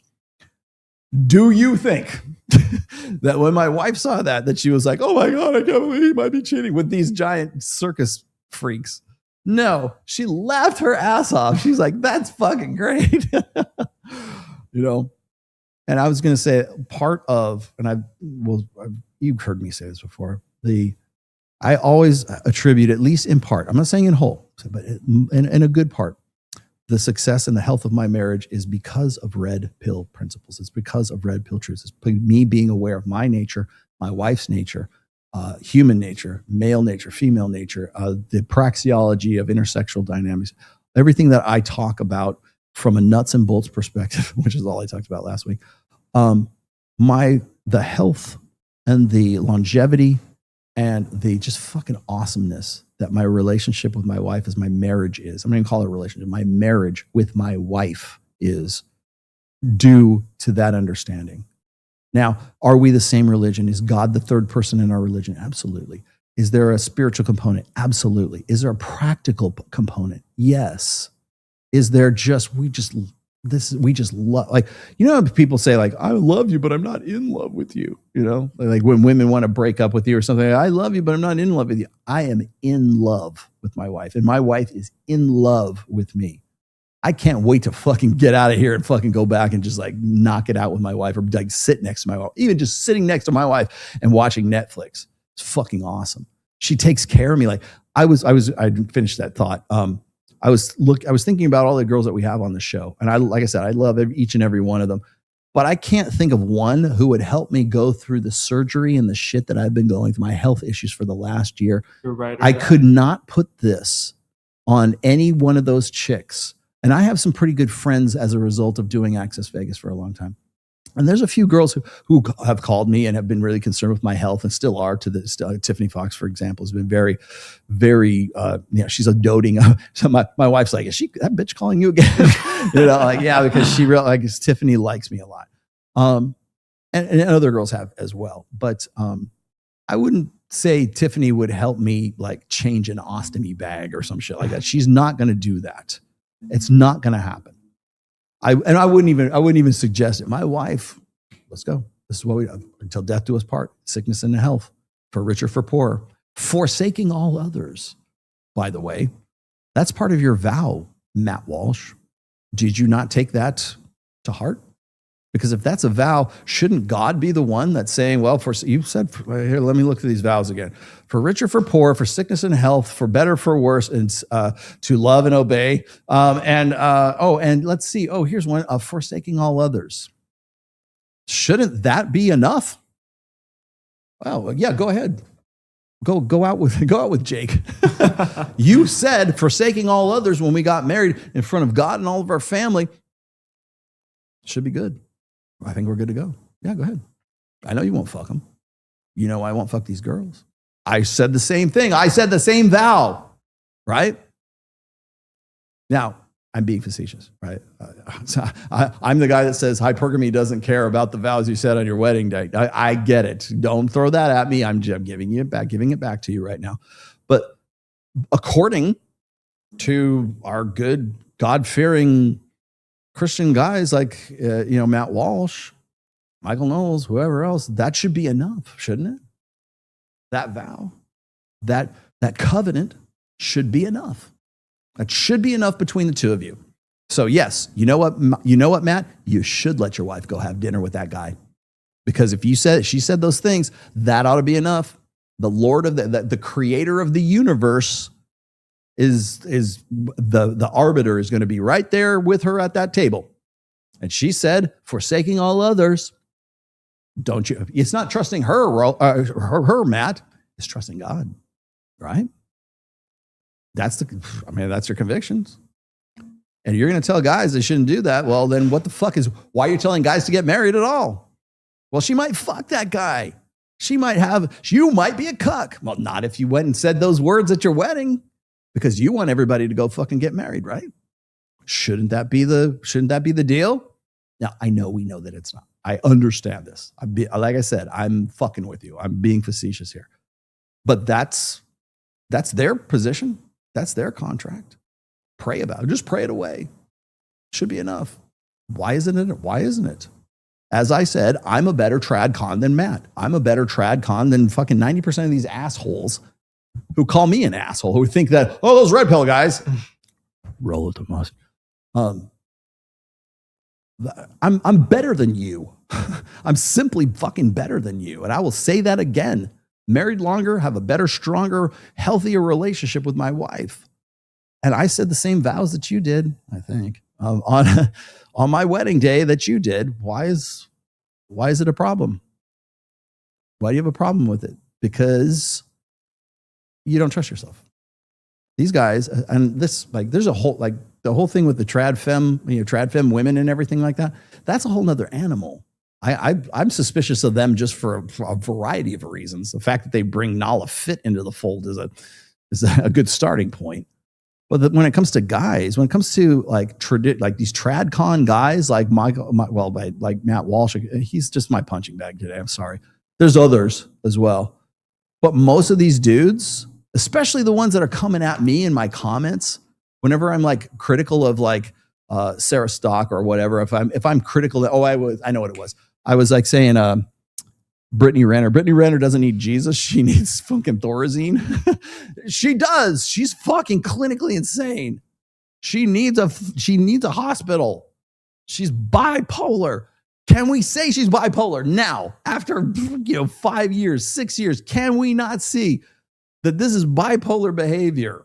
Oh, you said that she doesn't need Jesus. Like, okay, well, if that's going to be your point at me, then I'm better than you. I live it better than you. I'm doing it better than you. I trust my wife. I should be able to say, well, I said that with that vow at my wedding vows. Is that not enough? You're the ones that said, God wins every time. It's the God card. And that's the other thing I was going to say is like, I know I'm going to go talk to Timothy Gordon, and I forget the other guy who's supposed to be on there. It's another dude. Actually, the other guy is pretty funny. But I'm going to bring Aaron Clary on with me as well, because Aaron has a new book, very well timed new book, and it's called "I Don't Want a Threesome with Jesus," and it's a Christian's Guide to a Sex-Filled Marriage is what he wrote, right? Which is kind of funny coming from Aaron Clary, who is basically an atheist. But I was going to have Mike come on with me, but I think I'm going to see if I can get Aaron Clary to be my partner in that discussion. I'm not even going to call it a debate, because it's not going to be a debate. It's just going to be guys talking. Because if you're going to give me a debate, then give me a topic and let's make it a formal debate. But it's not going to be a debate. But I'm going to tell you this is I think I'm at a stage right now where I'm gonna take shit. I'm gonna take fire from everybody right now, because people don't know what to do with me. Matt Walsh will never have me on his show. He'll certainly never do a live stream. He just simply doesn't do live streams because he's too much of a pussy. But he lives a scarcity mentality, and I don't want guys to live in scarcity. I want you to live in abundance, because all that is necessitous men are never free. If you need something, like anything you can't say no to makes you its slave, right? Necessitous men are never free. So what does that mean? You need to create a life of abundance for yourself. And guess what that means? That also means being the guy that other chicks want to fuck. That's part of it. That's not the only thing, right? You still need to have your money on point. You got to have your social skills and game on point, clavicular.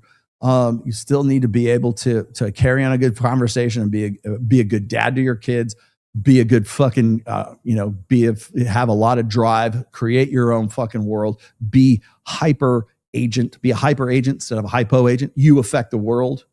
Rollo Tomasi, nobody fucks Rollo Tomasi does the fucking, right? That's how it goes. You're the driver. You're the one that's moving forward. That's simply where you got to be. And you're going to do that. You're going to create abundance for yourself. Then you're going to be in a much better position than this tight little isolated, world of Matt Walsh. I can't be friends with anybody. Why? Because my wife might think I'm cheating. Fuck you. Like, seriously, fuck you. Like, and again, nobody thinks you are going to cheat not because you don't have the opportunities. Nobody wants to fuck you. Period. You're not the kind of guy that dead chicks would want to fuck in the first place. So you make your necessity a virtue. And necessitous men are never free. You have no abundance. You don't. It's like, I love it how people say, well, I'm not a coward. I just never been tested. Well, when are you going to be fucking tested, right? I mean, exactly. I know it's a fucking song lyric. Yeah. But I've never been tested. If you've never been tested, then why are you fucking pontificating on a podcast telling guys you can't be friends with? How do you know? You don't do it. You've never experienced it firsthand. You don't know the difference between how Mike Sartain looks at female friends and how simps look at female friends. You don't even know the difference. I have to this red pill guy has to explain that shit to you. Anyways, let me get to these last super chats here. Hey Rollo, don't you think it's a good idea for men to date women who practice Brazilian jiu-jitsu or martial arts? Or are the loose women too masculine to take serious? Are those women, dude? when you're done with your ESL courses, please come back. Where are those ones too masculine to take seriously? Brazilian Jiu-Jitsu course. Is that very popular? Is Brazilian Jiu-Jitsu popular for women? I know women, Giselle does it. I would say probably more she than does it. She cheated. Arts. She must be too masculine. I would just say because Brazilian Jiu-Jitsu is just a bigger sport, I guess. It's still small, but. Well, there's definitely some sort of masculine propensities, I would say. I saw Rob Henderson did this. He had this video out, and it's nothing that hasn't been said in the Red Pill for a while, but he was talking about how boys and girls are, at least physically, pretty similar when, from like 0 to 3 or 4 or 5 or something, with one notable exception. And that is that boys are better able to throw objects with more force and more accuracy than girls are. And it's funny you should bring this up because I actually brought it up on one of the podcasts I was on Wednesday. And you know how like they say you throw like a girl? It's because you really do. It's not inside. It's just an observation. You throw like a girl. Whereas a guy throws, and boys can, like at 6 years old, they can hit targets with more force and more accuracy than little girls can. Hand-eye coordination. That is what's known as a biological evolutionary proclivity. It's part of the male firmware. And I always use this as an example because like people go, well, don't you think girls can throw too? Yes, they can. You can teach a little girl to be a very good little league pitcher, but not as easy as you can a little boy. Okay. Understand? You can do that. You can also teach a little boy who is very vibrant and he's a rascal, and you can put him on Ritalin, right? He's very active. Got a little boy, and you can condition that boy and crush all of that out of him by conditioning him not to, by teaching him not to do those things. Yes, you can. You can teach him to go against his natural proclivities. You can teach little girls to be good at throwing objects, even though they have no natural proclivity. Now, take that, Rob Henderson, and expand it into all the different characteristics that are unique to the male gender and the female gender. So when women say, well, I know lots of emotional guys, of course you do. That's all they've been taught. They've been conditioned for that for their entire. Is that their natural state of being? No, they would probably be much like it takes a nation, it takes a world to crush that natural innate alpha-ness, for lack of a better term, out of little boys. Like I saw Camille Paglia, we teach our boys as if they are defective girls. That's part of it. That's not me. That's Camille Paglia. I'm quoting where I heard it from. Okay. We teach our boys as if they are defective girls. Guess what? Those defective boys become men who are defective girls because they have been conditioned to think differently. And again, here you have a case in point, Matt Walsh. Matt Walsh has been conditioned to think that he should never have the options. Do you think Matt Walsh had a shit ton of girlfriends in college? I press the doubt button. Do you think that what do you think Matt Walsh's body count is? Over or under? We take over bets right under. now. That's good. Let's do that in there. Yeah, put that in the chat. What do you think over? What do you think greater or less than? What do you think Matt Walsh's body count is? It's got to be 1 because we already know he's got kids. Really? Can you talk about how your wife socializes without you? Sure. Most of the time she's going out with girlfriends. Right. And usually it's a lunch date. God, do I want to? I have a lot of my friends that I know here who have a girl or have a girlfriend or a wife. She makes pretty good quick friends with them. And so she can be social. It's just that I have to introduce, right? She's not the one going out there making the friends. I make a friend for her, and then she goes out and she goes, oh, I really like so-and-so. Leona Logan, for example, very good friend of my wife's. And by the way, I never in a million years thought that was going to be one, right? Because they're both about the same age. And so they had a lot in common, a lot to talk about. And so suddenly they become really good friends. One podcaster that I know here in Las Vegas, I'm not going to mention his name. My wife is very good friends with his long-term girlfriend. Delmo's another good example. She's from the show. I'm trying to think who else. She might make some friend at church. My wife goes to church regularly. Okay. I wish I could go more often, simply because I do this show on Sundays. But So she goes out. Mostly it's just like lunch dates, just going out, or maybe she might go shopping, or they might go get nails done. They do chick stuff. That's pretty much it. Unless one of the things that we like to do is we like to go to this place called Bel Air, which is it's a lounge that's in the Durango Casino that's really close by where we live. It's starting to become a hotspot right now. I didn't realize that because Harper, Mike's girl, her and her friends like to go to Bel Air on Thursdays. It's like sort of the warm up for the weekend kind of thing, right? And I'm like, well, I'll go Thursdays. So we go there and we just hang out. I've had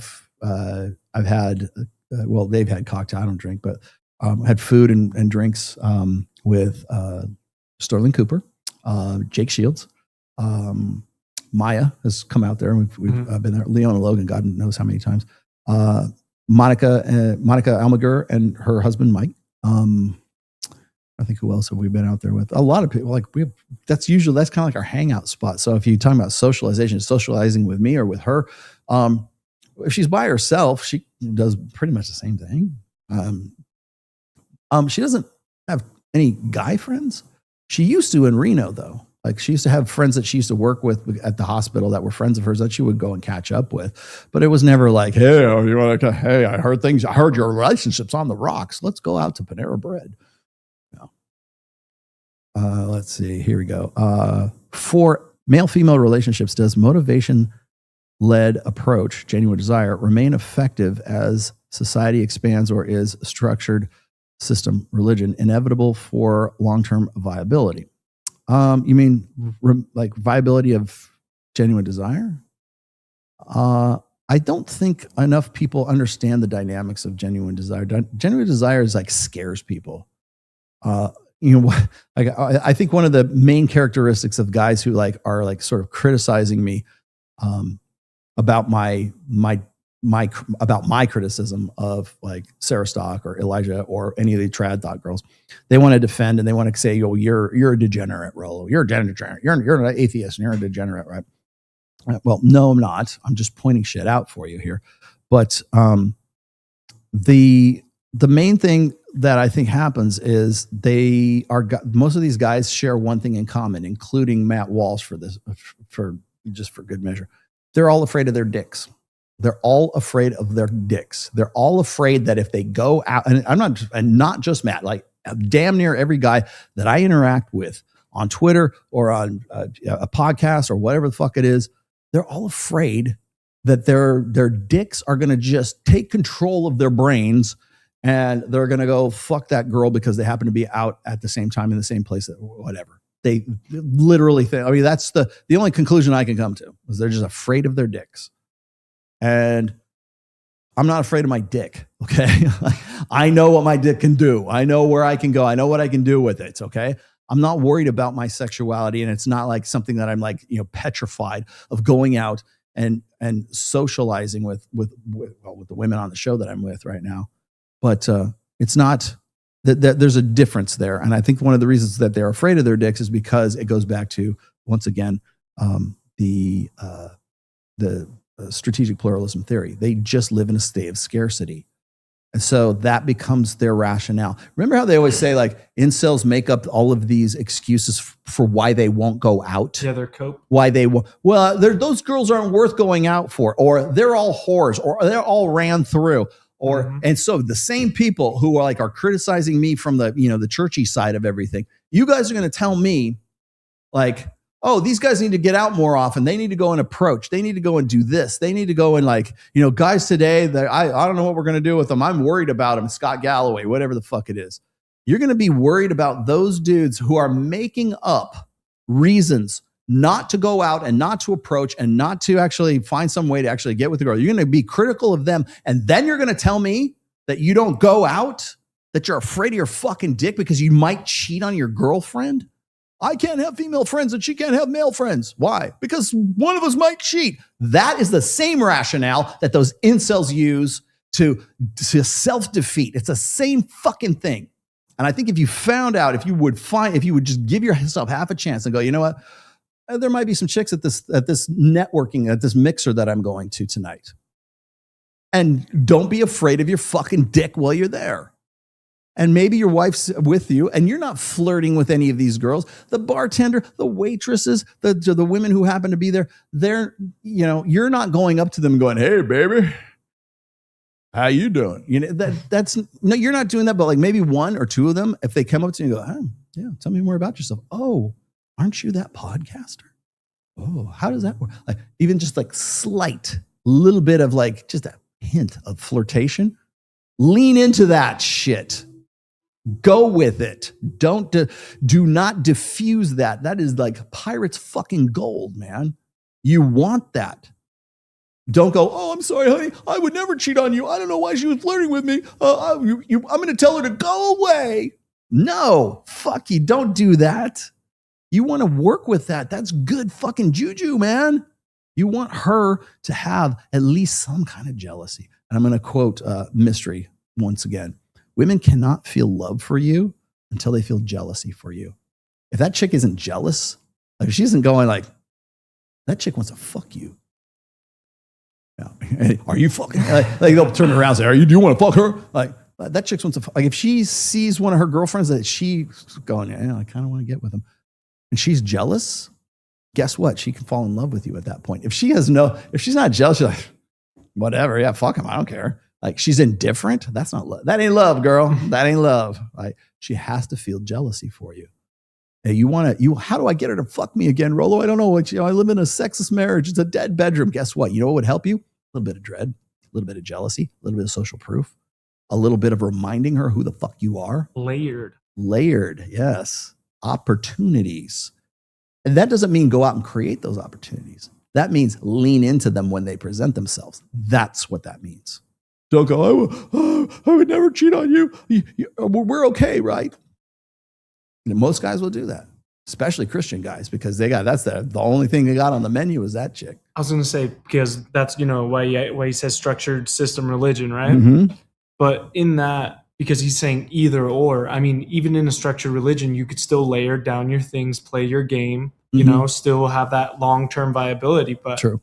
You're also limiting yourself because now you have to go on a base of rules in that structured system. Yeah, exactly. While just having genuine desire on its own is freedom and it's in of itself, right? Right. Well, again, like I can hearken back to the marriage vows, like traditional marriage vows, forsaking all others. Yeah. Right. Okay, so that's structure. That's religion, right? Technically, that's religion right there, right?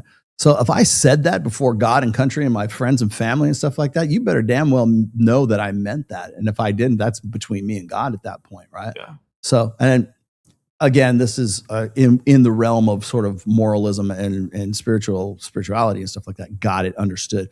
But from a practical sense, that also means you're not going to be worried about me cheating on you if that chick is flirting with me at the mixer that we happen to be at, or Babes in Toyland, or whatever the fuck we're doing. My wife does not worry about me fucking other girls that I happen to be with on the record or at Sahara Pool or Miami White Party. She knows that's not going to happen. But that doesn't stop her from fucking the shit out of me before we go, right? I'm forsaking all others, but she's going to go, you know what? I want him to remember this. But I want him to remember this, but when he's in Miami. That's a good relationship. That's not, she's doing it because she feels insecure and she thinks you're going to cheat. No, she doesn't. She knows that I'm not going to cheat. But you know what? She appreciates the fact that other women find me desirable. And Matt Walsh cannot claim that. And that's why he will never have female friends. Let's see. Matt Walsh is a good example of a female first raised man. Yes. He doesn't want opportunities for male focused strategy. And it's a point of pride. Yes. Again, making his good observation. Fuck, that's great. Good observation. Not bad for a $5 tweet to end the night. 100% right? It's a point of pride to him because he is making his necessity a virtue. It's so that pretty much characterizes modern tradcon guys. They make their necessity into a virtue, and by doing so, they are no better than the incels that they criticize. Because what are they doing? They're making up excuses for why they do fucking nothing. That's why. You're blaming it on God. Incels are blaming it on modern women. They're delusional modern women. It's the same fucking thing. And I'm sick to death. I'm going to end with this. I'm sick to death of these assholes saying the red pill's just the flip side of feminism. No, it's not. You are the flip side of feminism. TradCon, traditional conservative, whatever that movement is right now, all you're doing, but clearly, I don't want to go out. I'm going to limit myself. I'm going to limit my life. I'm only going to do this for her. I'm going to do this for her and this for her and this for her. And if I go out and it seems like I'm with some other girl, I wouldn't want there to be any kind of question that I might be not doing everything for her. Guess what? You're a feminist.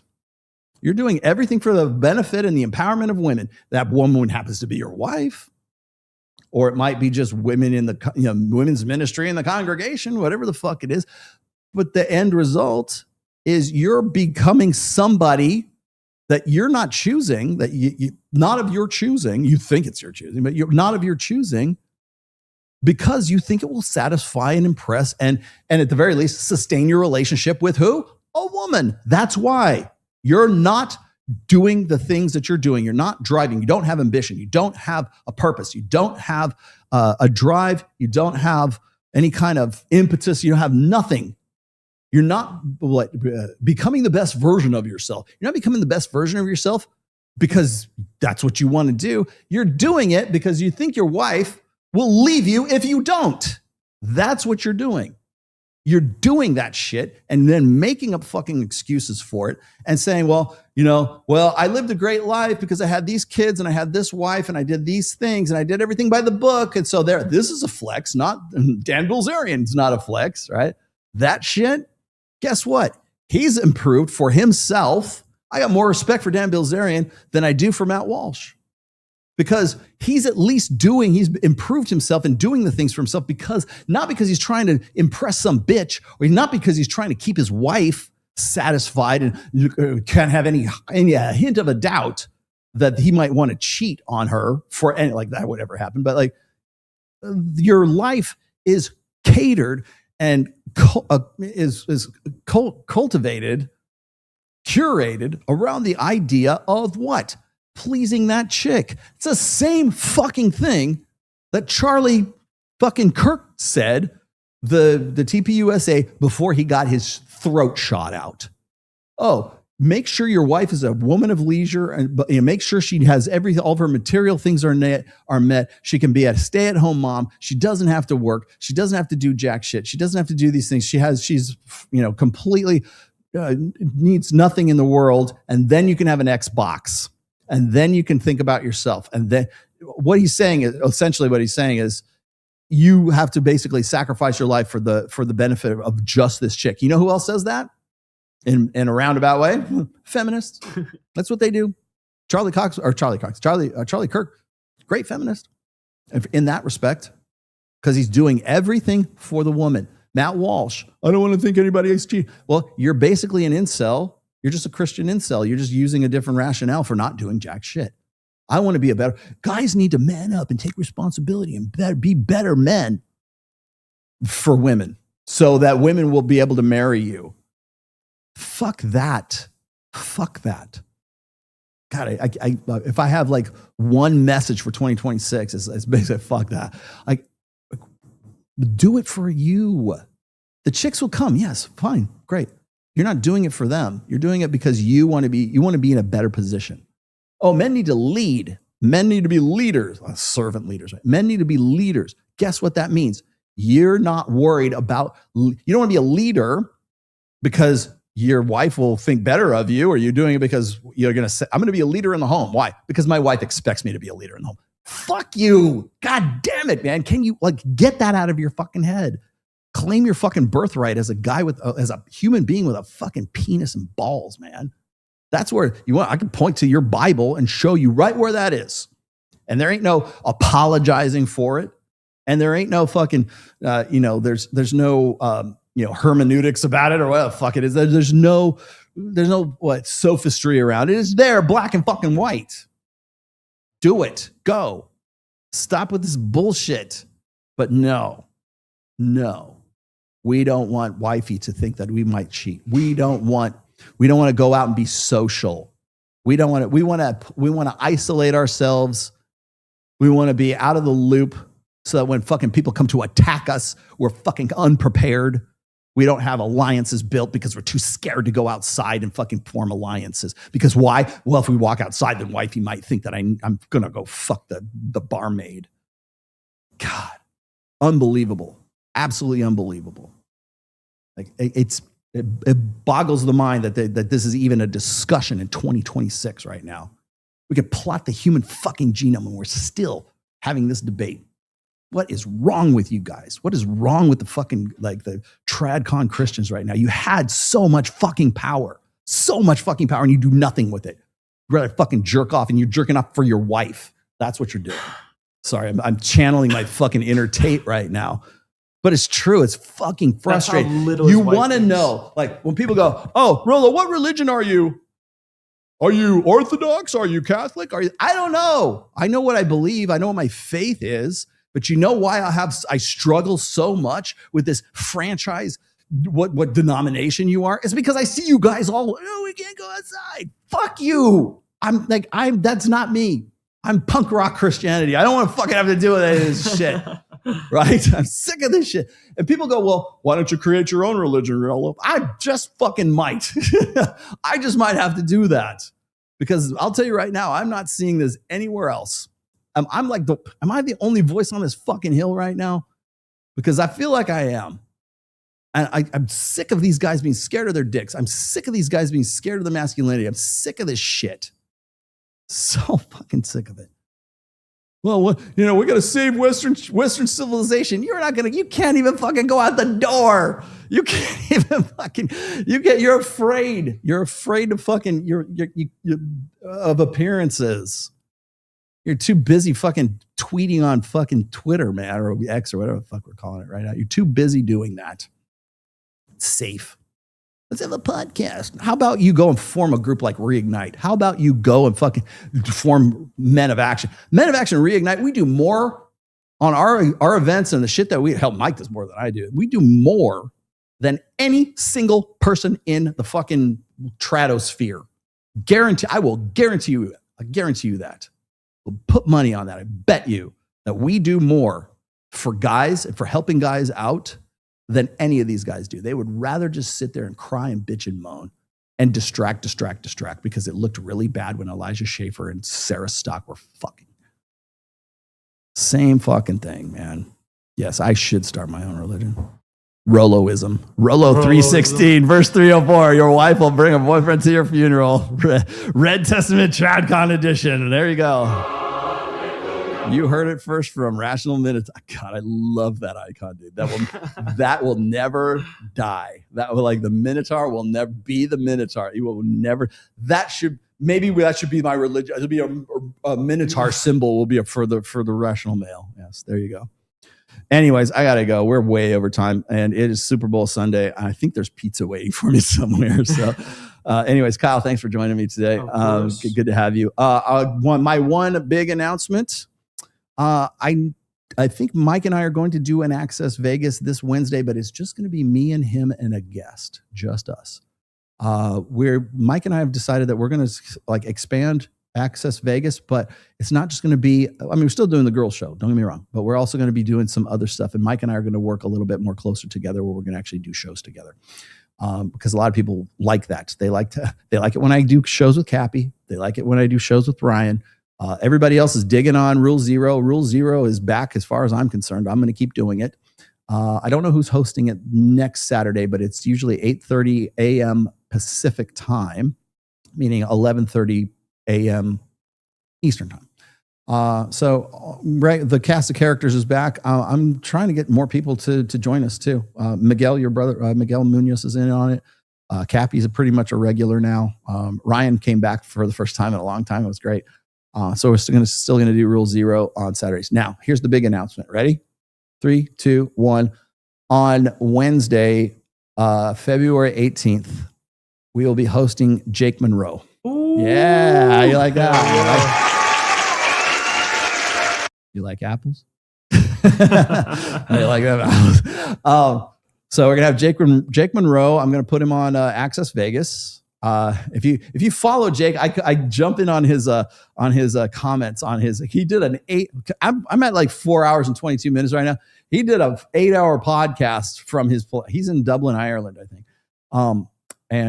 So I jumped in real briefly on his show to make the announcement, like, hey, here's where I'm going to take you. So he's going to come on this show also on that Sunday, whatever that is, after the 18th. He'll be on my show, so this show, not next week, but the week after.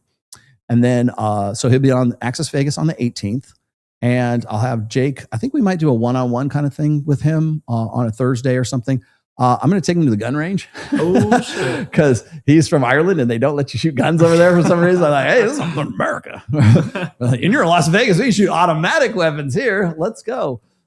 So we're going to go to the gun range. And I might jam with him a little bit because he's a musician too. So I might take him to our rehearsal space and just to fuck around. We might be doing some live streams and stuff. I also told him, and Kyle, by the way, I also told him that if he wanted to run his live stream from here, he could, but he'll need you to do the production for it. So gotcha. Jake Monroe might run his own show. I mean, I don't know for sure. We're still kind of working out the details, but he might run the Jake Monroe show, might be here in Red One Studio. So we'll see how that works out for us. Other than that, I'm going to see if Mike and I can take him to some clubs and just like show our boy a good time. Because Jake Monroe is he's a really good dude. And you guys, if you know, I've used his material. I've used his clips quite a bit. He's the goth guy who's the red pill goth guy. He was on Tim Pool not too long ago, and he's pretty tight with Milo Yiannopoulos, who also is here in Vegas, I think. And then Phil Labonte from All That Remains, lead singer of All That Remains, good friend of mine.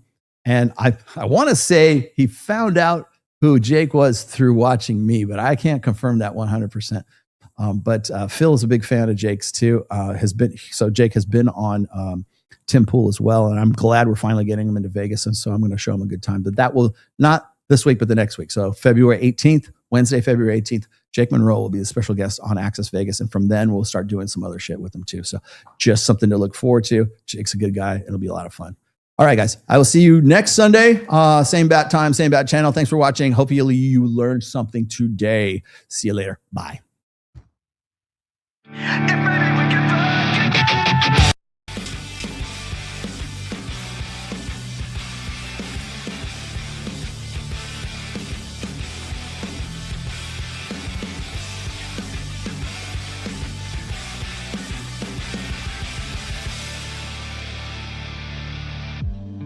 Would you do it again?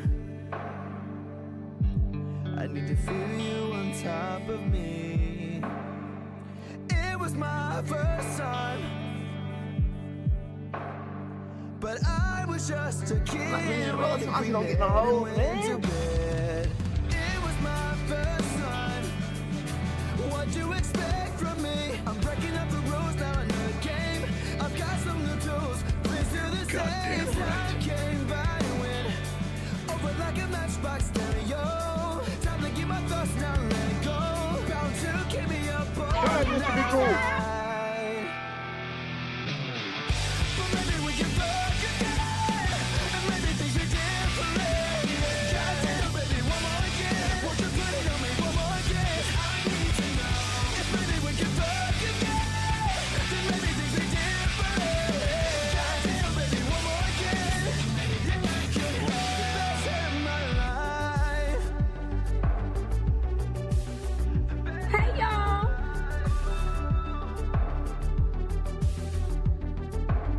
Now we're fucking in the bathroom, tearing up everywhere while I got your hair. Why you screaming my name? That's nasty. It is nasty, right? Isn't it nasty? Ugh. Well, I'm a whore.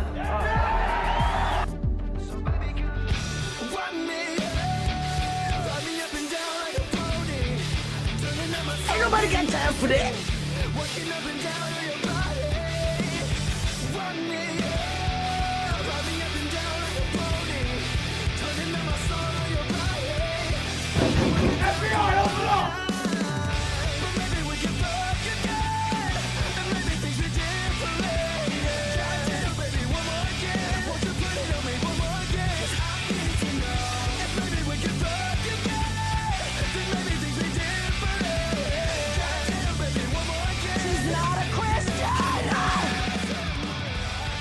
City City Podcast has been a production of the Irrational Male.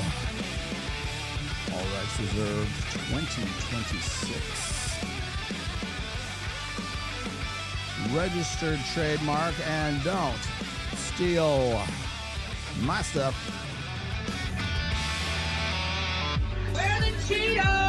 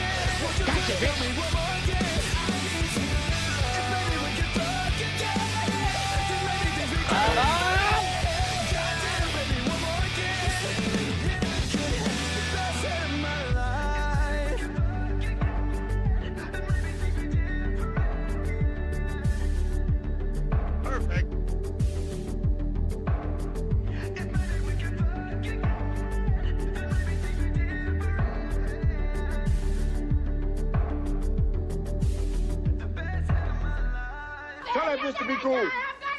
Say, bitch, be cool. Be cool.